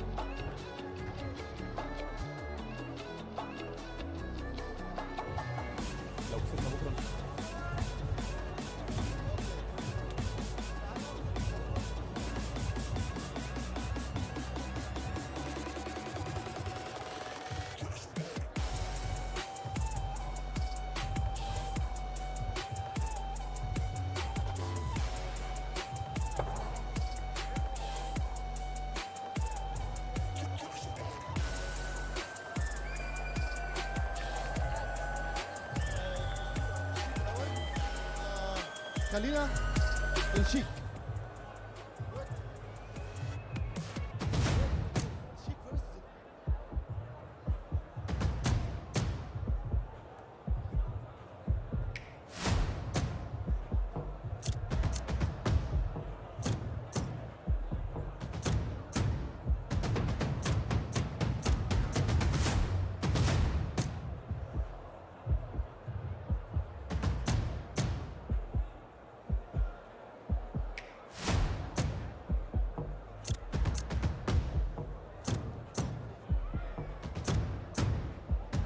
ثواني.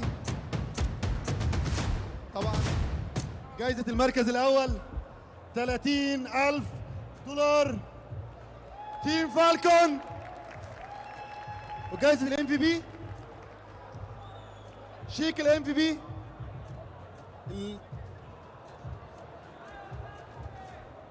كوفن. ألف مبروك، $1,000 جائزة الام في بي للفاينل الموسم الثامن.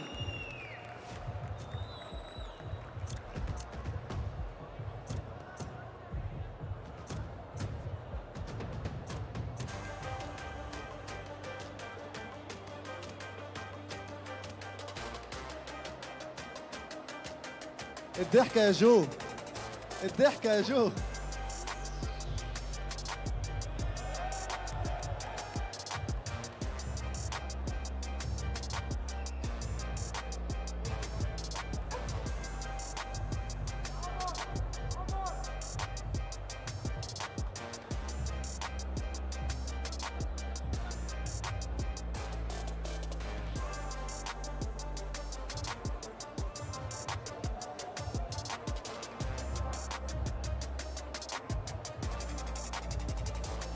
We'd like to thank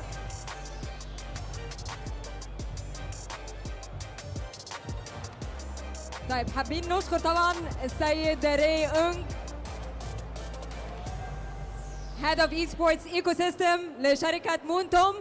خلينا نرحب بيه مرة تانية. Thank you for joining us and sharing this moment with Team Falcons.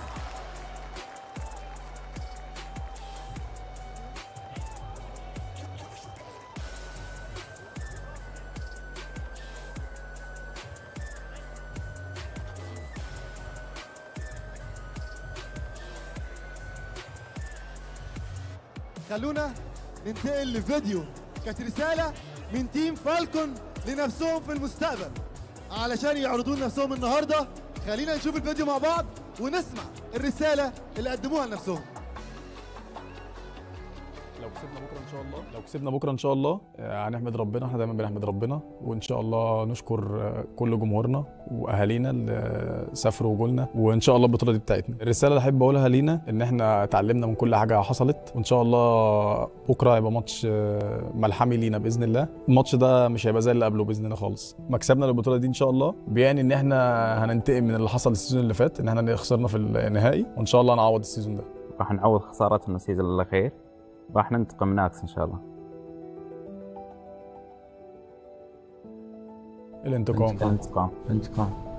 الانتقام. طبعا رسالة قدموها لنفسهم قبل المباراة أو قبليها بيوم، وكانوا واثقين إن هم هيشوفوا نفسهم في الفيديو ده على الستيج وهم كسبانين البطولة. خلينا بقى نتجه لفقرة الانترفيوز. طبعا لا لا لا لا، كل الجمهور محتاج يسمعكم، كل الجمهور محتاج يسمعكم. طرزان بقى معانا النهارده، طرزان معانا وكاكاشي، هنسمع كلام كتير منهم احنا حابين نسمعه. حابب الاول اسمع منك رساله للناس كلها اللي شجعتك او الجمهور بتاعكم، واللي حصل في الموسم واللي انتوا فكرتوا فيه ان انتوا تعملوا فيه الموسم ده عشان تفوزوا بالبطوله. يعني اول شيء احب اشكر الجميع اللي متواجدين هنا، سواء كنتم مشجعين اكس سواء كنتم مشجعين فالكون. اشكركم جميعا، خليتوا الجو حلو، الجو تنافسي والقيام حلوه بوجودكم الحمد لله. بالنسبه لجماهير فالكون شكرا لدعمكم المتواجد دائما، سواء كنتم موجودين هنا سواء كنتم في التواصل الاجتماعي، دائما بنشوفكم وهذا بيأثر معنا، والحمد لله شدينا حيلنا واخذنا البطوله.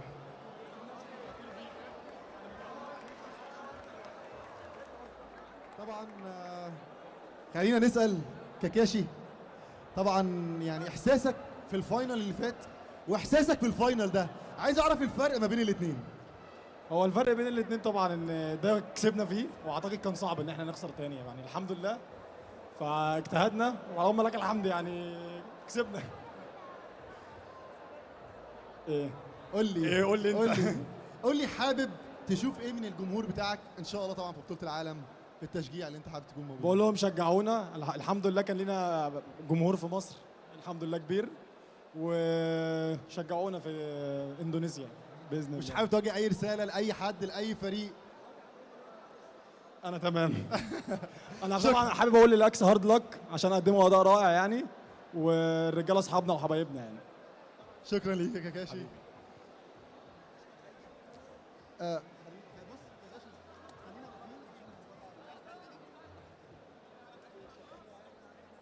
لا خليكوا واقفين. خلونا نستدعي فريق الاكس منا ينورنا على الستيج. فريق الاكس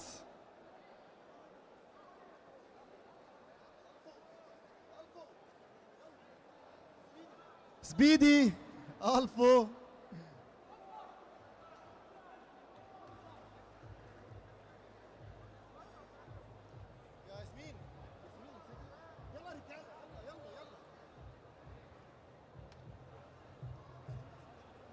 خلينا نرحب بوصيف فريق فالكنز، فريق اكس منا.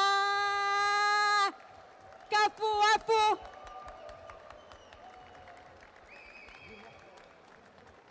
وبالتالي فريق اكس منا وفريق فالكنز الاثنين هيمثلونا في بطولة العالم الام 7 تشامبيون شيبس للعبة موبايل ليجندز بانج بانج. تحية كبيرة جدا لفالكنز، لاكس منا، لأدائهم الجبار.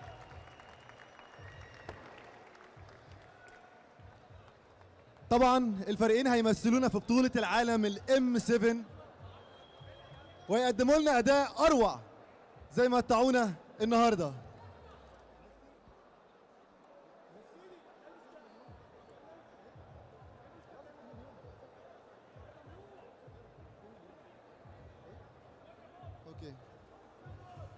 شكرا ليكم فريق اكس منا، شكرا ليكم فريق فالكون، قدمتوا لنا اداء ولا اروع، قدمتوا لنا نهائي كلنا كنا مستنيينه، كلنا اتمتعنا بيه، ونشوفكم ان شاء الله في بطولة العالم الام 7.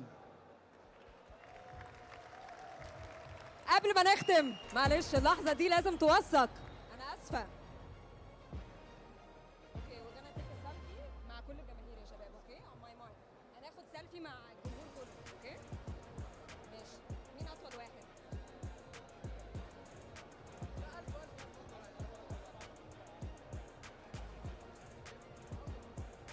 هناخد سيلفي،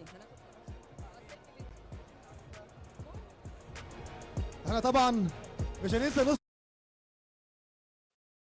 Congratulations, big round of applause for the champions of MPL MENA Season 8 Team Falcons. The redemption arc is happening. Already happened against X MENA this time. The game plan that they've hold ever since the season begun really paying off, Gani. A very splendid way to end the grand finals as way their journey in season 8 at least, right? A 4-1 victory, dominating, and more time to prep, you know, for M7, one of the first teams to get that slot. So they got a lot of work to do if they want to create a mark for MENA, you know, for Team Falcons in M7. But yeah, well deserved. And I gotta say, you know, after that first game, the reset we were questioning answered completely. Game 2 win, game 3 win, game 4 win, and a game 5 win. That was their response from Team Falcons. So yeah, losing game 1 ain't a problem but a thing. Yeah, I feel like if you ask them like how was the draft in game number 1, they would probably concede that it was not really the best draft, and you know, the execution was somehow far even worse. Yeah. But yeah, amazing way to bounce back for not just for the series, just the whole season completely, man. They lay down, they lay low, they set their eyes to the side of being the champion, and this is the result, man. They didn't really do anything crazy. They just stay disciplined and not really throwing spice here and there, because now they respect the opponent. They've that proven themselves that you know, they were grand finals worthy. This time around they beat them down 4-1 in the grand finals. And you told me off stream, Gani, that you expected this result, that is 4-1. Yeah, I mean, we got it, right? We got it. And also congratulations to Cuffin, right? Winning the FMVP. So yeah, that's another 13 big bands coming your way, Mr. Cuffin. Oh man, that's a lot of Mobile Legends skins. But yeah, Chef and Gani here. We're gonna sign out on behalf of the broadcast. We thank you for participating in this competition or this event. Without you guys, this wouldn't have happened. But yeah, see you again in another tournament, in another Mobile Legends competition. Mobile Legends, we'll be back. Bang.